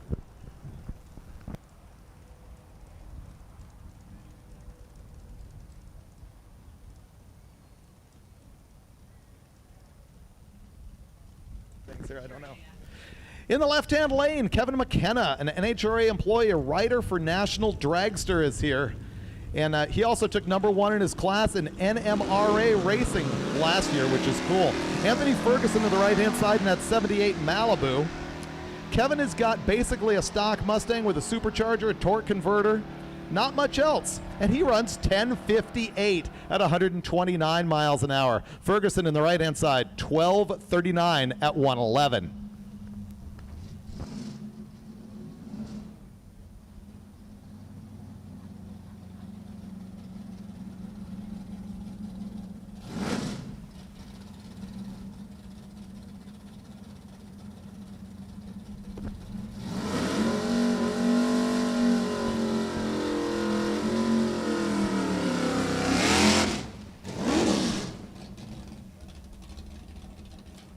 This is Rob Barhorst, who's coming back.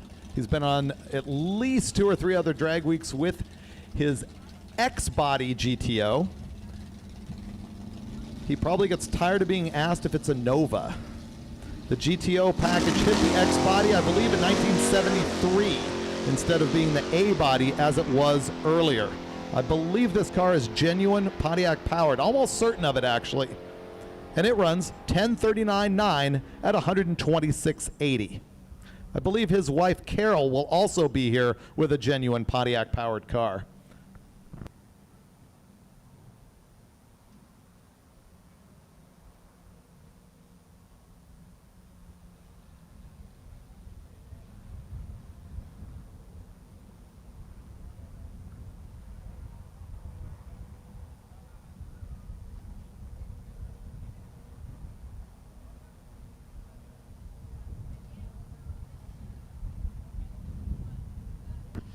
People on the live feed are asking me if there's a penalty for oiling down the track.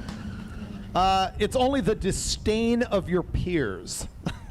You'll also get some pity if you've thrown a rod or done something really ugly, but boy, not good. If you're just leaking out a breather and you irrigate the entire track, you're not popular that day.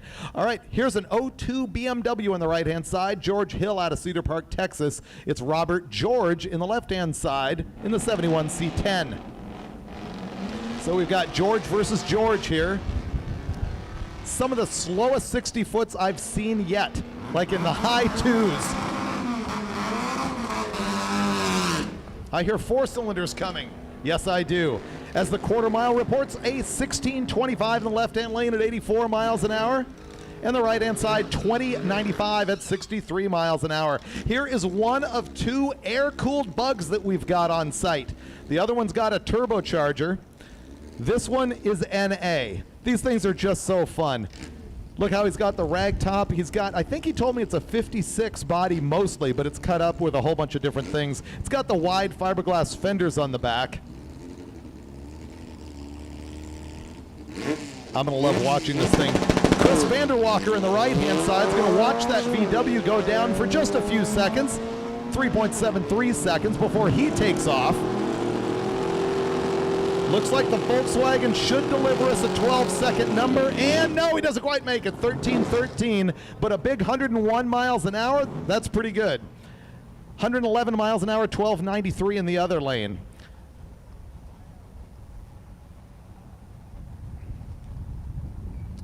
Matt Lang, left-hand side, Rochester, Minnesota, 01 Camaro. Jerry Barnes on the other side, returning to Drag Week in the 67 Camaro with a 502 big block in it.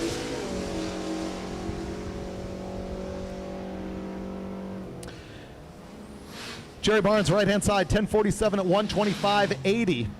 And Lang in the left-hand side, 1015 at 135.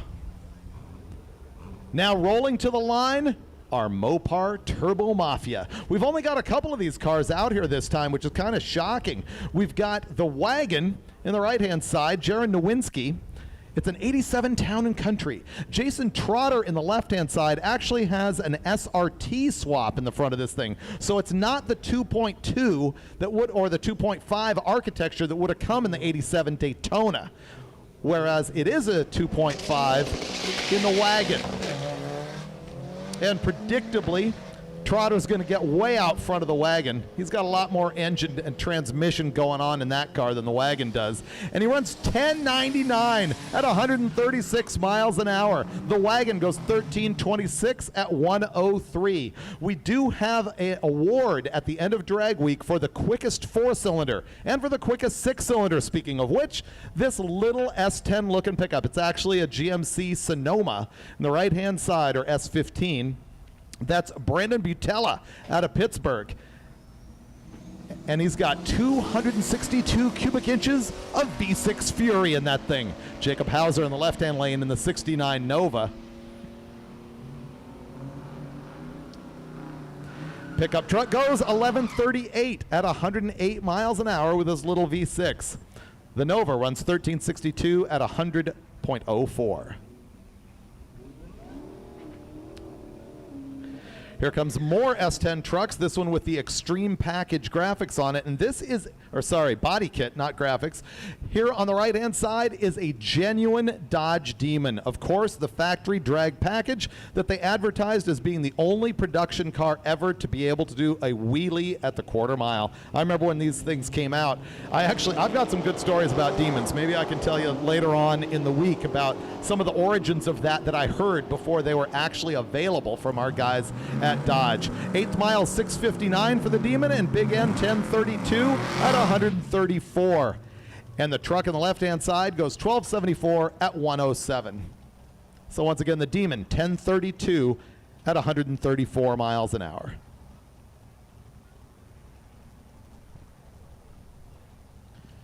Carl Stansel's got the little Ranger on the left-hand side, and the 2009 Charger is Nicholas Norris. He's out of Westfield, Indiana. Left-hand side, Grand Rapids, Michigan entry.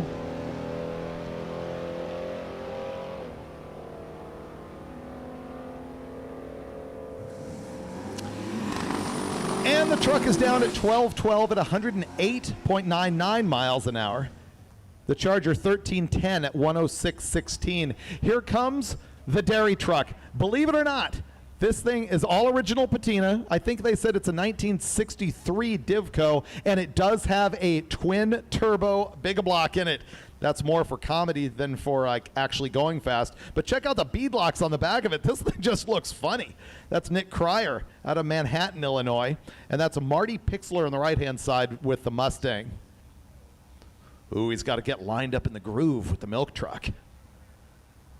He doesn't want to get into the tire shake in that thing and break an egg in the back.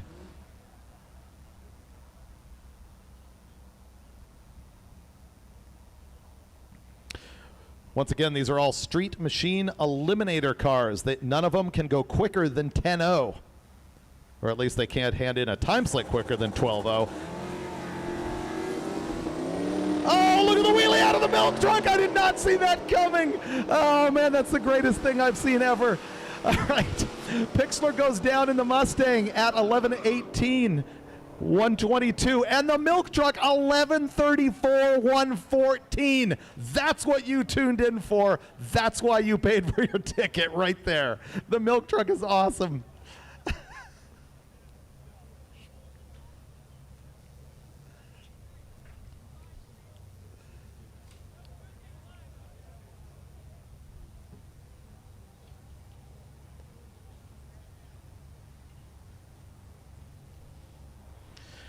Here we go, Marianne Young on the left-hand side, David Hart with the 69 Satellite on the right-hand side.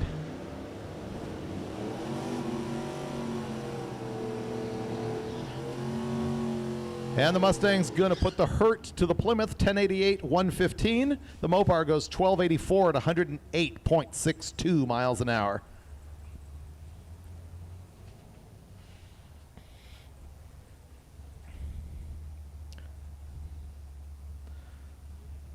Looks like a 66 Nova here. I always judge these things by the headlight bucket and the trunk trim between 66 and 67. The right-hand side's Aaron Schumacher with the 95 S10. Jeremy Wilson on the left. He gets out with a 1:48.60 foot time. He meaning the Nova in the left-hand lane. He goes to the 8th, 6.66. And the Big N, 10:58 at 124.34 miles an hour. The right-hand lane, 13:09 at 103.31.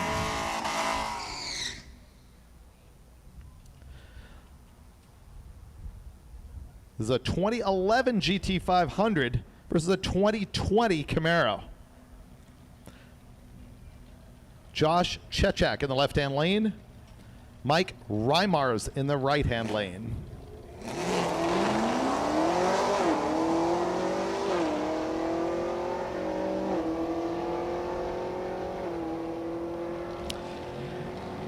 And the Mustang's got this one, 1044 at 133. The Camaro, 1095 at 129. Now, what's interesting is that all of these cars in Street Machine Eliminator, if they make the field, they're going to have to actually cut a light for the bracket race on the last day.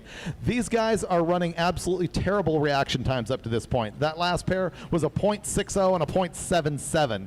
That is just like, you know, reading a book before you actually leave the starting line. I have seen people in this class sandbag their reaction time till the last day, and then all of a sudden they're pulling O lights.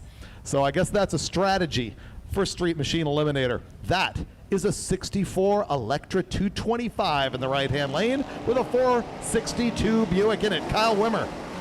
Troy Norris is in the 91 Mustang on the left-hand side. Left-hand side Mustang's going to go 1315 at 107, and the Land Barge Buick 1422 at 95 miles an hour.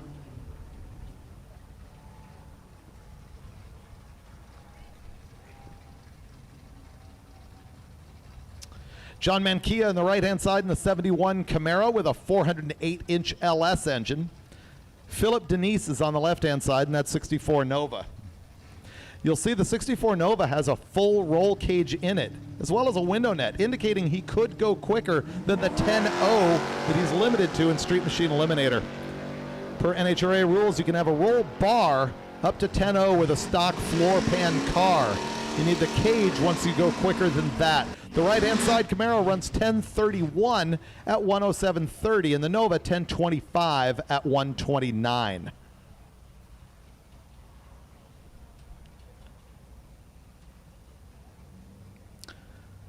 Looks like another full cage car. I know maybe it's only got a roll bar. Looking at the live feed. Dave Hoover in the 64 Tempest in the right-hand side versus the late model Camaro.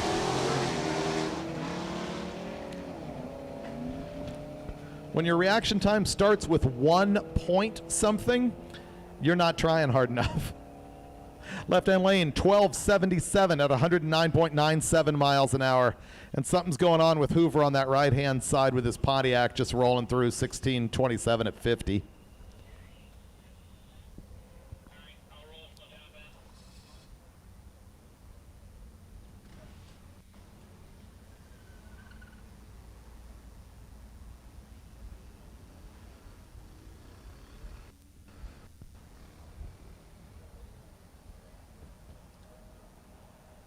We're going to go look and see if parts fell out of the Pontiac, and then we'll get right back to it.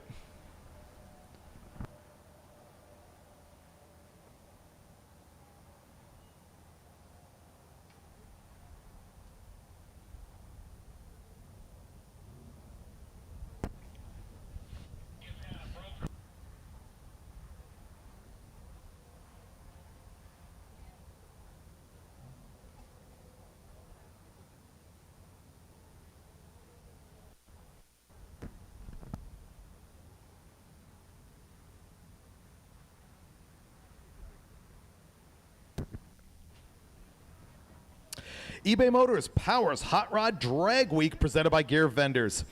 eBay helps all types of enthusiasts one part at a time so they can realize their dream build, including these drag racers trying to capture the title of fastest street car in America. With eBay's support, fans can access exclusive live content, including racer profiles, the intricacies of a tech inspection, and of course, exciting drag racing action. While here at the track or after Hot Rod Drag Week, eBay Motors is where you will find new and used vehicles, as well as parts for fixing, updating, or maintaining your existing vehicle. Visit ebaymotors.com and start shopping, and don't forget to join the eBay Motors community. Visit community.ebay.com to talk with the car community. Ian Hogshead out here driving the Nova, the son of Tom Hogshead, who is a old school drag weeker. They've been here a bunch. Vince Rash on the right-hand side. Didn't even see him in his convertible GTO. Also an OG drag weeker. Hogshead goes 1092 at 124. Vince's convertible 1337 at 109 miles an hour. Vince is one of the guys who we're going to want to talk to here on video later on. Well, I think they already did it earlier today, and you'll see the video tomorrow, talking about what it was like in the earliest days of Drag Week versus what we're doing these days. Chad Garotte in the left-hand side, 67 Mustang. Nick Hooten in the right-hand side with the 79 Z28 Camaro.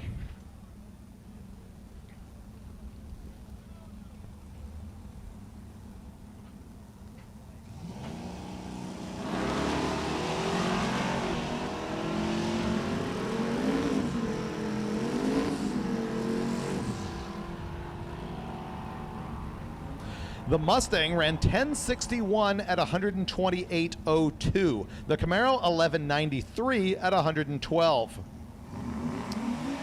Kanan Hall out of Nashville, Indiana has got this beater muscle truck, a 77 C10. It does have a turbo LS engine in it, a very basic junkyard program. His short bed truck, it's got character. Michael Cavallaro on the right-hand side in the 88 Mustang. Man, the value of these Fox notches has just gone through the roof. Tried to buy one lately? Man, I used to pick them up for $3,500 as a joke.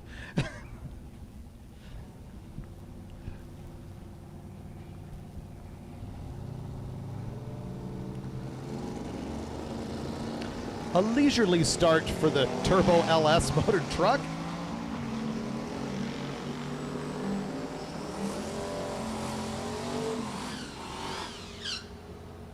The Mustang got by him and ran 10.04. Another really good number for this class. You like that? 10.0, 140.41 miles an hour. Meanwhile, the truck goes 13.19 at 110.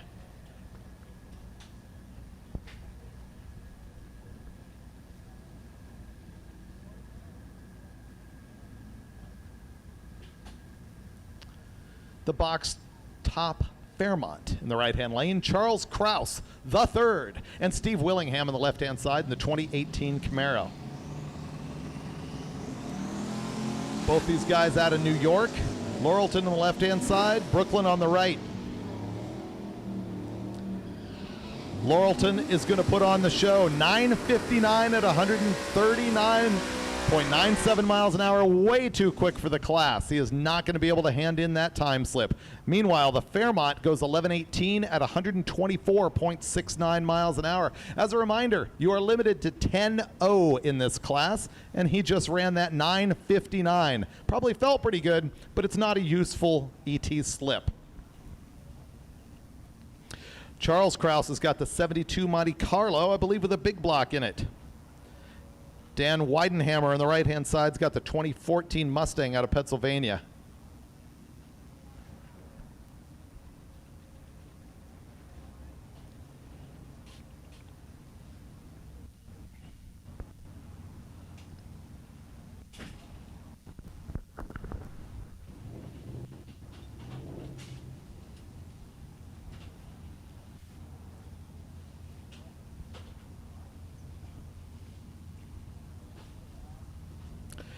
I just got the word. Lanes are now open for all run.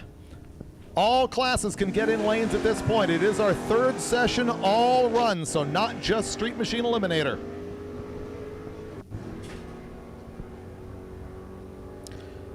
The Monte Carlo goes 10:35 at 130.13 miles an hour, and the Mustang 1270 at 109.22.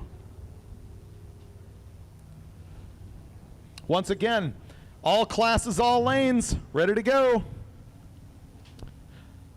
Jeremy Ferguson in the 97 Firebird stages up, or does his burnout.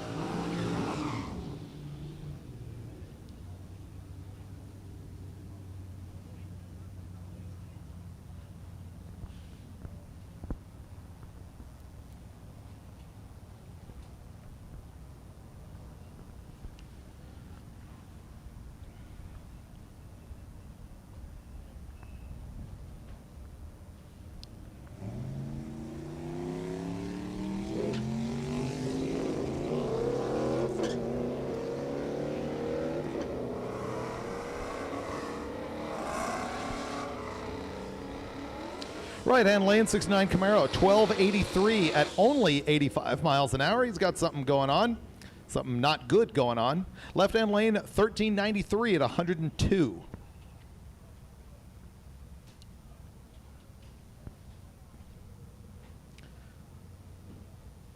Another pair of Mustangs. Stephen Calloway on the left-hand side. Brian Kaiser on the right.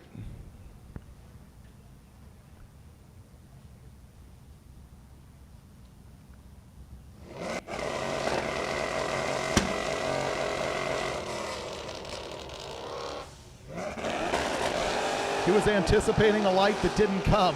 He had to re-spool or restage. Right-hand side, 11:26 at 137. That's a big mile an hour for that ET. And 12:49 at 110 in the left-hand side.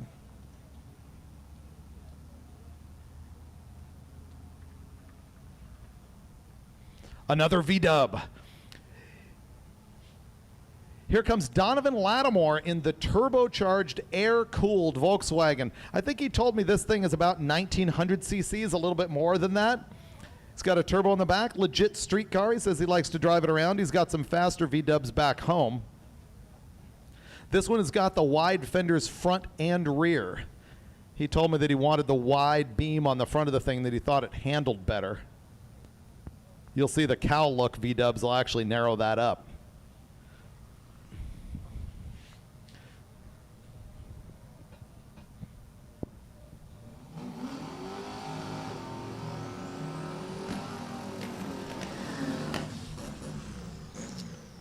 Nicholas Vietstra on the left-hand side in the Cutlass. He's got a small block Chevy in that thing. 72 Beetle is legit air-cooled.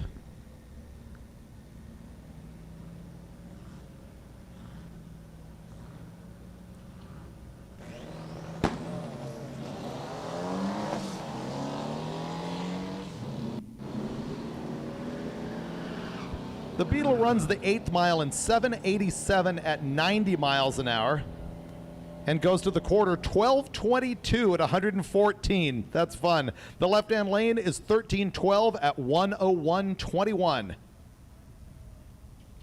Our next pair, John Minchuk on the left-hand side in the 72 Nova out of Illinois. Dwayne Kaiser on the right-hand side in the 2014 Mustang.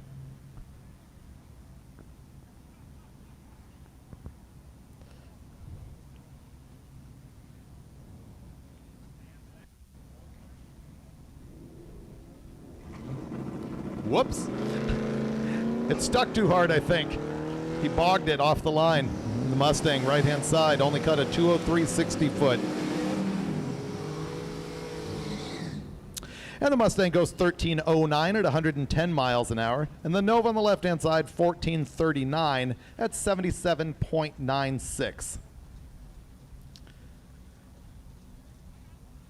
Steve Eden here on the left-hand side is a one-time winner of this class. He won the bracket race at the end. Used to have a stick in the car, now it's got an automatic. We like to give him a lot of flack for that. That's Timothy Jilg on the right-hand side in the 2000 Mustang that is also loaded with LS power. The Nova goes 11:11 at 119. The Mustang, 11:74 at 1:04:94.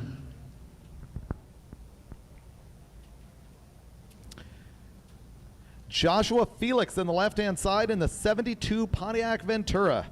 Another X-body, looks like a Nova. Here's the great Nova tech tip. Did you know that Nova means Nova, Omega, Ventura, and Apollo? The BOP versions of the Nova. This thing appears to have LS power in it. He says it's a 364 cubic inch Chevy. And that is a 2016 Viper. Charlie Ewald on the right-hand side.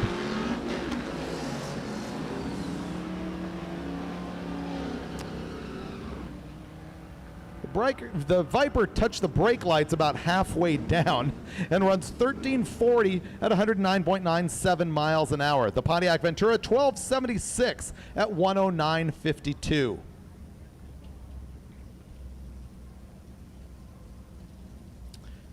Here's another one of those LS Volvos that keep showing up here. This one is a 91 Volvo 780 loaded with LS power. That's Matt Aruda.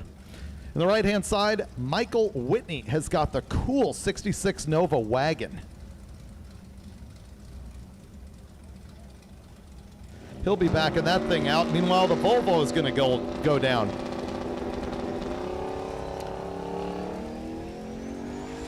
Oh, now he's putting it on. You hear the turbo kick in on that thing? Boom, 10-12. 10-12 at 144.65 miles an hour from the Volvo.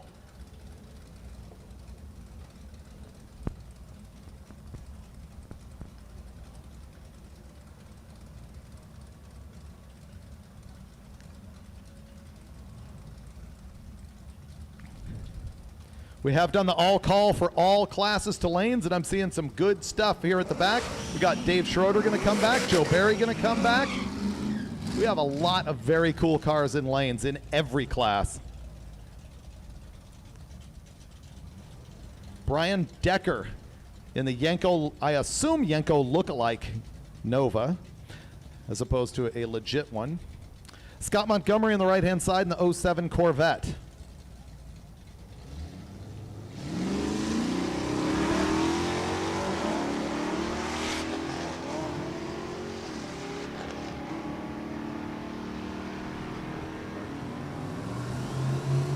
The Nova time slip's going to say 11:77 at 113.81, and the Corvette 11:48 at 136. Here we go with this 57 Ford truck loaded with Cummins diesel power. I think it's even got compound turbos on it. I believe this is the only diesel that we've got here this year. We used to have a diesel-only class. And there was a Mustang loaded with a Duramax that came out a few times and won, but we just had no participation, so we ended up killing the class. Colt Rist is on the left-hand side with an 04 Impala. There goes David Workman, rolling coal.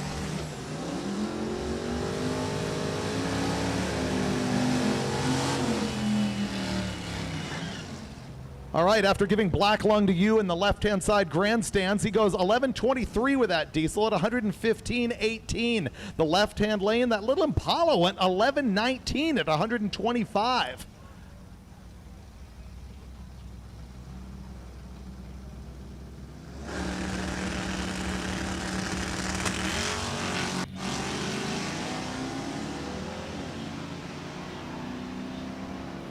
Bill Spangler in the right-hand lane has got a 501 cubic inch Ford in the Fairmont. On the left-hand side, there is another big block Ford at 460 cubic inches from Fred Sermon in the 64 F100. The Fairmont went 998. He cannot hand in that time slip. And the pickup truck, 1419. 99885 is a frustrating ET for the class. Tom Bailey just walked in and handed me a copy of Sick the Mag, which is the magazine that is all about drag and drive type events. I did a column for him in here and I've never seen it, so we're going to have a look at that. Maybe if once I get a break here, we can get Tom to come back up in the tower and talk about some stuff. All it takes is one more person to oil down the track and we'll have time for plenty of stories. Lynette Jankowski goes off in the 78 Monte Carlo in the left-hand lane. Brian Davis is in the right in the Corvair. And Lynette Jankowski, 10:05 at 135. That's the number you need in this class. The Corvair, 12:30 at 107. That Corvair is likely on a G-body frame. I'll need to check into that, but it's most certainly V8 powered. The wagon is back. Michael Whitney again in the 66 Nova with a patina all over it that I love. Kevin Adams on the left-hand side, 94 Mustang.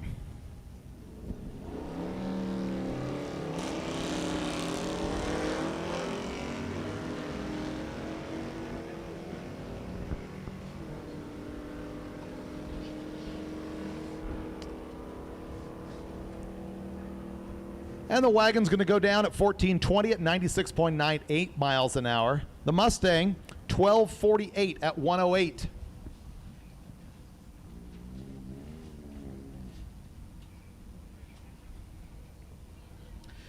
'95 Eagle Talon here on the left-hand side. Eagle Talon being an actual Mitsubishi. All-wheel drive, 4G63. Martin Borton out of Mount Holly, New Jersey. Meanwhile, Ben Brown is going off in the 81 Pontiac wagon.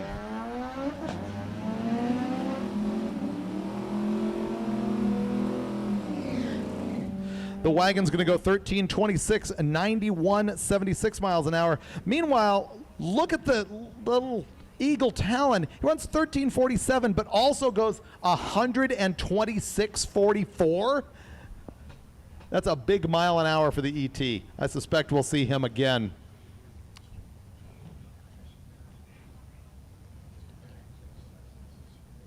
Left lane, Robert Nemechek in that 63 Chevy 2, the Backyard Bandit. Christopher Burnham on the right-hand side with the 2020 Mustang GT, and the Bandit is going to steal the quarter mile from the Mustang at this point. He goes through the 8th at 669, 103 miles an hour, and the quarter at 1053 at 127. The Mustang, 1284 at 112.56.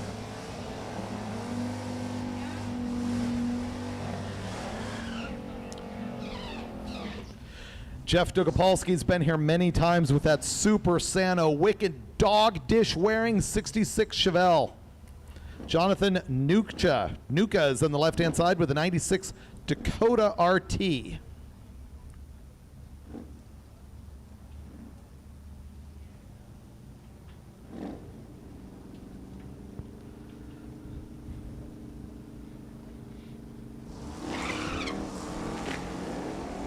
Loving the wheelie out of Dugopolsky. Keeping all the dog dishes in place as he goes down to the 8th at 7:03. And the quarter, 1089 at 127 miles an hour. Meanwhile, the Dodge truck, 1284 at 108.72.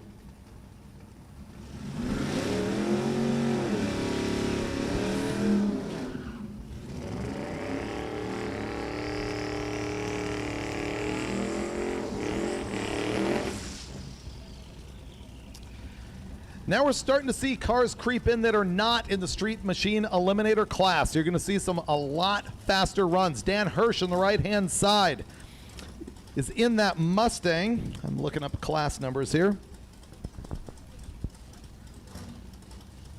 Modified power adder for the Mustang. Alan Roberts is in the left-hand side with the 68 Camaro.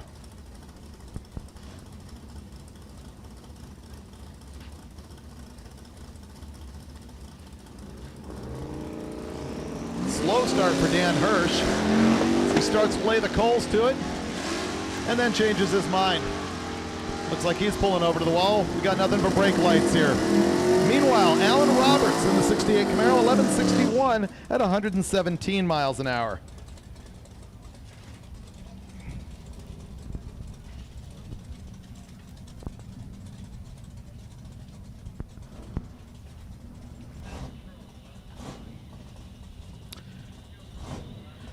Chad Spicer tooting the nitrous on the small block that he's running in his 2000 Dakota RT. Is the original owner of that car. And Steve Lemieux on the right-hand side in the Clarkston, Michigan 70 Pontiac GTO with real Pontiac power.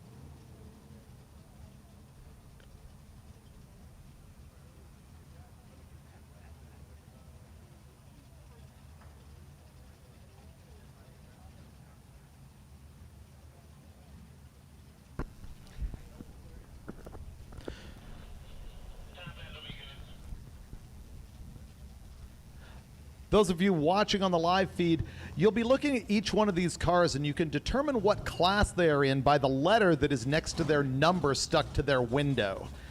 So once you go to hotrod.com tonight and download the results from today, you will have class by class a breakdown of what each letter means so that you can follow more closely and more intelligently. Far more intelligent than what you'll hear from the microphone here on the live feed that is sponsored by Mothers at Drag Week 2021. Nice little wheelie from Steve Lemieux and a nice little backfire that they're going to have to deal with on the nitrous small block in Chad's pickup truck. Rushing to get the hood open. Everything's in one piece. Carburetor butterflies might be folded over the throttle shaft. We'll see. 12:04 from the Pontiac-powered Pontiac at 117.10 miles an hour.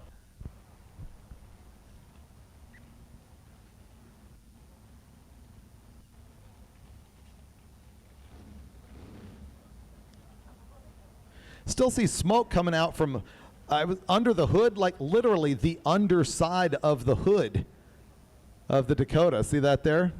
Our ace camera guys on the live feed are picking that up. We appreciate that. Looks like they got it handled, and they'll get that out of the way.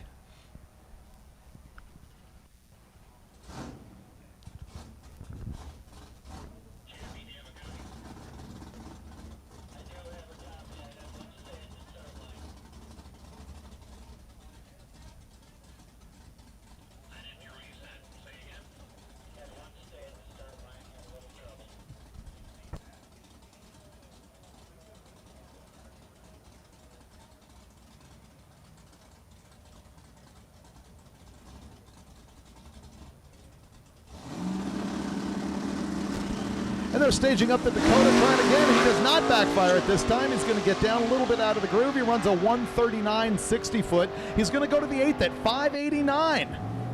And out the back, 916 at 149.5 miles an hour. That was in the modified Power Adder class. I had to look twice at that because, once again, we are now into class cars. It's not just Street Machine Eliminator. I see a bunch of really speedy stuff in line that you're going to want to watch on the live feed. Spread the word. We got 5,600 people watching worldwide right now.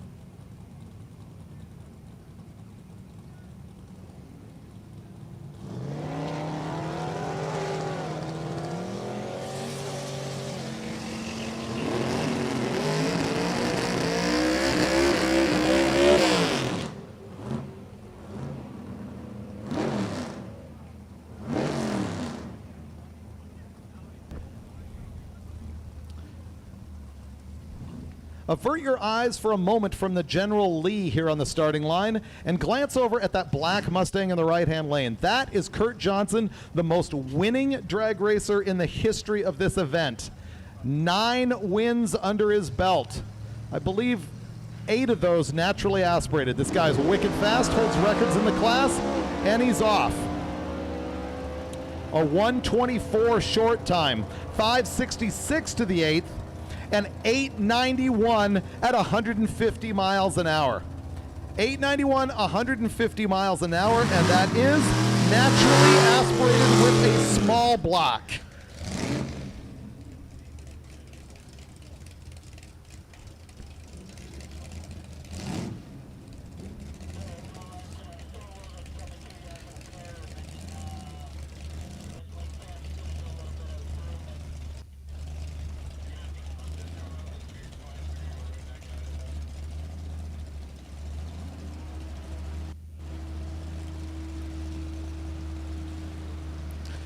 Okay, Kurt Johnson, who we just saw go down in that street race small block naturally aspirated class. That is the first 8 we've seen in the class.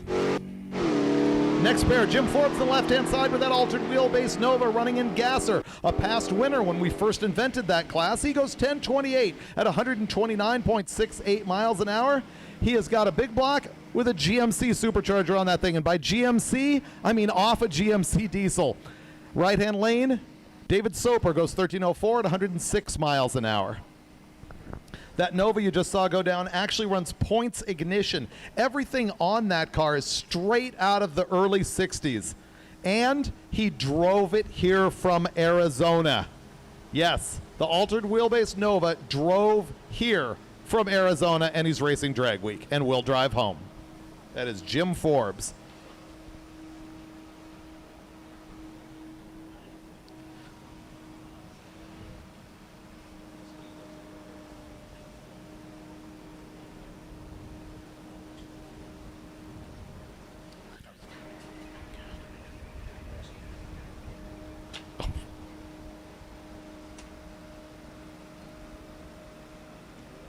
Yeah, I'm all good. It's just...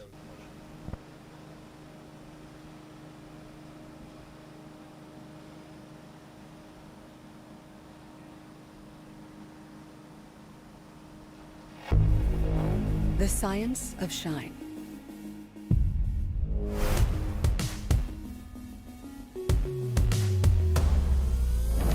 Washing, prepping, polishing, coating.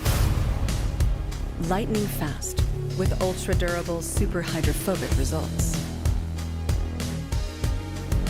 Mother's CMX line of car care products. The advanced science of shine.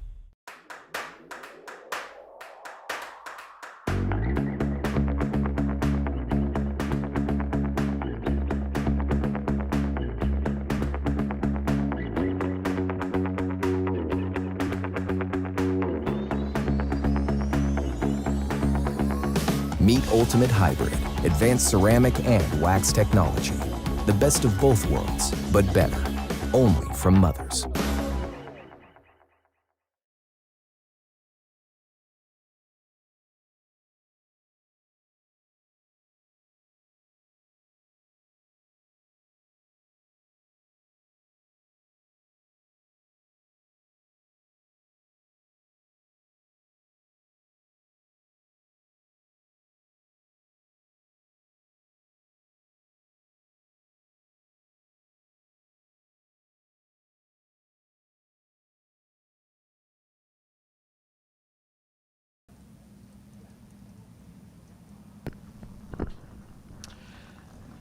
Ty Cobb's got the 2013 Mustang on the left-hand side. Robert Ricci on the right in that 88 Camaro. Both of these cars running street race small block, naturally aspirated. So they're in the same class. If they both cut lights, it'll be like an actual drag race. But no, this will be like time trials.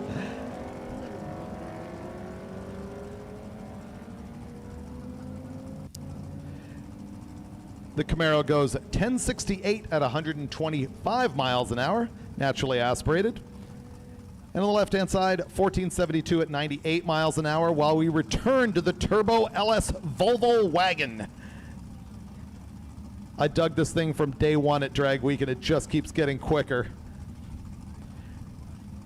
Michael Borgren in the Volvo. Dustin Trance on the left-hand side making a return to Hot Rod Drag Week. He's got the 2005 Mustang.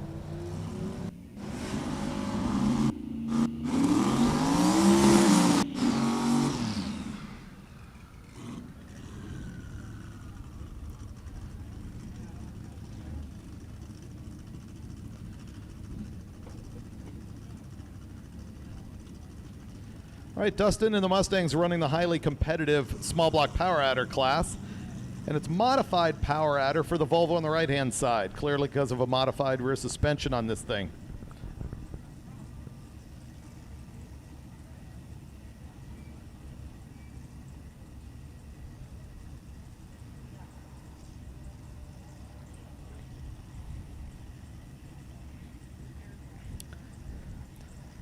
So our urgent desire would be for a 7-second run from the Volvo and an 850 from the Mustang.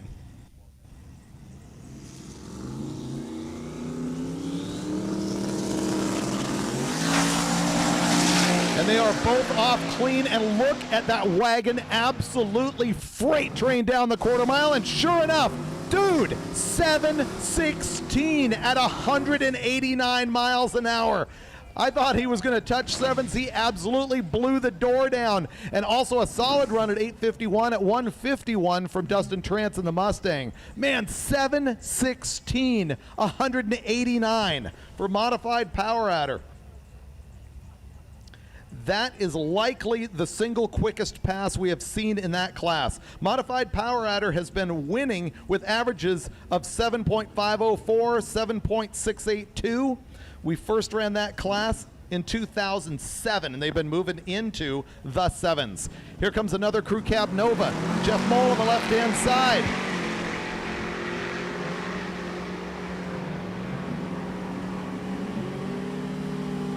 Two-door Nova goes 944 at 141.87. Four-door goes 951 at 144.37 miles an hour.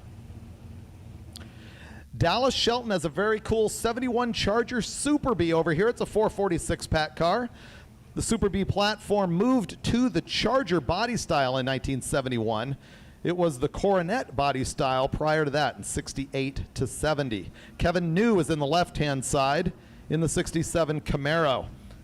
The Camaro's running modified power adder, so man, he just saw that Volvo blast out that 716 number. He's going to have to do something in that neighborhood in order to be somebody. They're backing him out just to have a look at the track.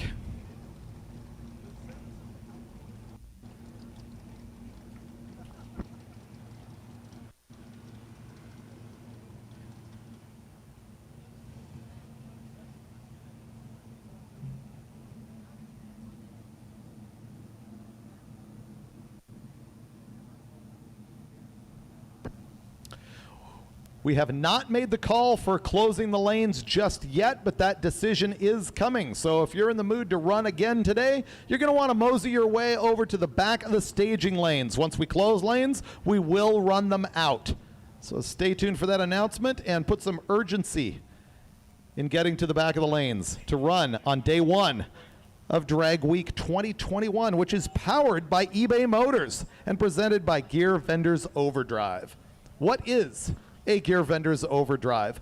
It is a planetary gear set encased in its own little housing that bolts onto the back of virtually any transmission you can name, either automatic or manual. In fact, you can even put them behind some transfer cases. And it's got a 0.78 to 1 overdrive ratio built in. And the cool thing about them is you can activate them into any gear. So typically you just activate them in high gear and use them as overdrive, but you can also activate them in first, second, third. There's racers here who actually, instead of going first, second, third, they'll go first, second, and then Gear Vendors Overdrive and run just a little bit quicker in the quarter mile.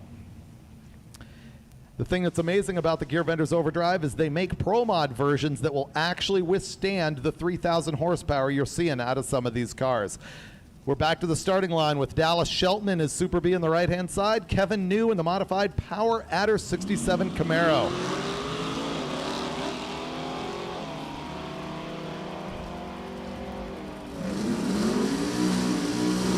And the Camaro, 871 at 146.96. The 71 Charger Super Bee, 1464 at a lazy 67 miles an hour. Jason Tapscott on the line. This thing is impressive. Street race, small block, naturally aspirated. I believe he has won the last 4 events in a row in this class. He just saw Kurt Johnson blast out an 8. Will Tapscott running the 8s with his 427 small block, naturally aspirated with a 15-degree cylinder head on the thing. We know he's been hunting for the 8s, and there it is, 8.966 with a 2 at 150.40 miles an hour, naturally aspirated. Okay, give this thing some respect. The naturally aspirated cars have a lot bigger trouble on the road than the power adder stuff. That's because in order to make the power, they need RPM. And with that RPM comes very specialized valve train and hardcore spring pressures and stuff. So to run this thing NA is a much bigger challenge than doing it with a power adder deal where you just lay some boost on it, make 1,000 horsepower with a fairly stock engine, and have a nice day. So throw some respect at these naturally aspirated racers, especially Tapscott right there, who has won this thing 4 times and come extremely close a couple times before that. He's going to have a big challenge this year. I believe he's running against Kurt Johnson. I have to see if Kurt is now in the same class. They have not been before. Kurt Johnson being the guy with the Black Fox body that has won 9 times. All right, coming around the corner, one of my favorite cars just from a stance point of view, the 63 Dodge right here that has got a 440 stroker in it with twin turbos blowing through a carburetor. This thing is stanced just right. Look at the meats on that thing. Look at the patina. Behold the glory.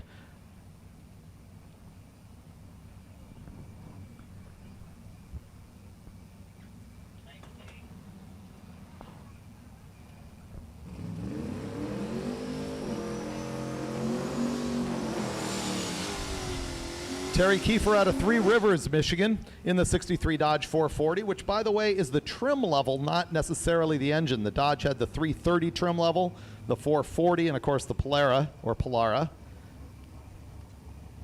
And on the right-hand side, Dean Anderson has got the 78 Cutlass. It has a 410 cubic inch small block Chevy in it. Pro Street Power Adder is the class for the 63 Dodge.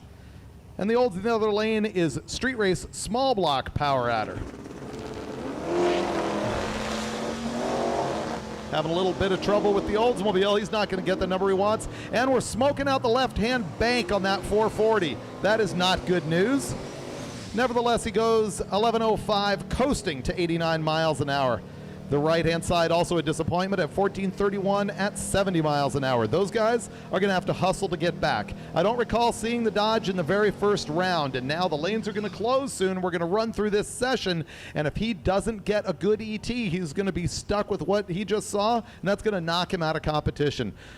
Another one of the challenges of Drag Week is actually getting your car fixed and into the lanes in time to get a solid pass every day. There's so many different levels of challenge to this that you don't see in regular drag racing. Josh Lester is in the right-hand side, another small block power adder car with that Cutlass. I don't know what's going on with the Willys pickup here in the left-hand lane, other than to tell you he runs in the Street Machine Eliminator class, and he's taken a coffee break before he leaves the line. Josh Lester is going down in the Cutlass. He goes to the 8th at 780, and he's over towards the wall. The Willys truck, 1177 at 114.85.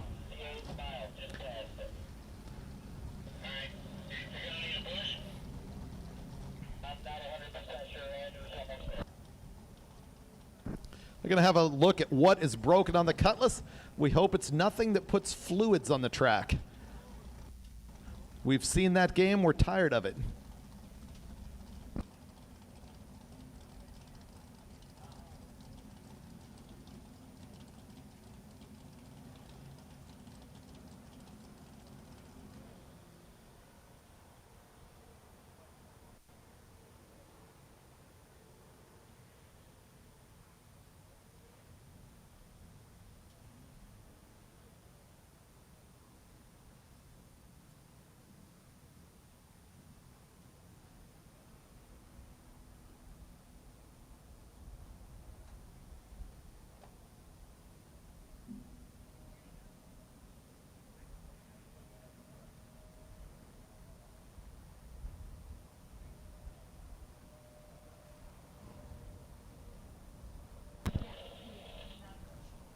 Well, if you're playing the Drag Week oil down drinking game, you might have just taken a shot for no reason, because it looks like we're in good shape. It's running and driving, getting off the track.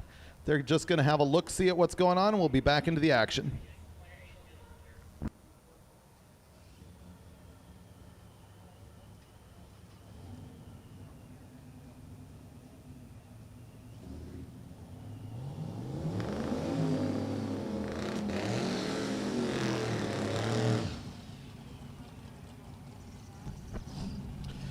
the purple 57 Chevy, Stu Hill. I think he had a roof rack on it earlier, didn't he? Maybe he pulled that off to pick up a mile an hour or so. Trent Walsh on the left-hand side, 85 Mustang Notch.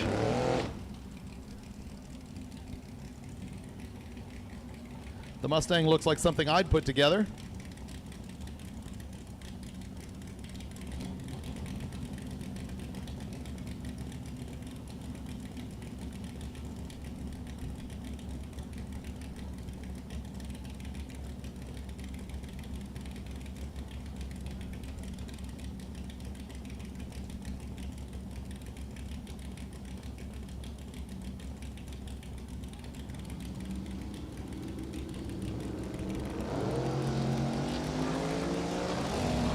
Well, he rolled the beam. He's going to get a 2.5 second 60-foot time there in the left-hand lane, so that's not going to be what he wants. The 57 Chevy goes down 1082 at only 100.56 miles an hour. For the record, the 85 Mustang, 1243 at 116.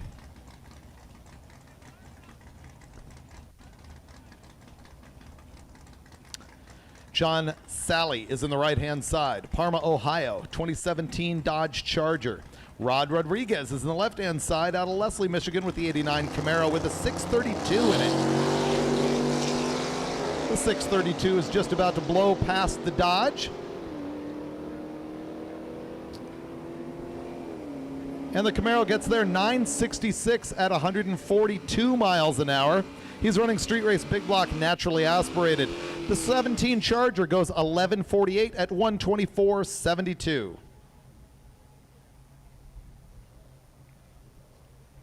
In the right-hand lane here, this 57 Chevy is the one that was looking for a Ford 9-inch center section earlier today. Apparently they got that thing stuffed in there. It's an LS with a very homemade-looking intake manifold as the Impala is about to stage with his back tires. He's a little confused. The 57 is going to take a leisurely launch and run only 2.5 seconds to the 60-foot.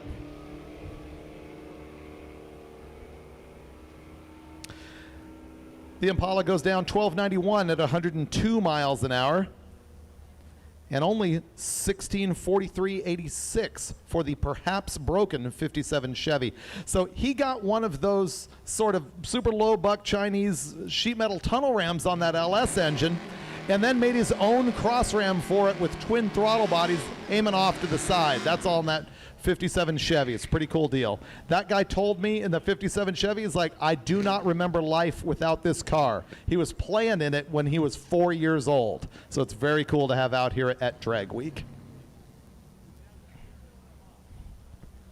So the left-hand side is Jeff Kurzak, and he is running this very cool Torino that he was trying to trade me for a different car just a couple weeks ago. Ted Munsel's on the right-hand side with his 84 Ranger making a second pass.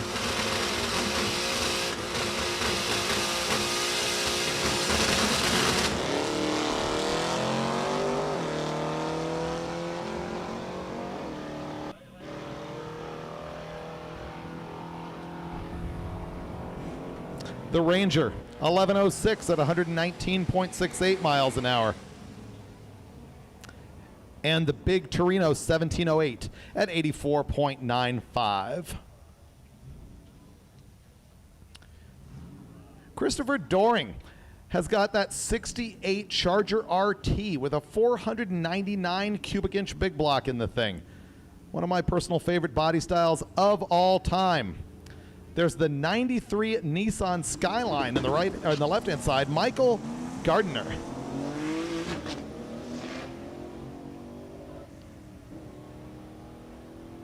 Looks like he's banging gears in the Charger, puffing a little bit of smoke between shifts, and he goes 1220 at 114.91 miles an hour. The Nissan eventually gets there, 1843 at 62.5. He'll want to come back. Oh, this is one of the greatest things you've ever seen in your life if he's actually got it tuned up for wheel stands. Darren Nepper here on the right-hand side has got the Toyota 4Runner that went absolutely nuts on Drag Week.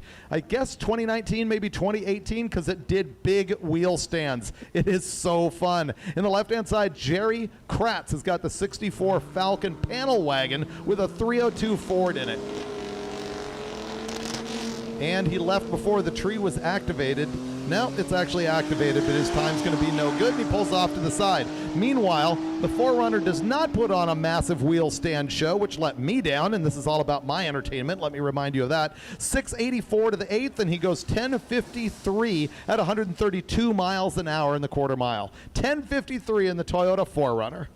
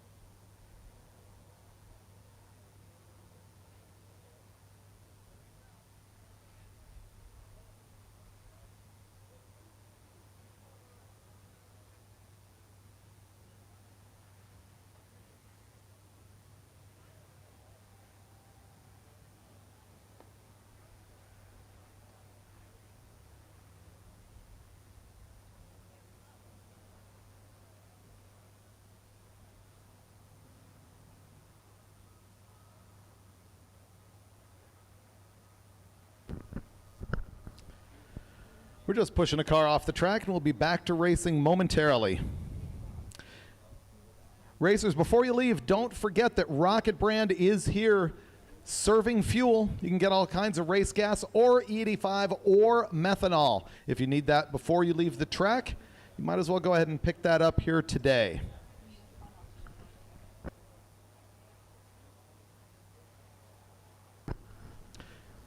I'll lose track of where I am by the end of the week. I'm sure you racers will too. As a reminder, we're at US 131 now. We will be moving on to Norwalk, Ohio. And people watching live, don't forget, all of these cars need to drive on the street this whole route to Norwalk and then Indy and then Byron, returning here to US 131 on Friday.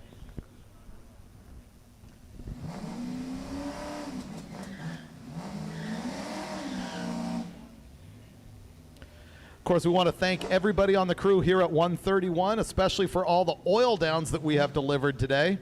We appreciate their hard work in giving us a track.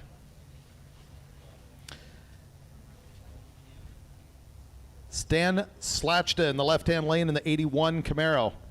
Michael Locasio on the right-hand side in a 2011 CTS-V Cadillac. They're both running Street Machine Eliminator class, so they cannot break out of a 10.00 ET. That appears to be no concern. On the left-hand side, 1063 at 130, and on the right-hand side, 1169 at 122.48.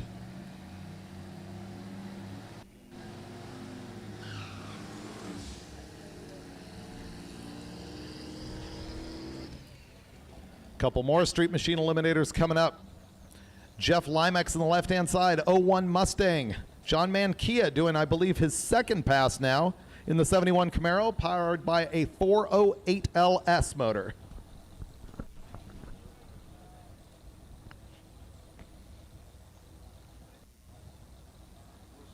Ooh, he went way deep stage on that one. You really want to go as shallow as you can at drag week. You don't care about the reaction time. You need that ET. You need a little bit of a roll at the track. So stage really shallow, and it'll help you out.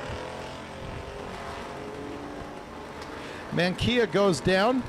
978.5 at 139.58 miles an hour out of the 71 Camaro. The Mustang rolls 1341, but at 119.68 miles an hour. You'll see a lot of times these ET and miles an hour are not matching up that well if they've got trouble off the starting line, or you see some cars just plain lift. Christopher Hyatt's on the left-hand side in the 2016, I think, Impala. Michael Gillette on the right-hand side with a 2013, I'm fairly confident, Camaro.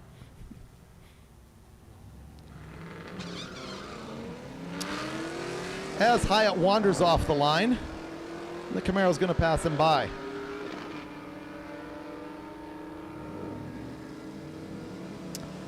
And the Camaro 1248 at 114.8 miles an hour. And in the left-hand lane, the little Chevy went 1422 with a 6 at 102.3.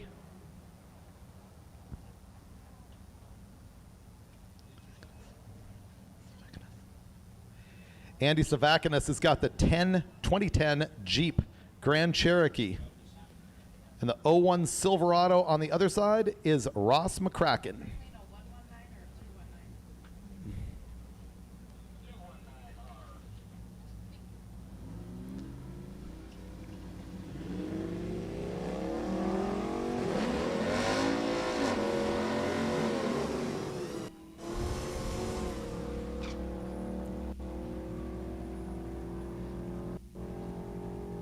The truck goes 1313 at 104, and the Grand Cherokee 1356 at 100.92 miles an hour.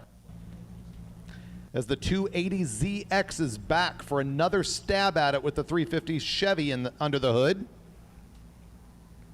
And David Wild in the 2012 Caprice here in the left-hand lane. Another pair of Street Machine Eliminator cars.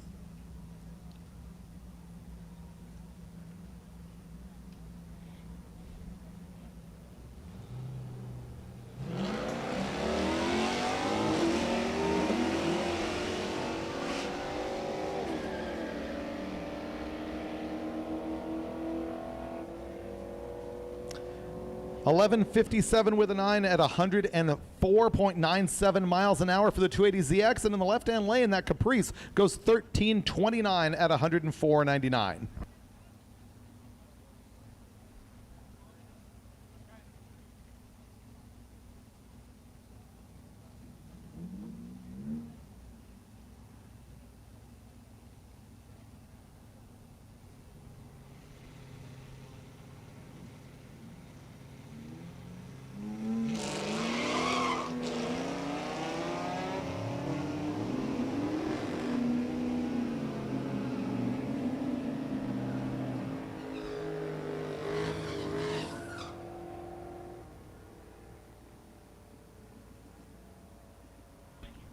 All right, we have a racer in need. We're looking for a big block Chevy long water pump.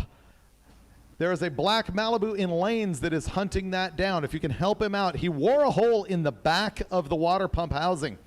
They've got one on order for overnight, but it'd be way better if they had one today. Big block Chevy water pump. If you got one handy, come on, bring it to the tower, and we'll get it in their hands. Chris Vanderwalker is going down in his 2019 Charger. Matt Lang is in the left-hand lane with that 01 Camaro. Looks like he's got a 5.3 in that Camaro going 10.04 to 136 miles an hour. And Vanderwalker on the right-hand side went 12.98 at 110.59.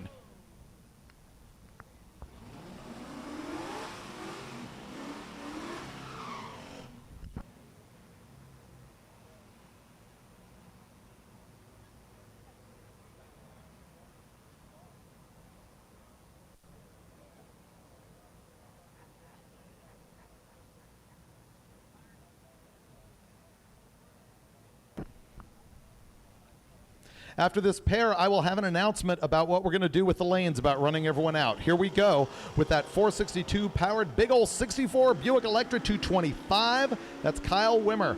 The left-hand lane is the 69 Satellite.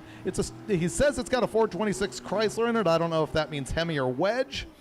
Hemi would make sense. That's David Hart. The Buick goes 1432 at 95 miles an hour. The 69 Satellite, $1291 at $108.51. Here's what's going on with lanes. We are going to close lanes at 2:30. 2:30 lane closure. That's going to be roughly 40 minutes from right now. Then we are going to try to run them out by 3:30. But around 3 o'clock, we're going to be walking around and making sure that everybody who's had an opportunity to run, or everybody who wants to run, can run. In other words, if you have not made a pass by 3 o'clock, they will be moving those people sort of further up so that they can be guaranteed to make a pass. So if you have any questions about that program, see Keith Turk, see Sean Fling at the back of the staging lanes, and we will work that out. So once again, closing lanes at 2:30, about 40 minutes from right now. Trying to run everybody out by 3:30, and at 3 o'clock, we're going to begin to look and see if there's anybody who has not yet made a pass, and we will assist them in doing so if we possibly can.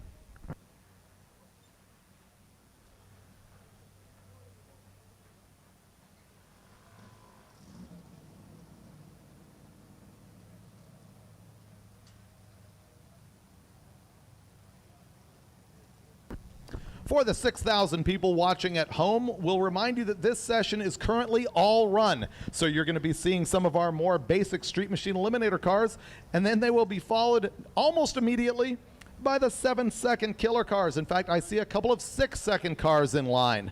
So stay tuned. It's still going to be really good as we wrap up Drag Week racing over the next roughly hour and a half here at US 131 Motorsports Park in Martin, Michigan.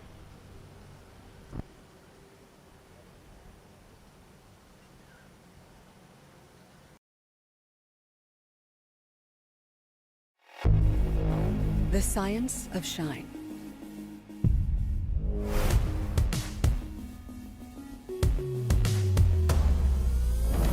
Washing, prepping, polishing, coating.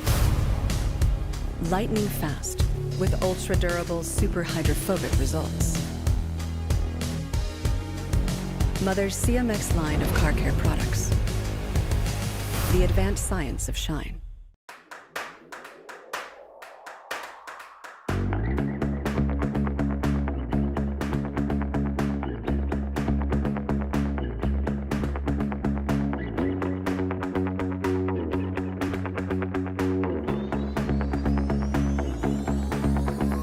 Meet Ultimate Hybrid, advanced ceramic and wax technology.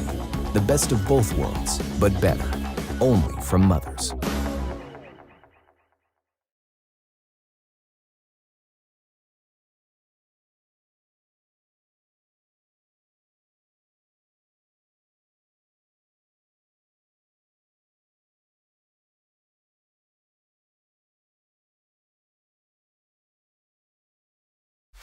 Ever wish buying and selling cars and car parts online could be worry-free? Welcome to eBay Motors, where you can buy with confidence thanks to VPP, our vehicle protection plan. It covers you up to $100,000. That's a lot of moolah, but there's more, a lot more, like millions of parts and accessories, all covered by the eBay money-back guarantee, so you can truly transform your ride into your own masterpiece. All on eBay Motors.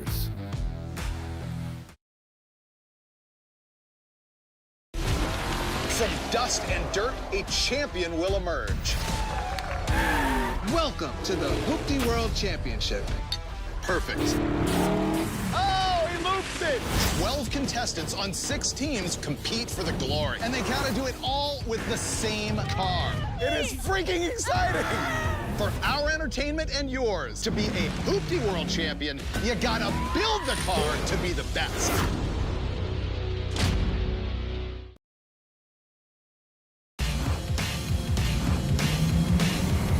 I'm Kevin Hart. 2 years ago, I bought my guys classic cars. Guys, we need somebody to teach us about cars and do the work on them. We need a builder. Ready for some noise? Putting these guys in a position to make these cars better would make us better. I'm ready to ride. But what is the voice? What voice? Kevin Hart's Muscle Car Crew! You guys ready? Are you ready? Let's do this. When it comes to busting myths, there's a new crew in town. This is our job! Join Tori, Feels good. Faye, More power. and BC Absolutely gorgeous. on their quest to solve motor myths or go for bust. It's Mythbusters for car lovers.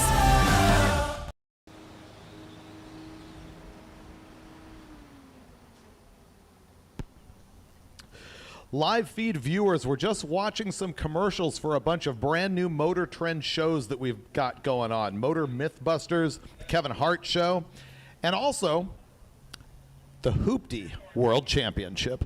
Now, that one is hosted by myself and also with KJ Jones, and I will say it appears to have the trimmings of a reality show, but it is 100% legit and totally bare bones, low buck, and fun. If you're a roadkill fan, I definitely would suggest that you go pick up and have a look at that show, because it is a riot. Racers, let me remind you of what Rocket brand racing fuels has got going on for you. They are, of course, the official fuel of Hot Rod Drag Week 21. And here are the octanes that are available. There's street legal 100 octane unleaded.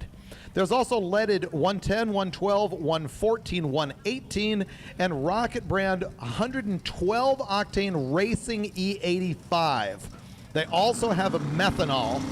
So if you need any of that, pick it up here at the track as we go back into racing. Tom Brett's in the 56 Chevy 210. He's running in the unlimited category, as is David Armentrout in the right-hand side in the 67 Chevy 2.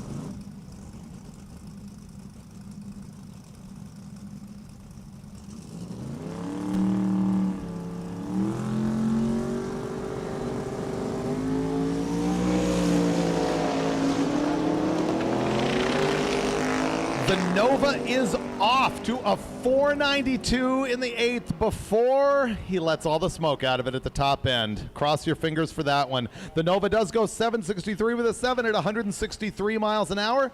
The black 56 Chevy went 842 at 161. Once again, that oil down drinking game is just not a good program at day one here at Hot Rod Drag Week. There's so many cars here that have been prepped just in the last moments, and these are their first times on track or their first times really stepping on it. And as you're seeing, we got some parts falling out.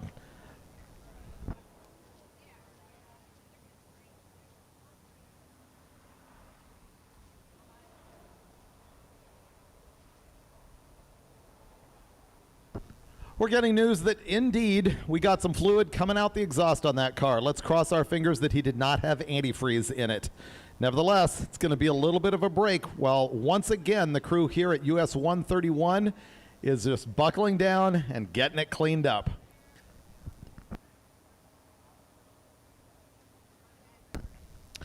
People on the live feed, if you want to deliver me some questions, now would be a good time for me to answer them at length while we clean up the track. And by we, I mean those poor guys down there while I sit here in the air conditioning and talk.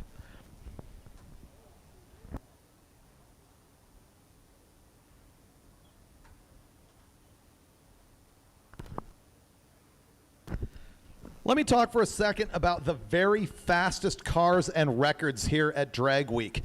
Typically, our overall winner comes out of the unlimited class. The quickest average ET that we have ever seen for 5 days of drag racing, and just to clarify that again, if you don't understand how Drag Week works, we race 5 times, 5 different events, and we take those 5 ETs and average them, and that is what determines a win.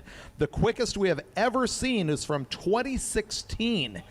The number was 6.19 seconds as an average, and that came from Jeff Lutz when he was running his Mad Max 69 Camaro Pro Mod. The quickest single pass we have ever seen in the history of Drag Week, the fastest number to ever happen for a car that had completed Drag Week, happened in 2019 at the very last moments at Virginia Motorsports Park. Tom Bailey in 6 seconds 2.0 ran 5.998 seconds at 250 miles an hour after driving the full 1,000-mile route. So that is the single quickest run that we have ever seen, and the very first 5 that we had seen out of a car completing Drag Week. Fortunately, that was a very fast cleanup up at the top end, not as bad as I had anticipated, and here comes Alex Taylor. Out of Boonville, Arkansas, Alex Taylor and her dad Dennis, who you can see running up there to get her staged. This is a brand new car for, once again, the girl who has been here since she was 16 years old, driving her Bad Marrow, the orange Camaro that has been in the deep 8s. And then she jumped straight into this car with their goal of the 6s.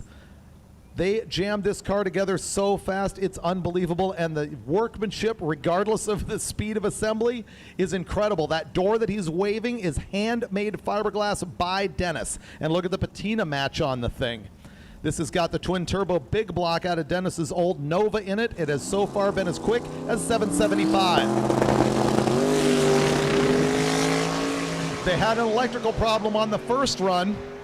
She goes 5:03 to the 8th, and at the quarter, 7:69 at 185.41 miles an hour. I believe that is going to be Alex Taylor's lifetime best ET, and perhaps mile an hour.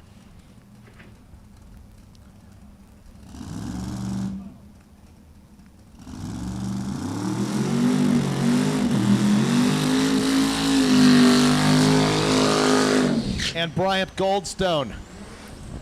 Bryant Goldstone here in the Javelin holds both ends of the records in Ultimate Iron. By both ends, I mean both the average ET and the single quickest ET. His average, the quickest in the class ever, 6.85 over 5 drag races in 5 days.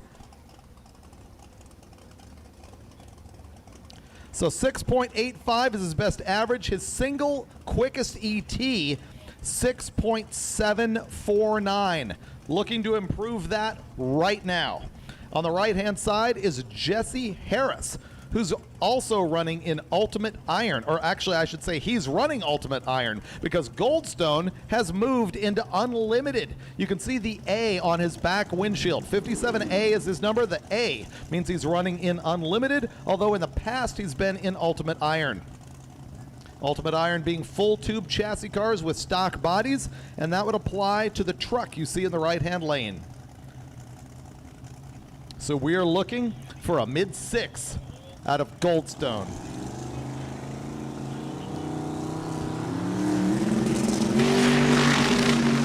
And he's off with a 1.11 60-foot time. He goes 4:45 to the 8th, out the back, 6:79.38 at 210.77 miles an hour. So that is just shy of his best drag week run ever. The truck goes 970 at 137.2.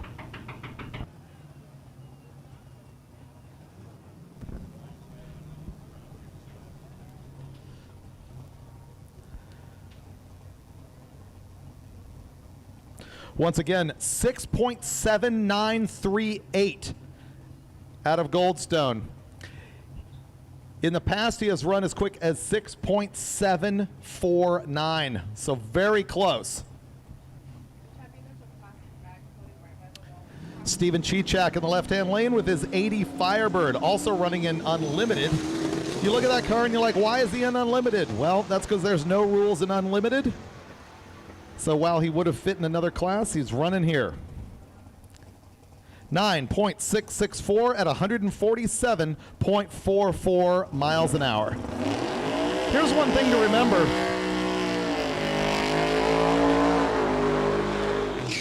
Here we got Joe Barry coming up, another past Ultimate Iron winner. and he is once again running in Ultimate Iron. Joe Barry won this event in 2017 in his class. He ran some 7.0s, but not a 6. He averaged 7.111 by the end of the week in 2017 when he won class. So at this point, we are looking for a 6 out of this 56 Chevy. Joe Barry, Colorado Springs, Colorado.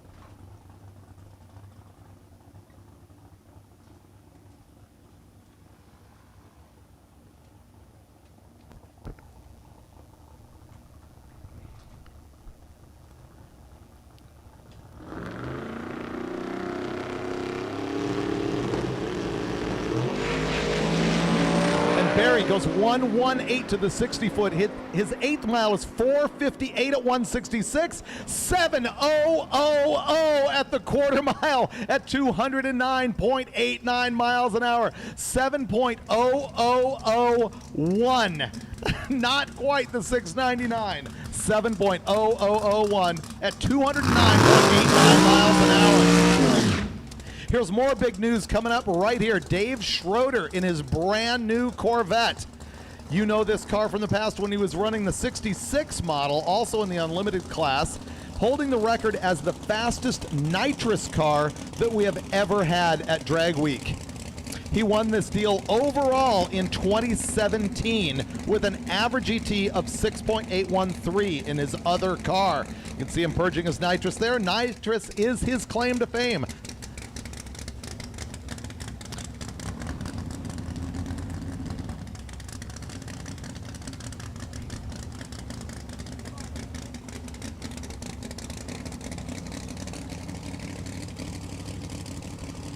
You can see John Enns just behind him, his longtime partner. I remember when these guys were running a red 55 Chevy in one of the slower classes. They just showed up to check out Drag Week, see what it was all like, and then all of a sudden, boom, he shows up with these killer cars. It's a 2019 Corvette. He's off with a 101 60-foot to the 8th mile, 419 at 172. Quarter mile, 652.8 at 202.25 miles an hour. 652.8.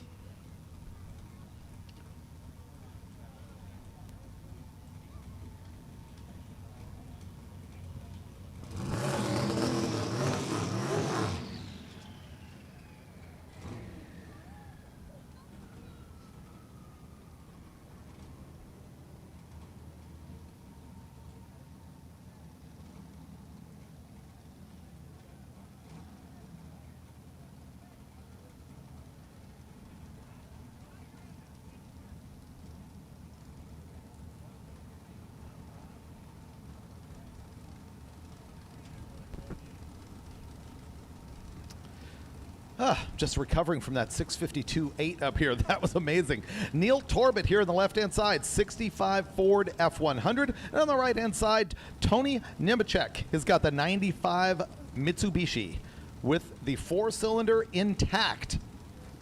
Their problem here is braking axles on that all-wheel drive car. I understand it makes up to 1,000 horsepower. This is going to be the second pass that we've seen out of that car. He's running in unlimited, probably because there's something about the configuration of it that just doesn't fit well in other classes. In the left-hand side, the truck is running in Pro Street, although the tires don't seem wide enough to me for that. And the truck is just going to huff a bunch of smoke and meander his way down, while the Mitsubishi runs to the 8th mile at 646 and the quarter mile 995 at 144 miles an hour. There's your 9-second four-banger.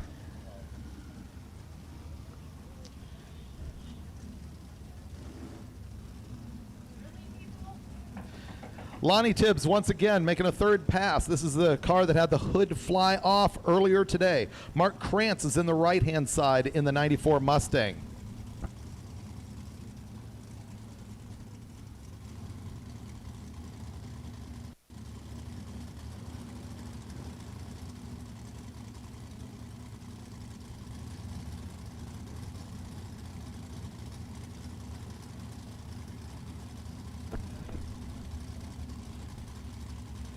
Lonnie Tibbs, third time's the charm. Let's make it happen. Mark Krantz in the right-hand side. I've called that as a Mustang. It clearly is not. Sorry, I had my data wrong in the computer, and there he goes. The Mustang goes to the 8th mile at 5:29 and 8:07:09 at 180 miles an hour from the green Mustang. 8.0709. And in the right-hand lane, 12:33 at 102.67.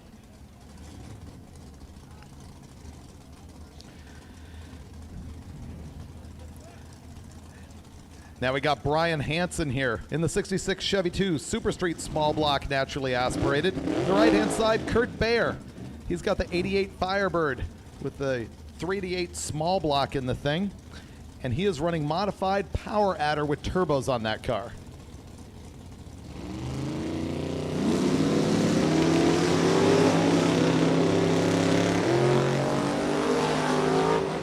Way out of the groove up against the right-hand wall. He's going to get out of it wisely as the Nova goes down 9:58 at 144.78.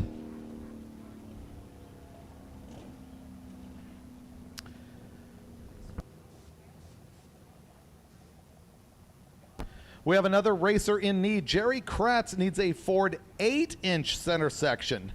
I believe that is going to be that little Falcon panel truck that we see, but I'm not positive. Anyway, he doesn't matter what gears, whether it's an open diff, whether it's a spool, anybody who's got a Ford 8-inch center section, come on up to the tower and we will connect you. Meanwhile, John Baker is hanging around on the starting line for a while in his 63 Galaxy 500, while Robert Schmidt in the 96 Impala SS is rolling down with a factory LT1 under the hood, going 1265 at 110.84. And the Galaxy eventually ran 1113 at 119.52. Here we go. Honk if parts fall off in the right-hand lane. Very popular car here. You can see he's got the white walls going on the slicks on the back of that thing, or maybe he's running a radial on it. Rick Steinke. He had this engine in 1 million pieces last week, sort of threw the thing together with a bunch of used parts, and he is looking for an 8500, as he did several years ago, to be low qualifier in street race small block power adder. Steve Greider is in the left-hand lane with his 2013 Mustang out of Grosse Pointe, Michigan.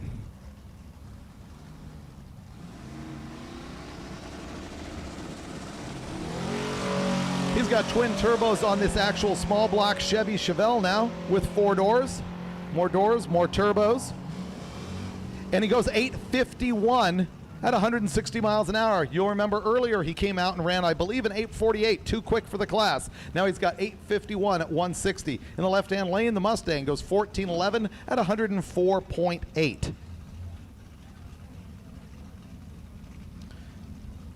The Fox Body Mustang sits there with the turbo poking through the nose, running in Super Street small block power adder. That's going to be Mike Malone. Raymond Hageman in the right-hand side in the 69 Mustang Coupe.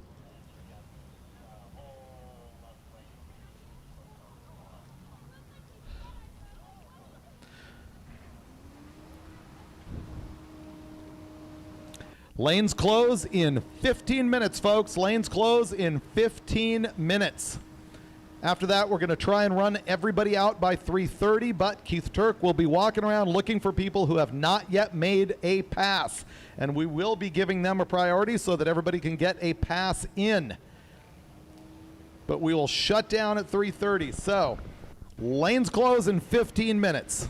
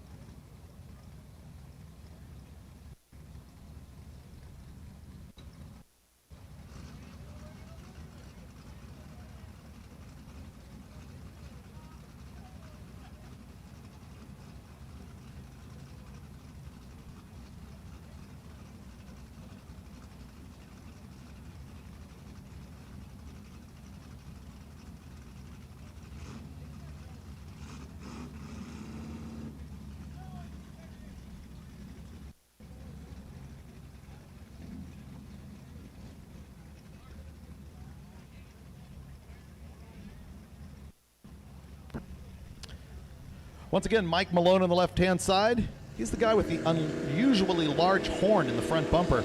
And on the right-hand side, Raymond Hageman, who's already going down the track in his 69 Mustang Coupe. And he's about to get his doors sucked off as Mike Malone passes him and goes 964 to 112. The 69 Mustang did get there first, but went 1360 at 97.21 miles an hour.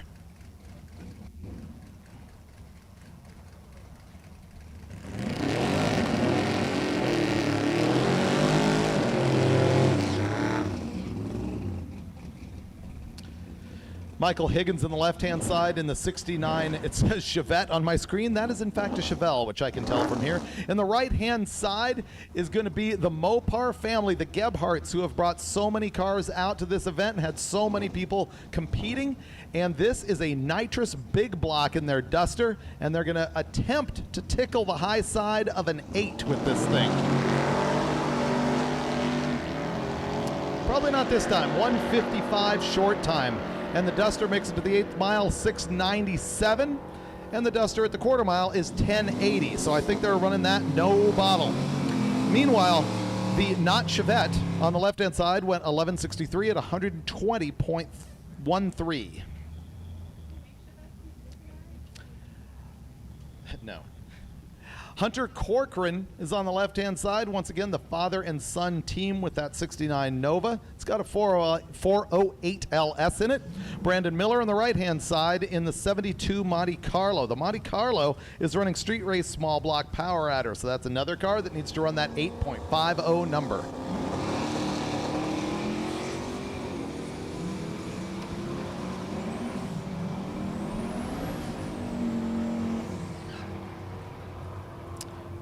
Monte Carlo goes 979 at 131. The LS-powered Nova, 1126 at 119.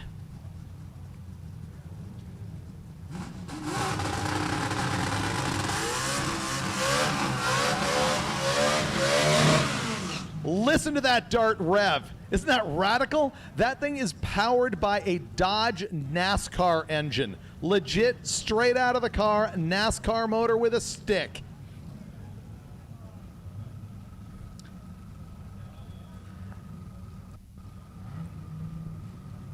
The 69 Dart Super Street Small Block NA. No power adder on top of that 9,000 RPM engine.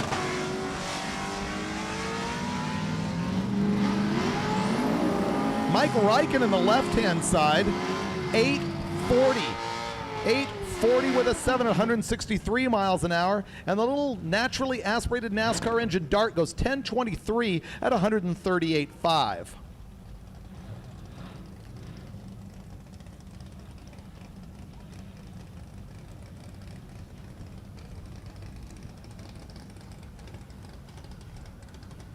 Steven Salvati's got the 94 Mustang on the left-hand side. He's running the Super Street Small Block Power Adder class. Chris Dake is on the right-hand side in the 2010 Challenger. Oh, and he's banging gears in the Challenger. That's awesome. Salvati, 906 at 156 miles an hour. And the bang shifting Challenger goes 1025 at 143.59. Rich Pedraza here in the right-hand lane has been running in the Pro Street category for many years with this thing.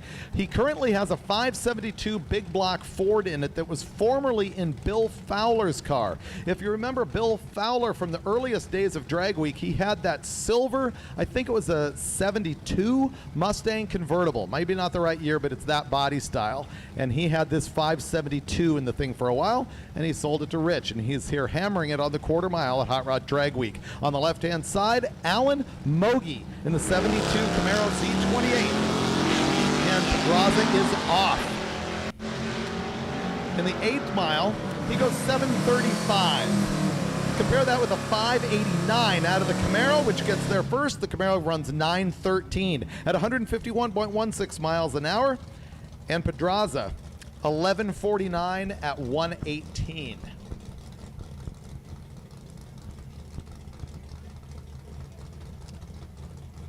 Jay Friedrich in the left-hand side, Nicholas Turner in the right. Friedrich's running a big block power adder car. And on the right-hand lane, a small block power adder car.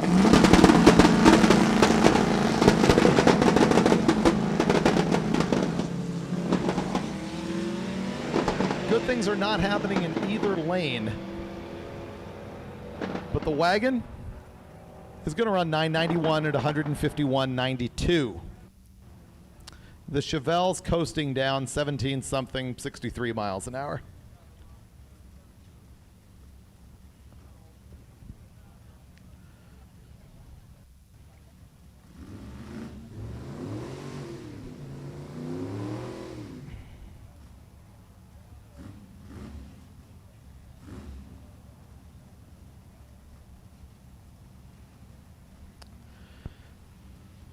$5,700 people watching worldwide right now. If you add up the MotorTrend app, it's probably significantly more than that. Probably going to have around 100,000 people who will have checked in on Drag Week by the time we wrap it up back here in Martin, Michigan on Friday.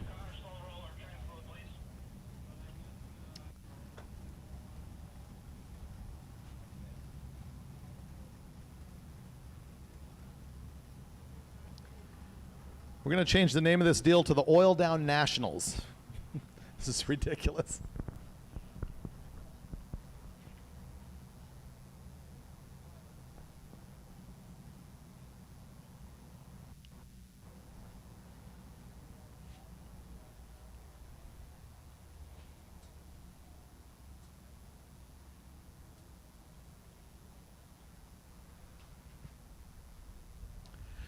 There are still some cars in lanes that I do not recall having run yet. So we're going to see some first passes out of some of these guys, and if they break something or don't get a good number, they are going to have to scramble to try and get in. As a matter of fact, they have 7 minutes before lanes are closed. So some of these cars are going to get one shot to be a hero at Drag Week. And if anything goes wrong, they're just not going to win their class. They might end up continuing and finishing Drag Week, which is a big goal for a lot of people, but their number is going to be radically hurt by a slow ET if that's what happens to them right here and now.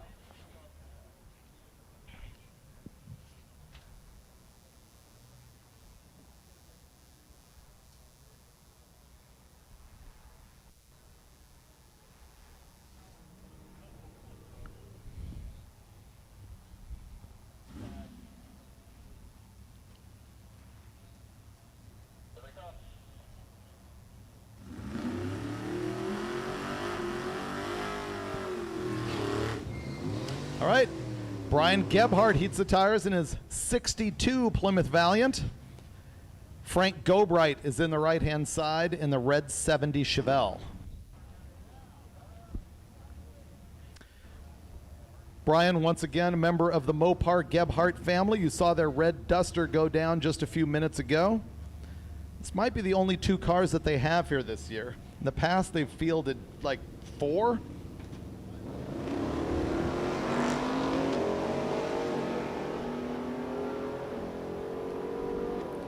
The Valiant gets to the 8th in 6:72 at 102 miles an hour and to the quarter at 10:60 at 125.7 miles an hour.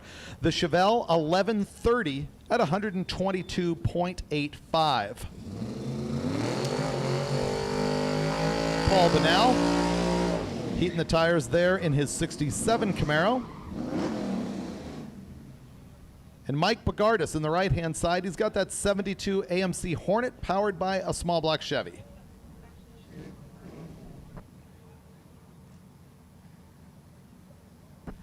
I am advised that it is in fact Sharon Bogardus driving the car. Mike must have entered it, and therefore his name is in the computer.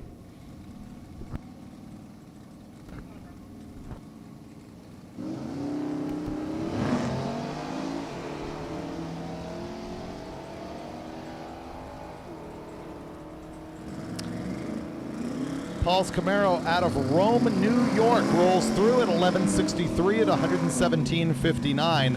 And the Chevy-powered Hornet 13:29 at 102.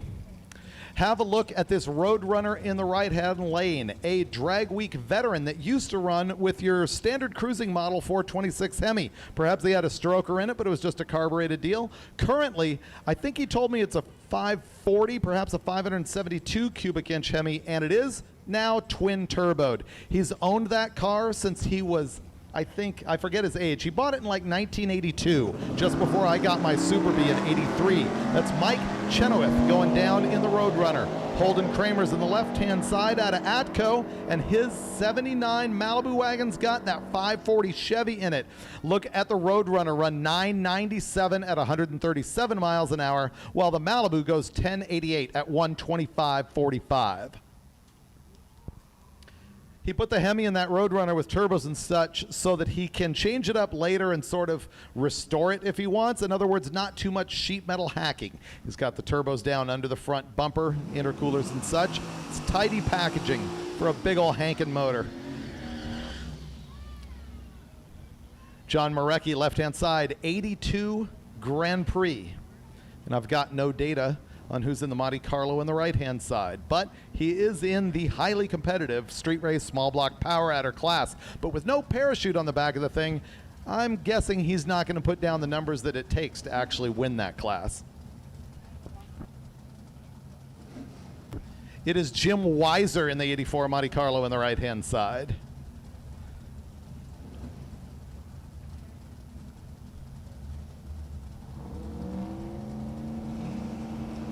Marecki off first in the 82 Grand Prix. Battle of the G-bodies. The Monte Carlo's getting out.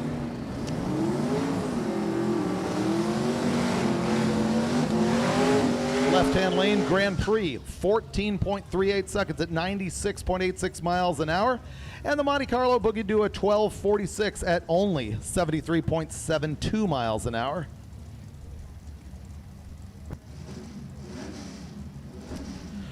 Lanes close in 2 minutes, folks. If you're in the pits and you want to make a pass, be in lanes immediately, if not sooner.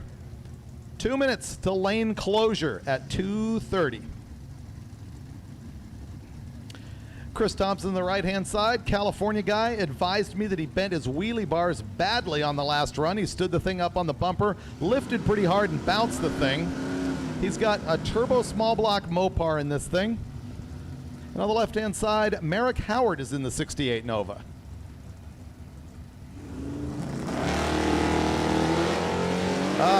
Another wheelie and a dead lift, bouncing the front end of that dart. Not what he was looking for after a very long haul from California and building an engine last week.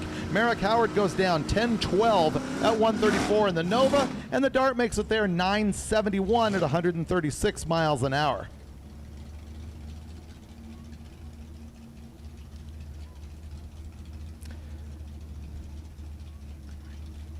Phil Greatorex on the left-hand side's got that 70 CUDA with a big block in it. And on the right-hand side, that 71 Dart is loaded with Hellcat power. That is the guys from Modern Muscle.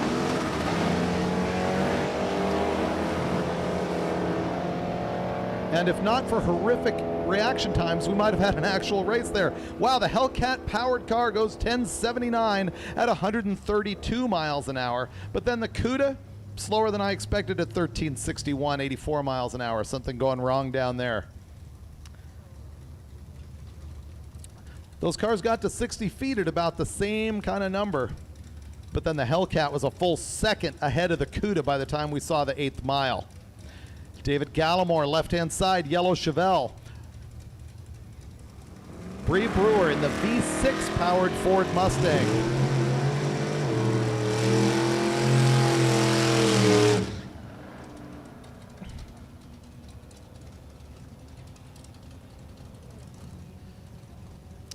Gallimore's Chevelle says 1227, once again lifting at 83 miles an hour.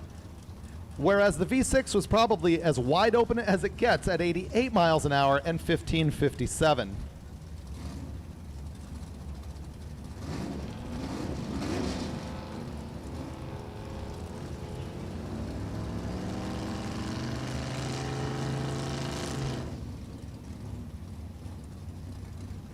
I was wondering, Usually I've got the button.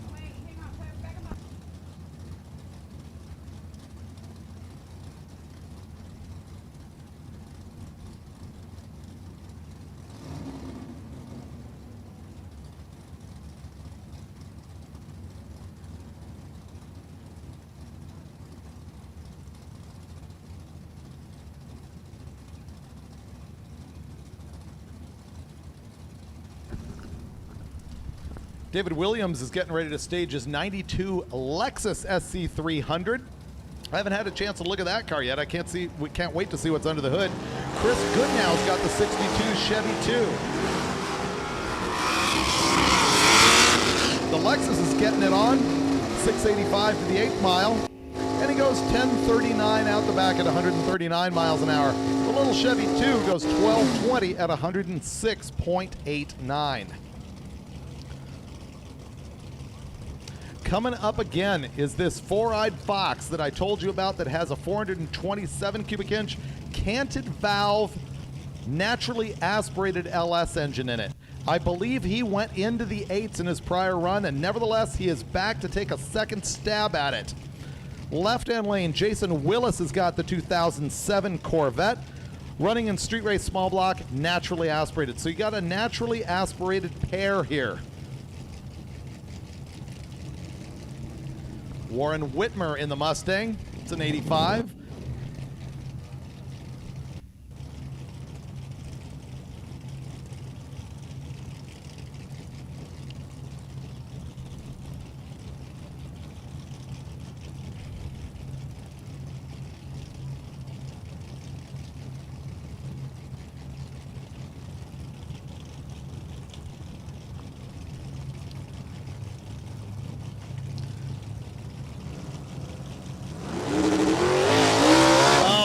Tires badly off the line with the 427 LS motor in the Mustang.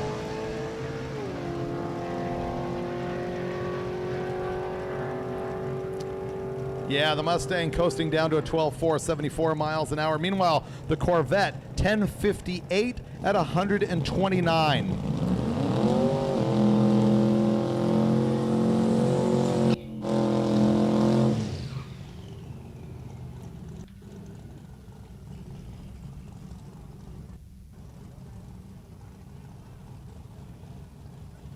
You look at our two small block naturally aspirated classes, and I believe today is the first day that we have seen 8s out of cars in both of those classes.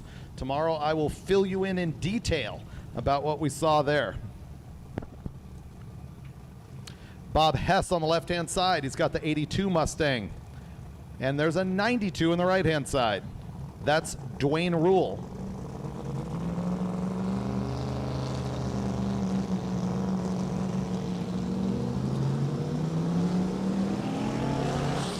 Once again, red light does not matter here. However, he rolled the beams and killed his time with a 3.12 second 60 foot. So in the right-hand lane, he's going to go through 1269 and 128. However, Bob Hess on the left-hand side goes 884 at 151.92.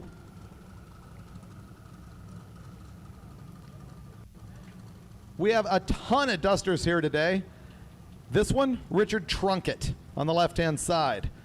The 68 Nova on the right is Marcus Clark. Marcus Clark is running in the Pro Street category.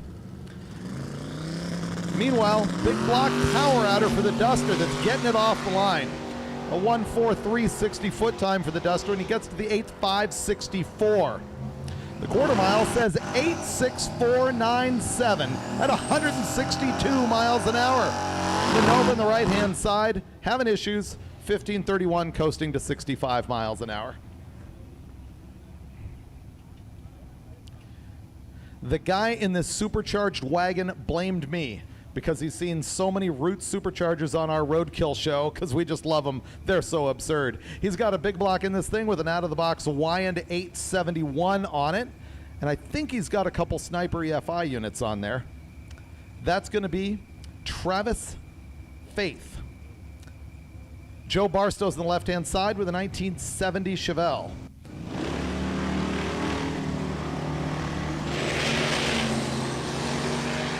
Ooh, Chevelle skating around quite a bit. He's getting sideways. He did the smart thing and lifted a little bit. The wagon is getting down at 11.3 at 121. The Chevelle giving it up to a 967 at 120.03.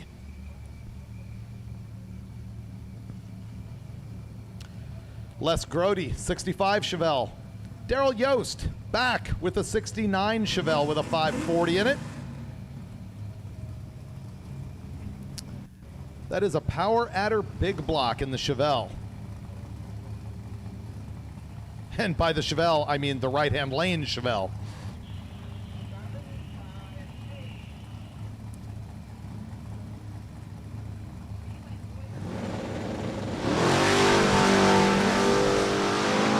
A 133 60-foot with the nose up. 555. Yost goes out the back door, 862 at 159.29 miles an hour. And in the left-hand lane, 1229 at 114. I'm telling you, this place has more population density of 8-second streetcars than anywhere on Earth today.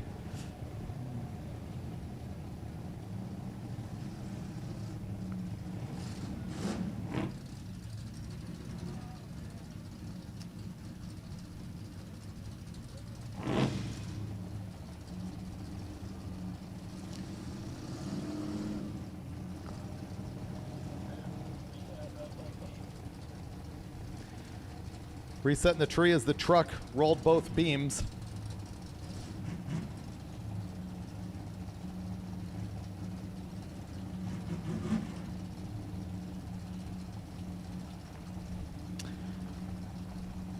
That's Paul Spalding in the 66 Chevy C10 pickup. He's running in Ultimate Iron.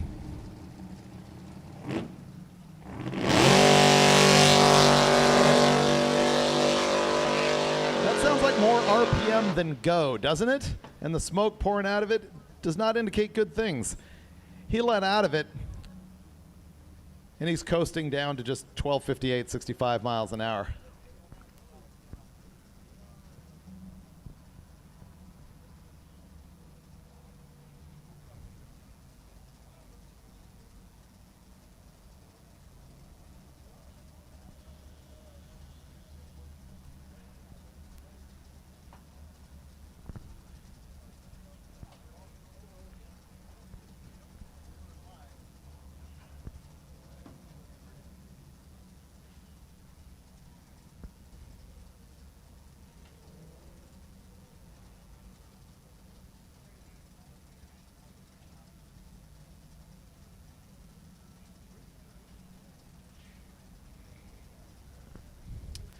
Lanes are closed, folks. Lanes are closed. As a reminder, we're going to run everybody out, provided that doesn't go too far past 3:30. Keith Turk is going to be walking around trying to find anybody who has not yet made a pass so we can give them a priority to try and get them down track. We're not trying to shut down anybody here at Drag Week unless we kind of have to. So we'll run out the cars in the lanes, which is quite a few. If you have any questions about that, see Keith Turk or Sean Fling, who is running the lanes.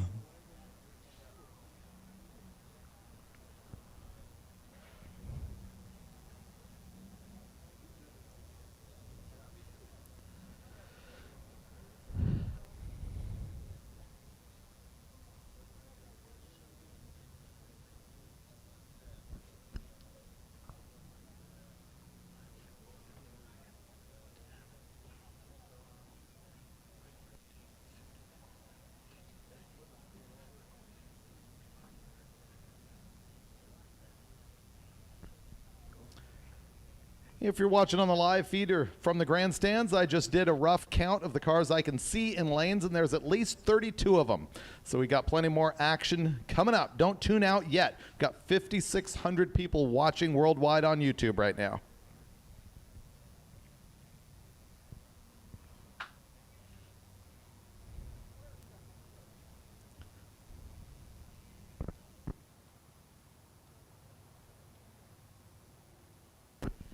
And as a reminder to every racer, you must hand in your time slip. We are not keeping track of that for you. You come up into the tower, second floor, and you will hand in the time slip, and you will get a map for the route that you must use to drive on to the next track or nearby your hotel there around Norwalk tomorrow. Hand in your time slip. We've had people actually fail by just not doing that for a few days in a row.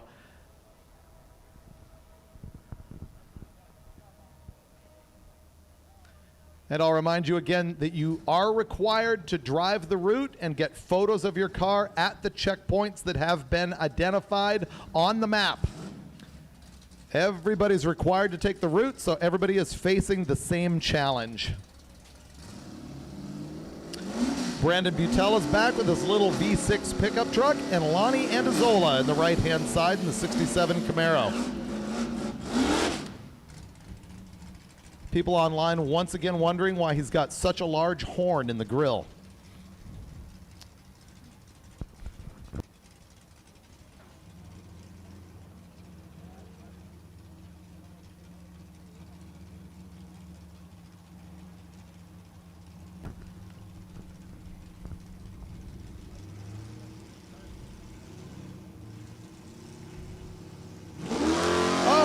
Camaro does a nice, pretty wheel stand as the V6 Camaro or V6 S10 truck gets off the line. That was a 137.60 foot on that wheel stand. The Camaro goes down 10.66 at 123 miles an hour, and the truck 12.13 at 110. That guy probably hates it when I call his GMC an S10. Technically an S15. Here comes the Monza Spider. We were looking for parts for this car earlier today. Apparently he's got those troubles sorted out well enough to roll it down the track here at US 131.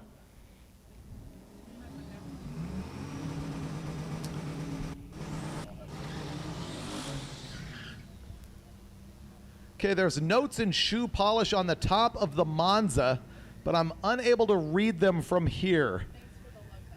Oh, it says thanks for the lug nuts. That's what we were looking for that car earlier today, was lug nuts. So once again, you can always send us messages in shoe polish on your car, and we will attempt to correct whatever I have failed on. Steve Willingham's in the right-hand side as the Spider gets off.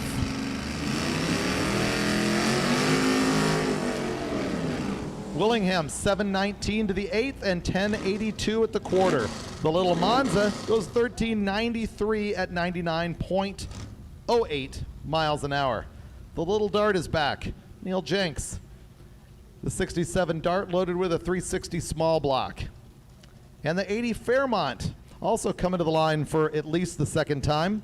Out of Brooklyn, Charles Kraus.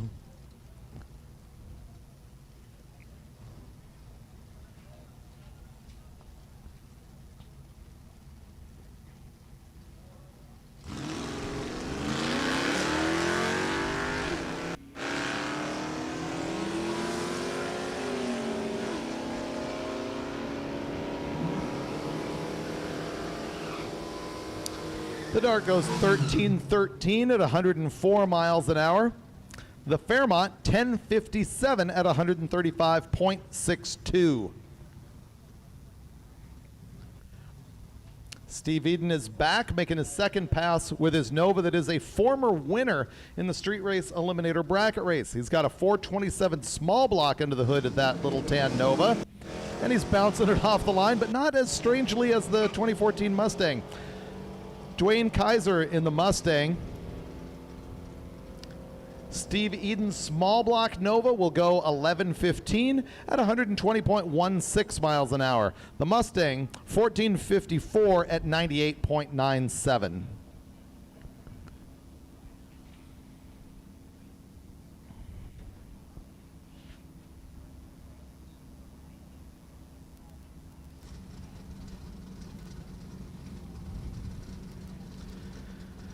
Looking at the live feed chat, I see that Mick Wilkes has just checked in. He came here from England with a little panel van so many years ago and won the Spirit of Drag Week competition, or actually not competition, but just, you know, the admiration of his peers. ended up giving him that trophy. Spirit of Drag Week, one of the biggest things that we do here, and he took that home very, very deservedly. Glad to see him watching from back home in England.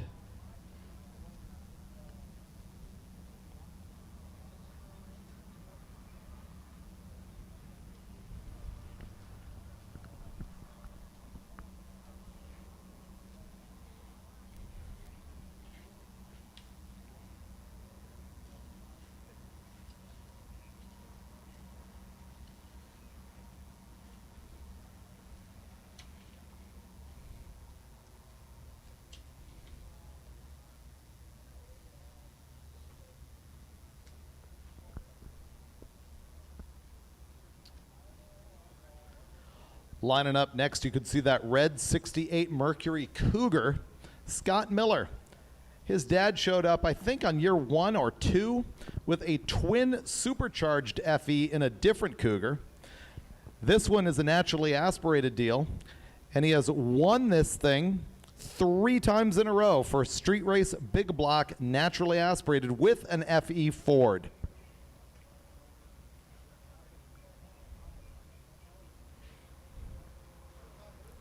That Cougar is running in street race big block naturally aspirated. The quickest pass, or the quickest average we have ever seen on that, came out of Kurt Johnson in 2015. He went 897.64 as a 5-day average in a 91 Mustang with a big block Chevy in it. That's the quickest average that we've seen since 2015. Scott Miller's best average so far is last year, a 921 with a 2 average over 5 days. Nothing would make them happier than dipping into the 8s with that Cougar.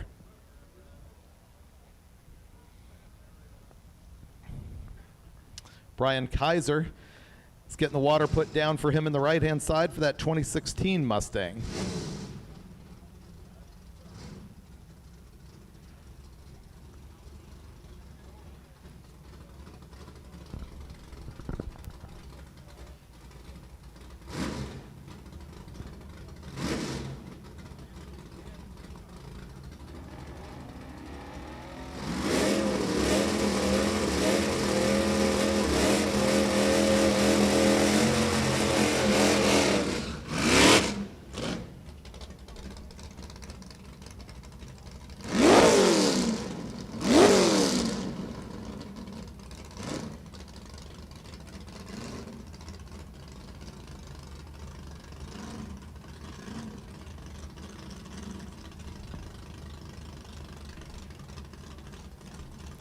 The quickest pass we have ever seen in this big block naturally aspirated class is from Kurt Johnson, the guy who's won 9 times, and the number is 8.912.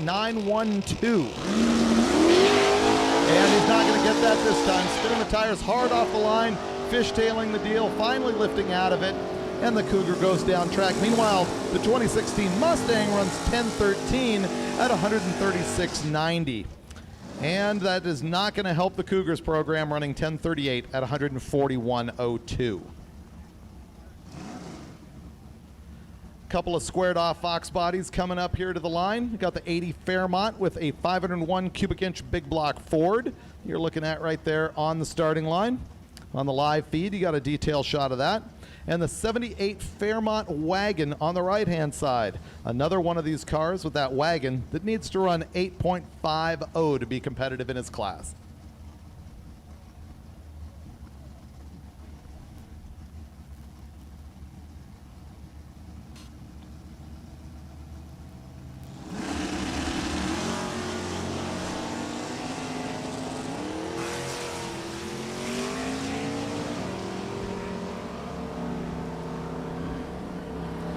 The big block two-door gets down at 10.02, 132.08, and a disappointing 10.41 coasting to 87 miles an hour for the Fairmont, which, once again, is letting out the smoke.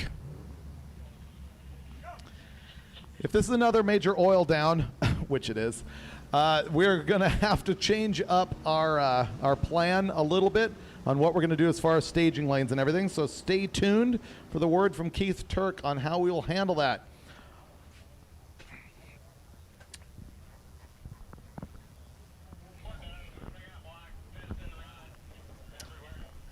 And the news from the track, guys, is block, piston, and rod everywhere. So this is another major oil cleanup.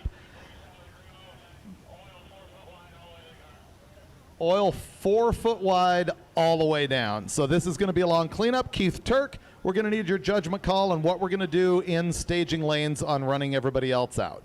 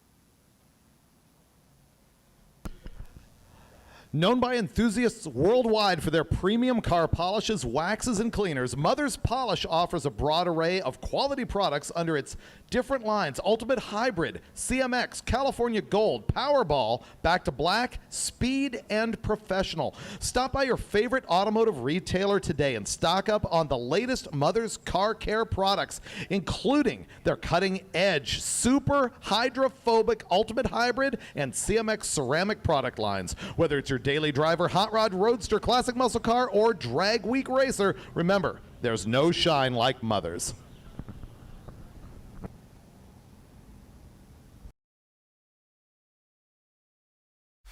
Ever wish buying and selling cars and car parts online could be worry-free? Welcome to eBay Motors, where you can buy with confidence thanks to VPP, our vehicle protection plan. It covers you up to $100,000.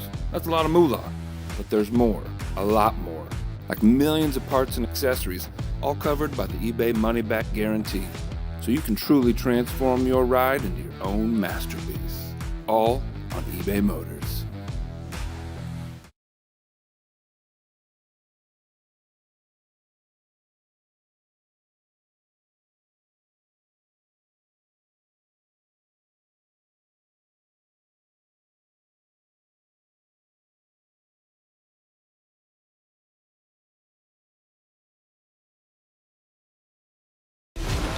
From dust and dirt, a champion will emerge.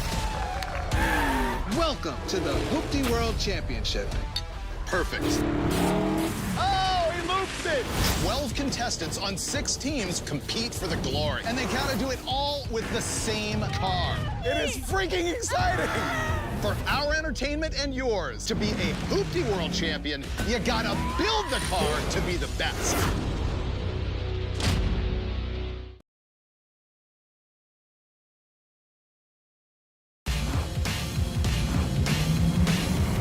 I'm Kevin Hart. 2 years ago, I bought my guys classic cars. Guys, we need somebody to teach us about cars and do the work on them. We need a builder. Ready for some noise? Putting these guys in a position to make these cars better would make us better. I'm ready to ride. But what is the voice? What voice?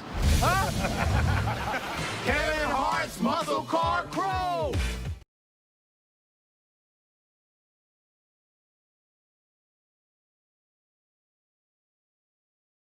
You guys ready? Are you ready?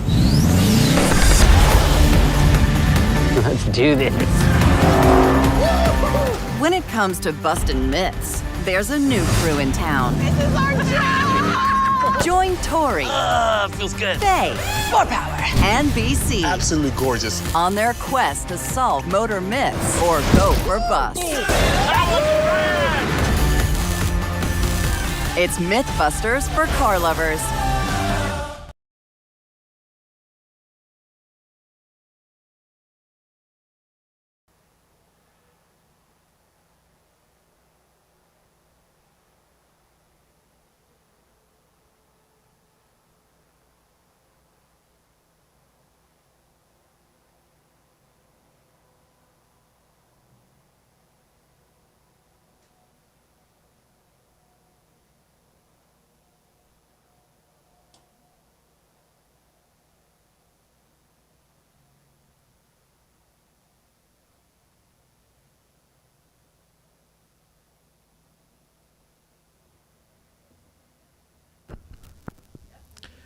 People online were just looking at the commercials once again for those new MotorTrend shows, and I'm going to go ahead and plug the Hoopty World Championship again because I'm in it, so I would like to see it do well. I don't know if you noticed that one of the players on that show, one of the competitors, is Alex Taylor, who's running here at Drag Week in that sort of green 55 Chevy. She had a great time doing that, and I think she kind of steals the show. She was really fun on camera, so if you haven't checked it out yet, and if you're an Alex fan, please have a look. I can go ahead and handle any questions that we've got from online viewers at this point. It's going to be a little while we clean up yet another oil down. If you're playing the game of taking a shot with every oil down, this is going to become drink week. It kind of is anyway, to be honest. I mean, yeah, it kind of is anyway.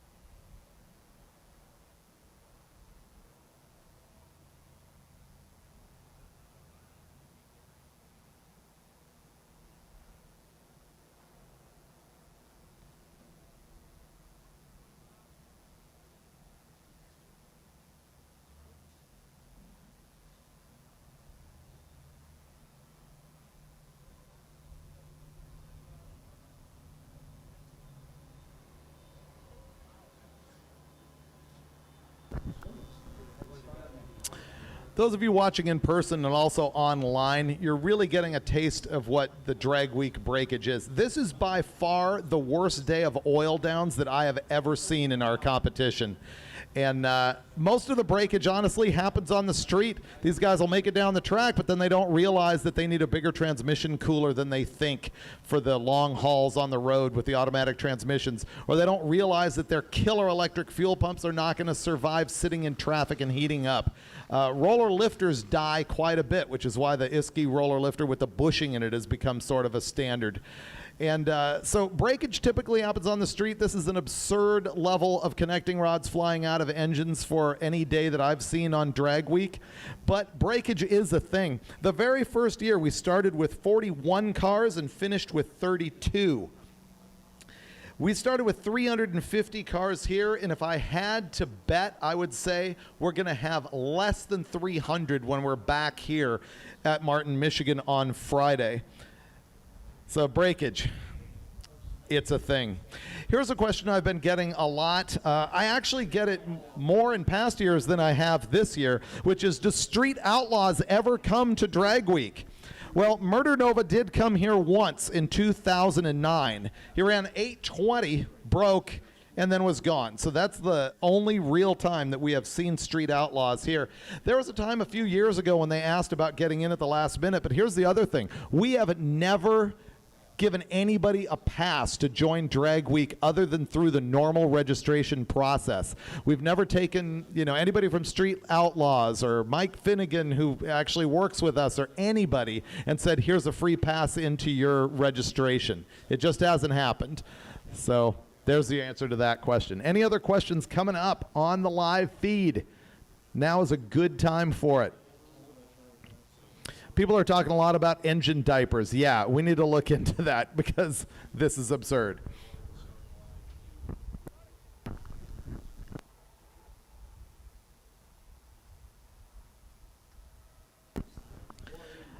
Let's just hope that everybody with glass connecting rods has been weeded out today and we don't see this for the rest of the time. People asking about how about Jeff Lutz? Yes, Jeff Lutz, I guess there's an answer for Street Outlaws. I didn't even consider that would include Lutz because he did Drag Week prior to getting on that show. Yes, Jeff Lutz competed for several years in a row, 2014, 2016. I think he was there 2012. And of course, Jeff Lutz does hold the quickest average time we've ever seen at Drag Week. In 2016, with his Mad Max 69 Camaro, a straight-up Pro Mod car, he went 6:19.18 as a 5-day average. His best pass of the week was 6.106, which to that point was the quickest ever. To that point. So yes, Jeff Lutz, prior to his days at Street Outlaws, did run this event quite a bit. As a matter of fact, the beef that developed between Lutz and Larry Larson was awesome, continues to this day, and I think is also some fun on that show and beyond.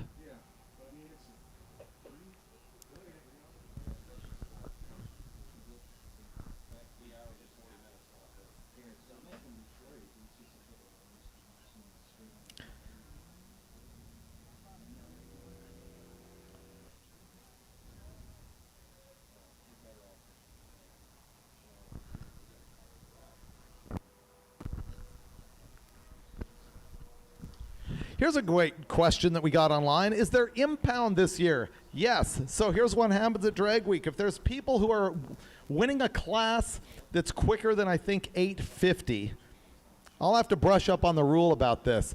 Keith Turk is able to look at your car and go, you know what? You look like you have a crew. You look like you have too many people working on the car. If you're questionable in any way, we will put you in the impound area so that they can watch what you're doing and see how many people are working on the car. Basically, just make sure you're straight up legit. Make sure that you don't need a bunch of tools off the guy who's been parking next to you every day, that type of thing. The good thing about being an impound is it means that you get a direct pass to the staging lanes. So that's another element of keeping an eye on the car. So if you're in impound, you get to go straight into lanes sort of at your leisure whenever you want to be there. Impound is still a thing at Hot Rod Drag Week. Someone online's asking about the gasser class. That is something that has taken off, but it still only has 7, 8, 9 competitors, but it is just so much fun. They make a good show, and I love them. I hope more people sign up for both that and the hot rod class. Someone asked, is the Real Street Supra this year? The white one?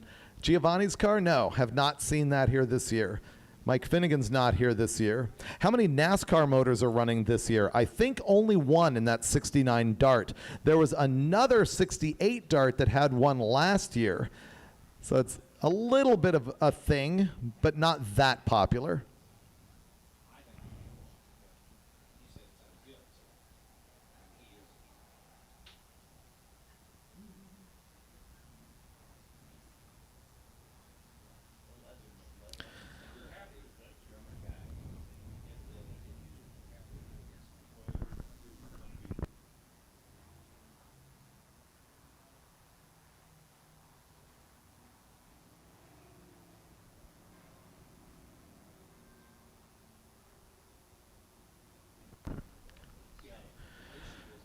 Guys online are trying to suggest solutions to all these oil downs that we've had today, and here's one that's come up a few times which ultimately doesn't make a lot of sense, which is to prevent the oil downs, you should run a 300-mile drive before we start racing.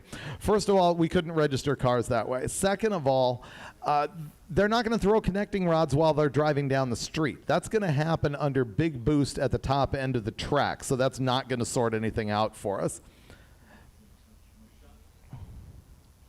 Oh, someone asked about the Tesla. Yeah, we did have a Tesla run in 2019, and I was impressed by it because I thought it would need a whole bunch of charges along the way, but at one point he hot-lapped that thing and ran a bunch of 10-second passes right in a row.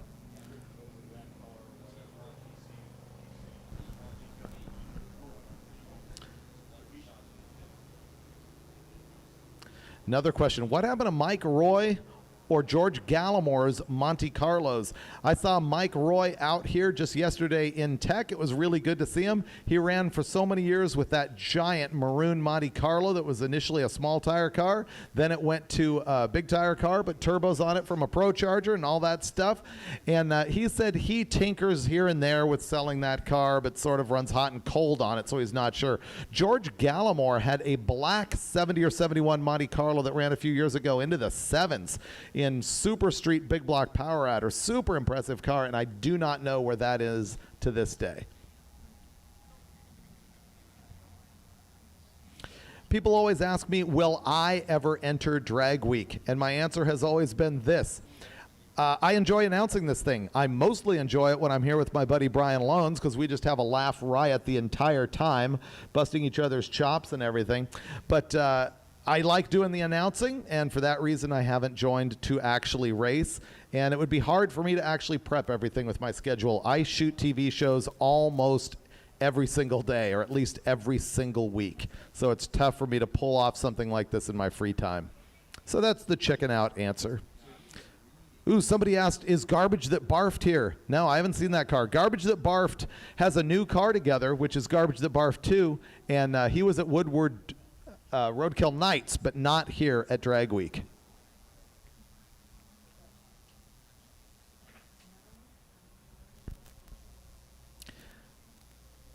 Someone's asking, what's the difference between this event and Rocky Mountain Race Week, which are now back-to-back? I admit I have not poured through the rules of Rocky Mountain Race Week. I know that they have a different and significantly looser class structure. I don't know how they run the rest of their event, and so I cannot accurately answer that question, but it is very similar to what we do here. There are some racers here at Drag Week that are going to be running Rocky Mountain 2.0 next week, which is pretty wild to think that they're going to be ending up doing this like 10 days in a row. People asking if I ran the Bonneville Salt Flats land speed racing this year. No, we did not. We've been racing El Mirage Dry Lakes in Southern California instead. People asking about my Model A. I appreciate that very much. I have a 31 Ford Model A Coupe with a naturally aspirated, pretty tame big block in the thing that runs in the 880s, and that has been fun. Is Honk when parts fall off here? Yes, he is. Someone asked about Alex Taylor. She made 2 passes. One of them had a problem with an electrical short, and then she came back and ran again, and I apologize that I don't remember the number. But yeah, she hopefully will be here the entire week. Someone asked if this is Clay Milliken announcing. No, it is not. It's David Freiberger. Random. I sound nothing like Clay, I assure you.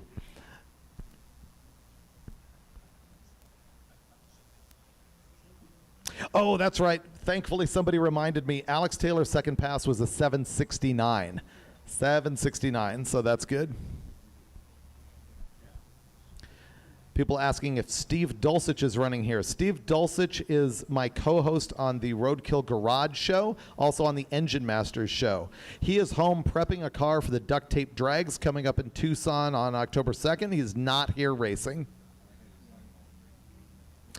People are barbecuing me on here about the Street Outlaws question when I said that we had only seen Murder Nova here one time and that's it. And they're all saying, what about Jeff Lutz? I will repeat that the answer there is that Lutz was not on that show when he did compete here. So it did not connect in my mind. But yes, he has been here many times. As a matter of fact, owns the record for the quickest 5-day average.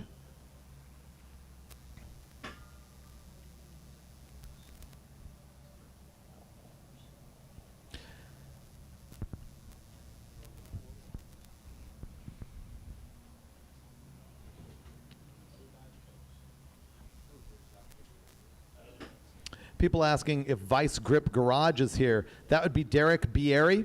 And no, he's not here running the event. He is in that Hoopty World Championship show that we've been promoting. So check that out. People asking, is Jim Forbes here? Yes, Jim Forbes is the guy with the red altered wheelbase early Nova.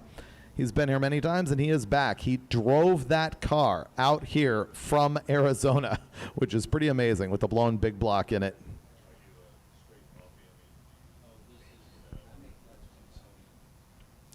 People ask how the General Mayhem is coming along. The General Mayhem is the 68 Dodge Charger that was built, I think, in the second year of our Roadkill show, where we slammed it together with a 440 out of a motorhome, and it later had a Hellcat in it and was in an episode of Roadkill where we ran it right here with the Hellcat in it.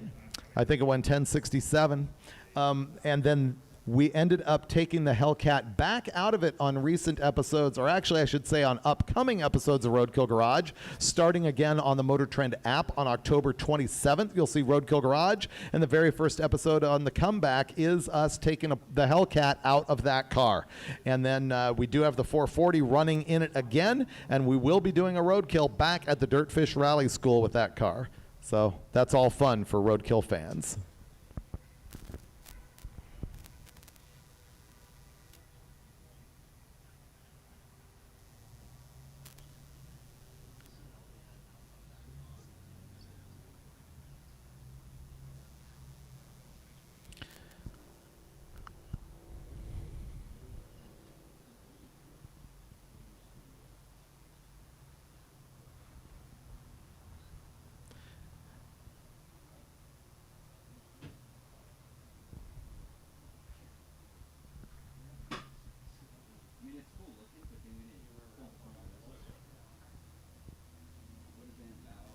Oh, a couple folks asking me how Lucky Costa is doing. Lucky Costa is a co-host on Hot Rod Garage, and he picked up the COVID, and he's been in the hospital twice with it, but not bad enough to be on a ventilator or anything like that. He is just extremely worn down with it, but has recently recovered enough to be back on his feet and doing his thing. And I expect to see him at Duct Tape Drags coming up, and we've also got another holiday special that he is slated to be in, and I hope he's well enough to do that. But bottom line, Lucky's going to be okay, and thanks for asking.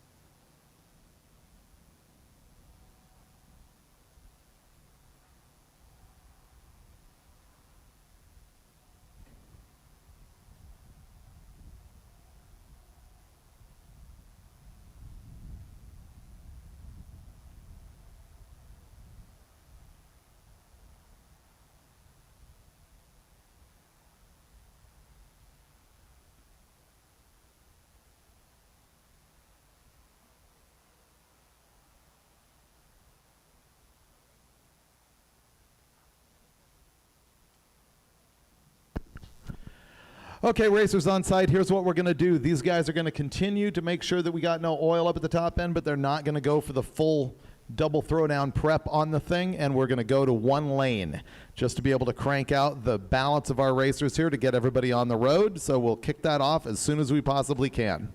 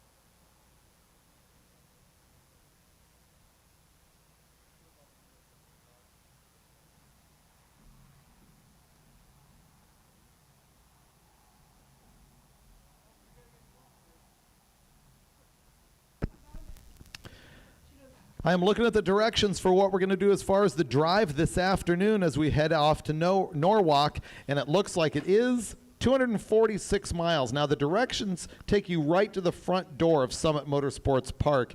And, of course, as you get to the end there, you can go ahead and get to your hotel. The other thing is, if you need anything that is off the route as you're going, you can exit the route as long as you return to the route and drive the whole thing. Once again, people have been caught on that in the past and have been thrown out for being way off the route. We've got events people that are driving on the main highways, and we've also got other racers keeping an eye on people.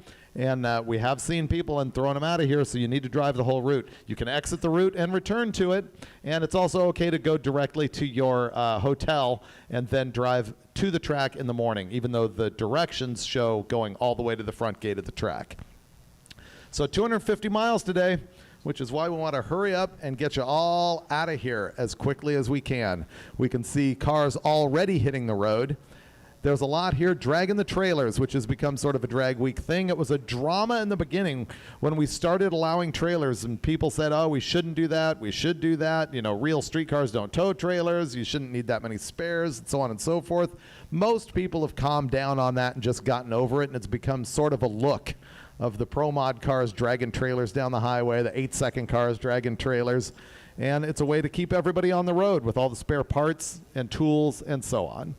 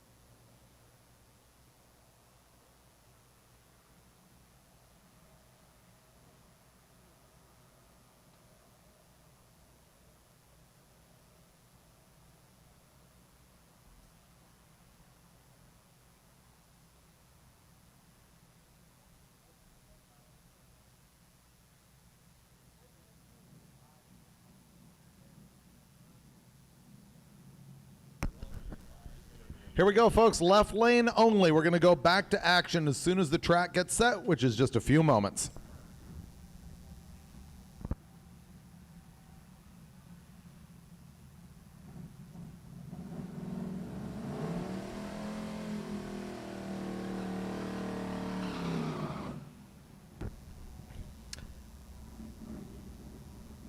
And our first solo is going to be Michael Whitney in the 66 Nova, a Street Machine Eliminator car that we've already seen twice before.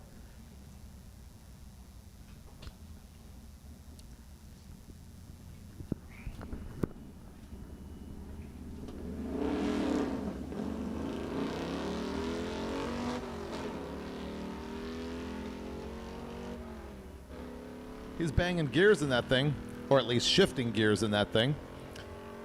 A 9:11 at the 8th mile and 14:20 at 97 miles an hour out the back.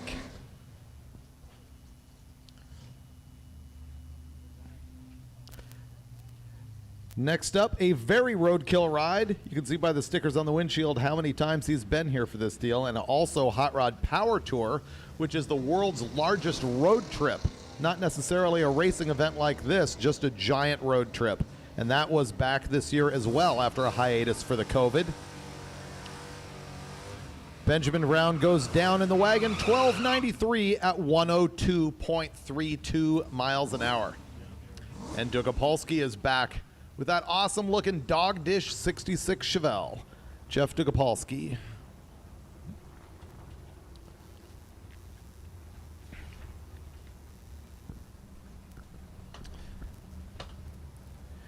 You see he's got the sticker Anti-LS Consortium. That's been a bigger and bigger trend as we go on at Drag Week, as he does the triple bouncer wheelie with a lot of tire spin in between. That had some entertainment value. Only a 196 60-foot, the 8th 741, the quarter 1127 at 127.19 miles an hour. Here comes the 68 Barracuda Coupe.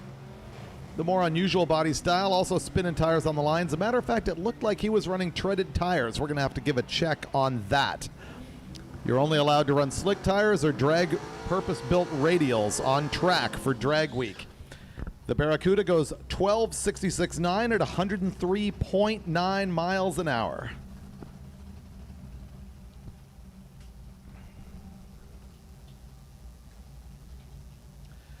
Next up, an 09 Pontiac G8. It says this is Pontiac Hoodlum Racing.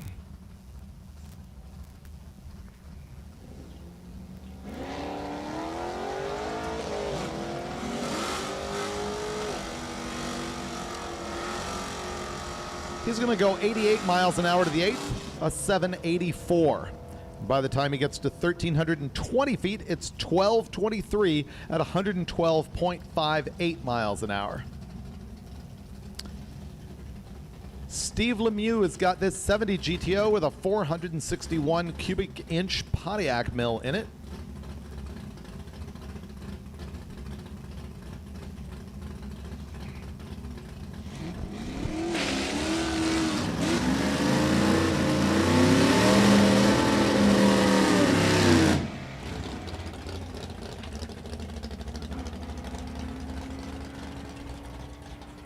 And the Pontiac goes 1273 at 107.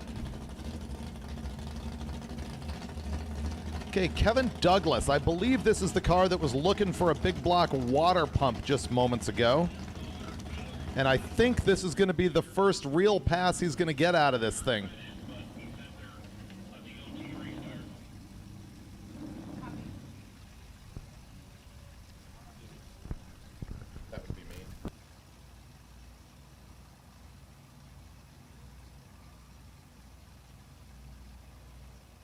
Oh, and they're pushing it back. Super Street Big Block Power Adder entry. I'm not sure that they've gotten a good pass on this thing. We'll give them every opportunity up to the point where we got to shut this thing down.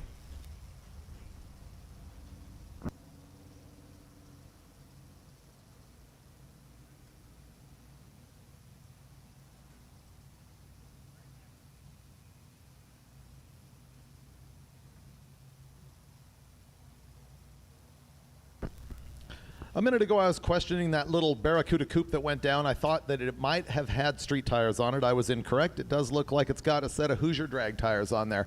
One of the reasons why we require drag tires on every one of the Street Machine Eliminator cars is to get rid of the people who are out here running like 15-second, bone stock Acuras and things like that.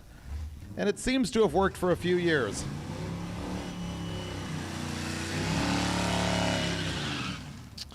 Fred Sermon coming up with his Ford truck that I believe has a big block Ford in it. 64 F100, and indeed, that is a big block Ford 385 series. Looks like it has a mailbox for a hood scoop. His 8th mile time, 9:11. And 1440 at 92 miles an hour out the big end.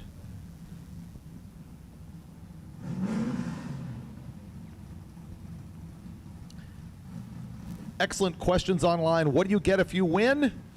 The admiration of your peers and a jacket that will show up like 6 months later. You also get drums of fuel for a variety of class wins in the spirit of Drag Week win from Rocket Brand Fuels. And there's the 3 electric guitars from Gear Vendors. There's a number of plaques and things, but there is no money involved at Drag Week. As the Nova rolls down at 10:13 at 128 miles an hour from the Backyard Bandit.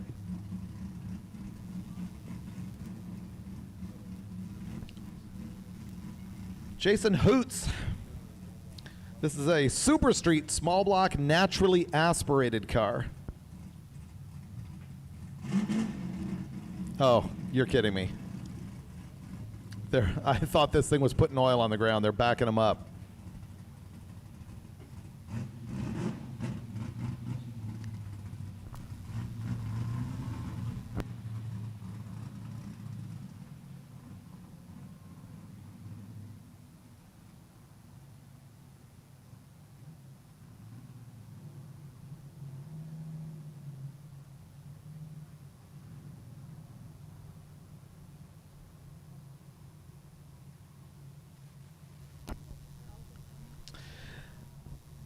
Well, we pushed that car back. We've now got a small collection of cars at the back of the staging lanes that have not made their good passes yet. We'll give them every opportunity to do that, but we are going to have to shut down by the time we run these lanes out. Colt Rist is back in his 04 Chevy Impala waiting to do his burnout.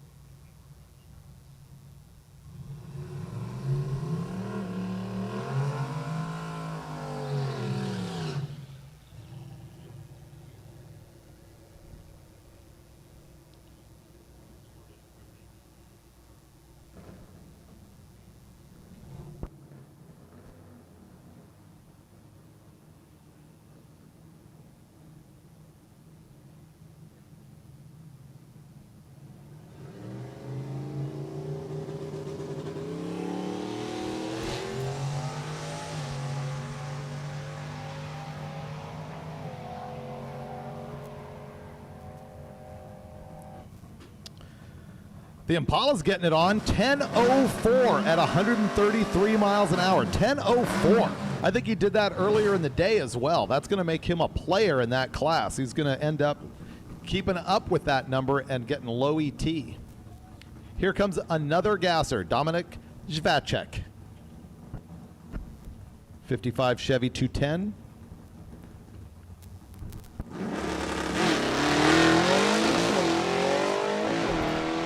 Another triple bouncer wheelie out of that car. A 1.45 60-foot time. 6:36 to the 8th and 9:94 at 133.93 miles an hour at the quarter mile.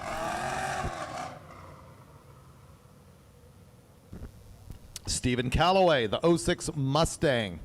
As a reminder, we are currently running one lane only, just to save some time here on detailed prep up at the big end where we had so much oil. If they'd been able to collect all the oil that was on the track today, man, they could lube a fleet of big rigs. Stephen Calloway, 172 60-foot time. The 8th mile number, 7.65 seconds. And all the way, an 1186 at 118.8 miles an hour.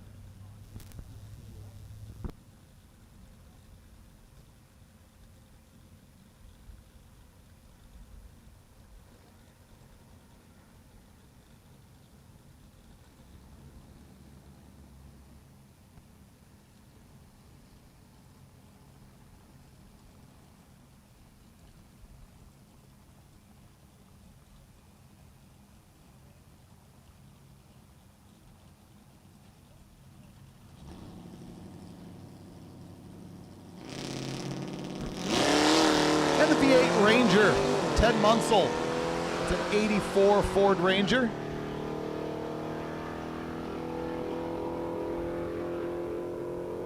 $11.20 at 119.11 miles an hour.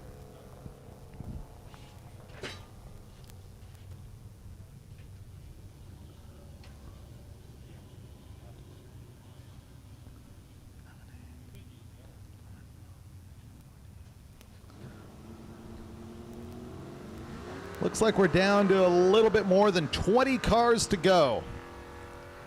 Sending them down one lane here just to get this done as quickly as we can so everybody can hit the road. And he rolls 1198 at 112.28 miles an hour. John Mankia coming back. It's his third or fourth pass today. A lot of people will make repeated passes trying to get their best number at the sacrifice of having a much longer night as they hit the road. The LS-powered Camaro takes off to a 6.50 8th mile time. Out the back, 1039 at 109.81 miles an hour. Stu Hill is back with the awesome paint job on this purple 57 Chevy.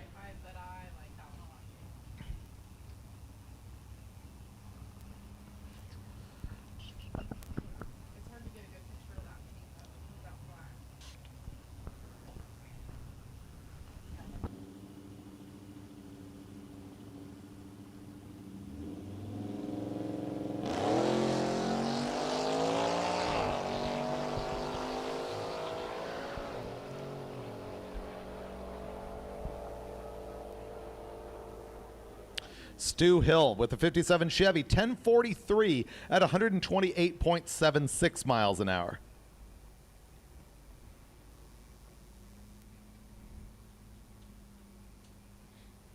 People are on the live feed asking about that little Impala that came out earlier that was running 1004, and they're like, how is that possible? Why does it have slicks on the back? It is rear-wheel drive converted. That's all I can tell you about that car. Hopefully I can catch up with them this evening and get more details and share them with you tomorrow. We learn more and more about these cars as we go. There's 350 of them to try and memorize all the data. I do the best I can. Met up with a lot of people in the staging lanes, or in the tech line yesterday, and we'll continue to do that as we roll on to Norwalk tonight. A lot of these cars will be broken down at the side of the road, and we'll stop and get their stories and repeat them for you tomorrow.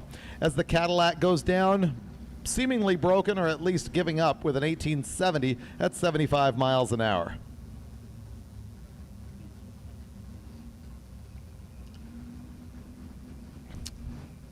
Michael Gillette with the 2013 Camaro ZL1.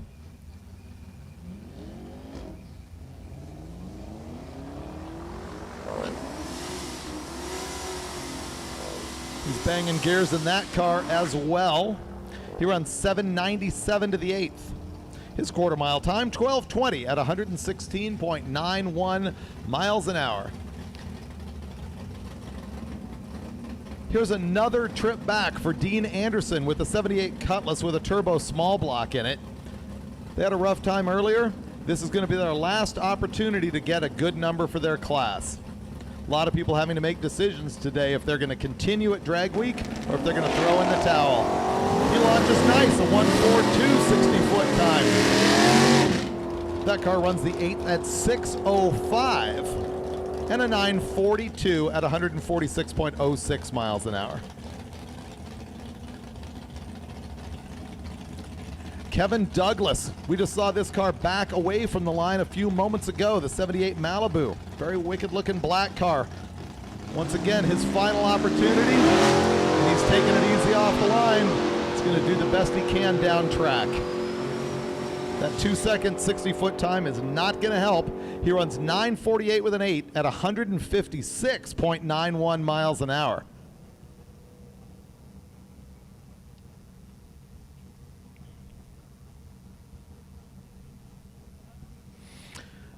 Another street race small block power adder car, the 78 Cutlass of Josh Lester.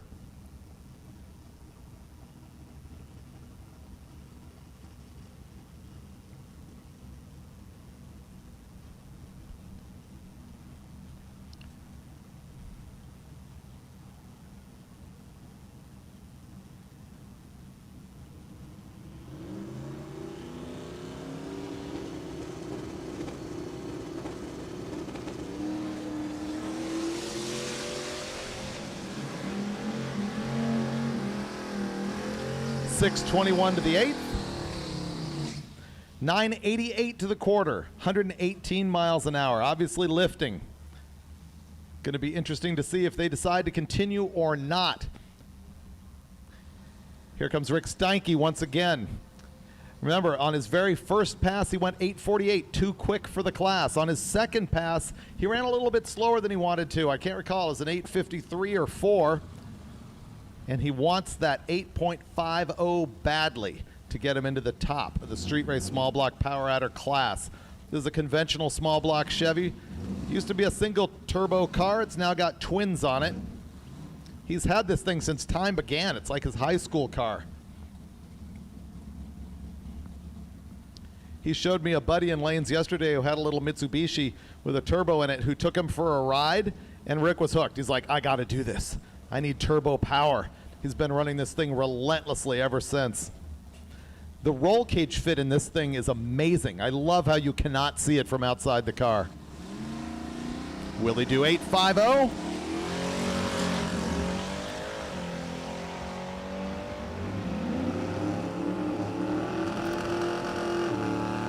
No. 855 at 161.52 miles an hour. Once again, he's playing hurt. That engine was put together with some scuffed pistons that they hand polished to try and make them better. They had some pinched ring lands that they were literally filing with a little tiny diamond file to try and get them to take rings, all after blowing it up just last weekend at a race and thrashing to get it together. Michael Higgins is up in his 69 Chevelle. This is a Pro Street naturally aspirated car.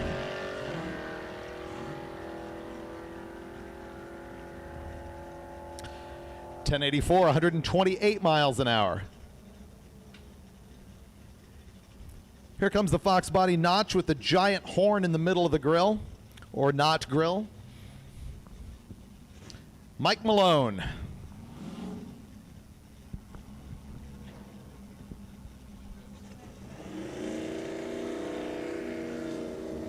That's going to be a disappointment for him. Another car just trying to get down, playing their odds.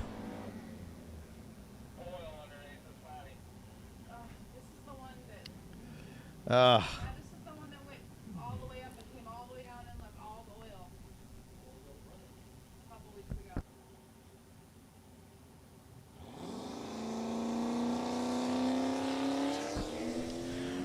Brandon Miller in the 72 Monte Carlo, another small block power adder car. I told you that class was huge. He goes 692 to the 8th. He's not going to get anywhere near that 850. He goes 1108, lifting at 104. Ooh, we are back with one of my favorites, the NASCAR-powered 69 Dodge Dart. It is a Dodge NASCAR engine. He told me it goes through the lights at 9,200 RPM, and listen to the thing when he does his burnout. It is wicked cool.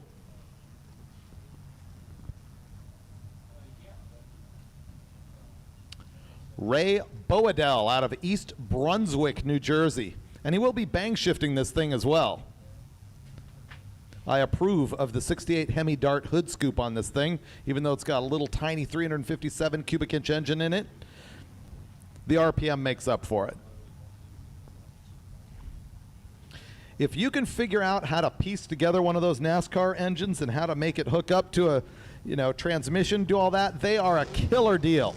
He told me he's got like $5,500 into the long block on this thing.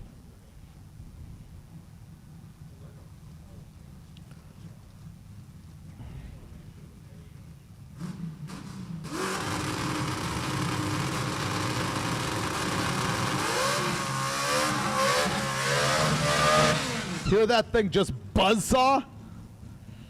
It's wicked.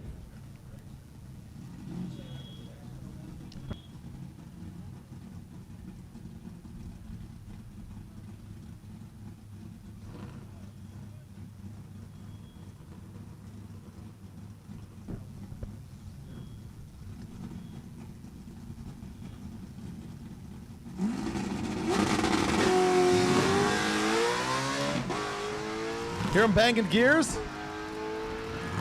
Hear the 9,000 RPM? And see the 995 at 137 miles an hour from the naturally aspirated little NASCAR engine.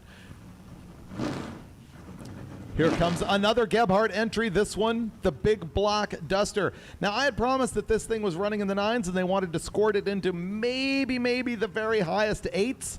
And they disappointed on the last round with a 10. They might have just been checking the thing out.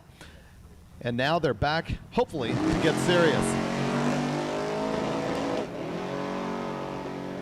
Or perhaps not as serious. And he goes 1060 again at 129.35 miles an hour. Gonna have to catch up with them and see if I've got misinformation on that car. Thought they had nitrous on that thing. They are running. They're running in a naturally aspirated category. Maybe they decided to run with that instead of the nitrous deal. Today is a day where you can change classes, or you may have your class changed for you at any point during the week, by the way.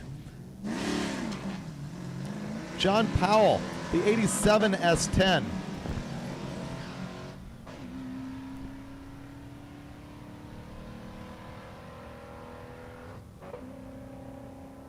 $13.22, 103.64 miles an hour.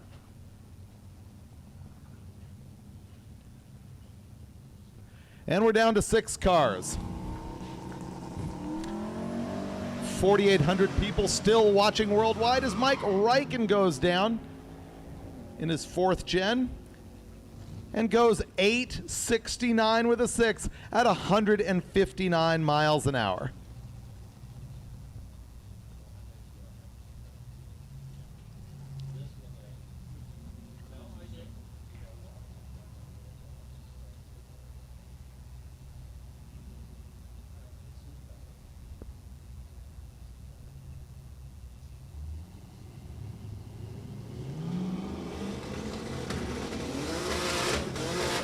Raymond Hageman in the 69 Mustang Coupe.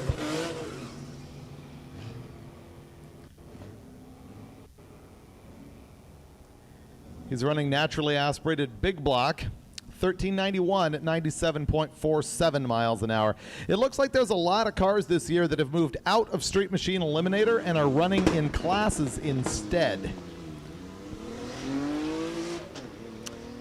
Michael Gardner, the 93 Nissan Skyline. You can see he's driving on the wrong side of the car.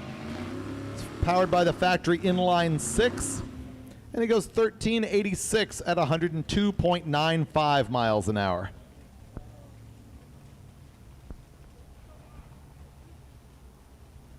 Brian Gebhardt. He's in the 62 Valiant.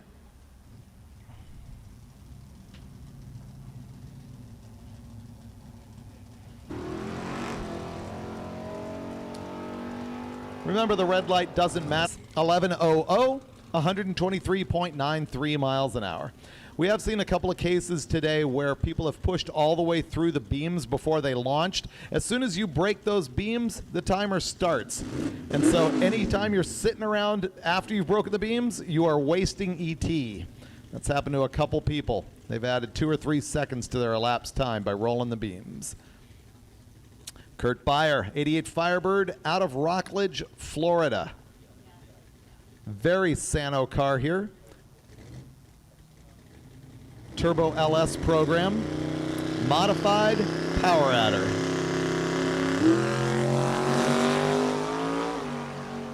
One, 2, 8, 60 foot. He goes to the 8th at 5:14 and runs 791 with a 5 at 175.64 miles an hour. 791 at the end of the day here at Drag Week 2021.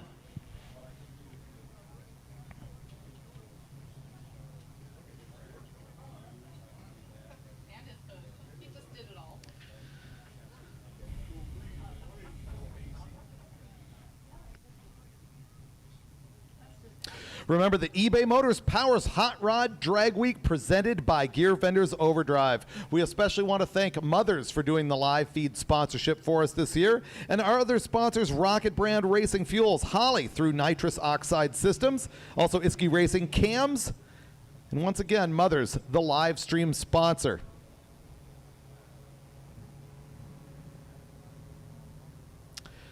Yeah.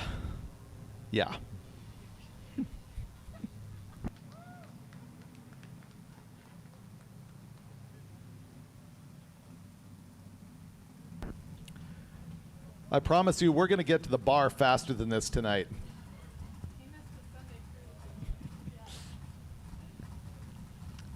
Here is the thing at Drag Week. If your car is broken and you want to stay in competition, all you have to do is take the beam, stage the car, and they will give you a 20-second ET. And in this case, that guy would have been better off doing that.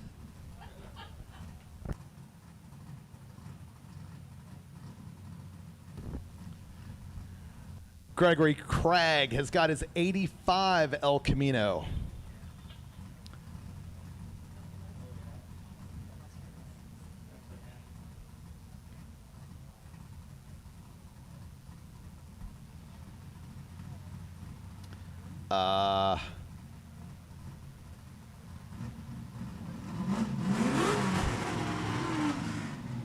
Somebody explain this to me. What is he doing? If he hits a center block, oh, dude, stay away from the foam.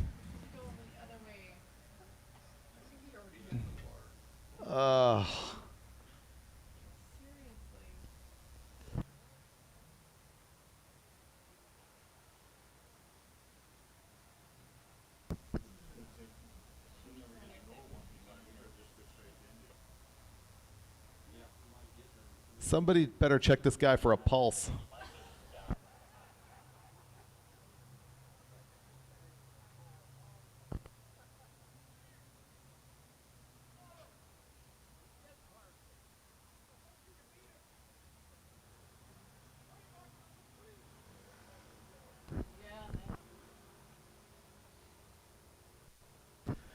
This is among the strangest things I've seen at Drag Week, and we're legitimately going to check on the welfare of this driver.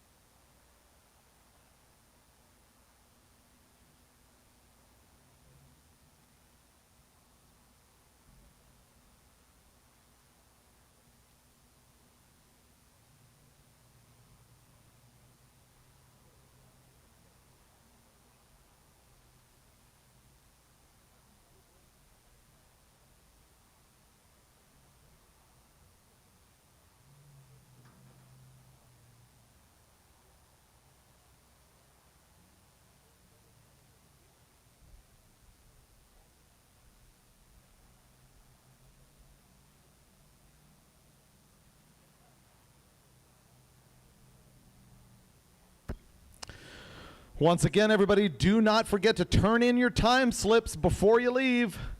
We're down to the very, very end of this program. Before you get out of here, we do need your time slip because we and our crew are dying to hit the road as badly as you are. I will be following the route each night so I can see what's going on, meet more of you guys, learn more about more of your vehicles, and find out what broke and how you fixed it.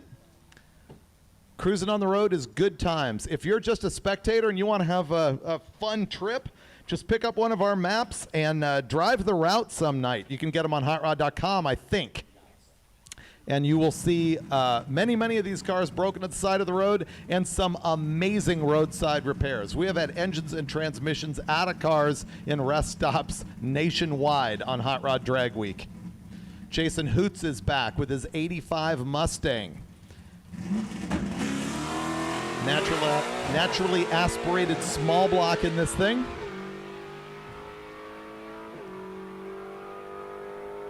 And 927 at 148.27 miles an hour.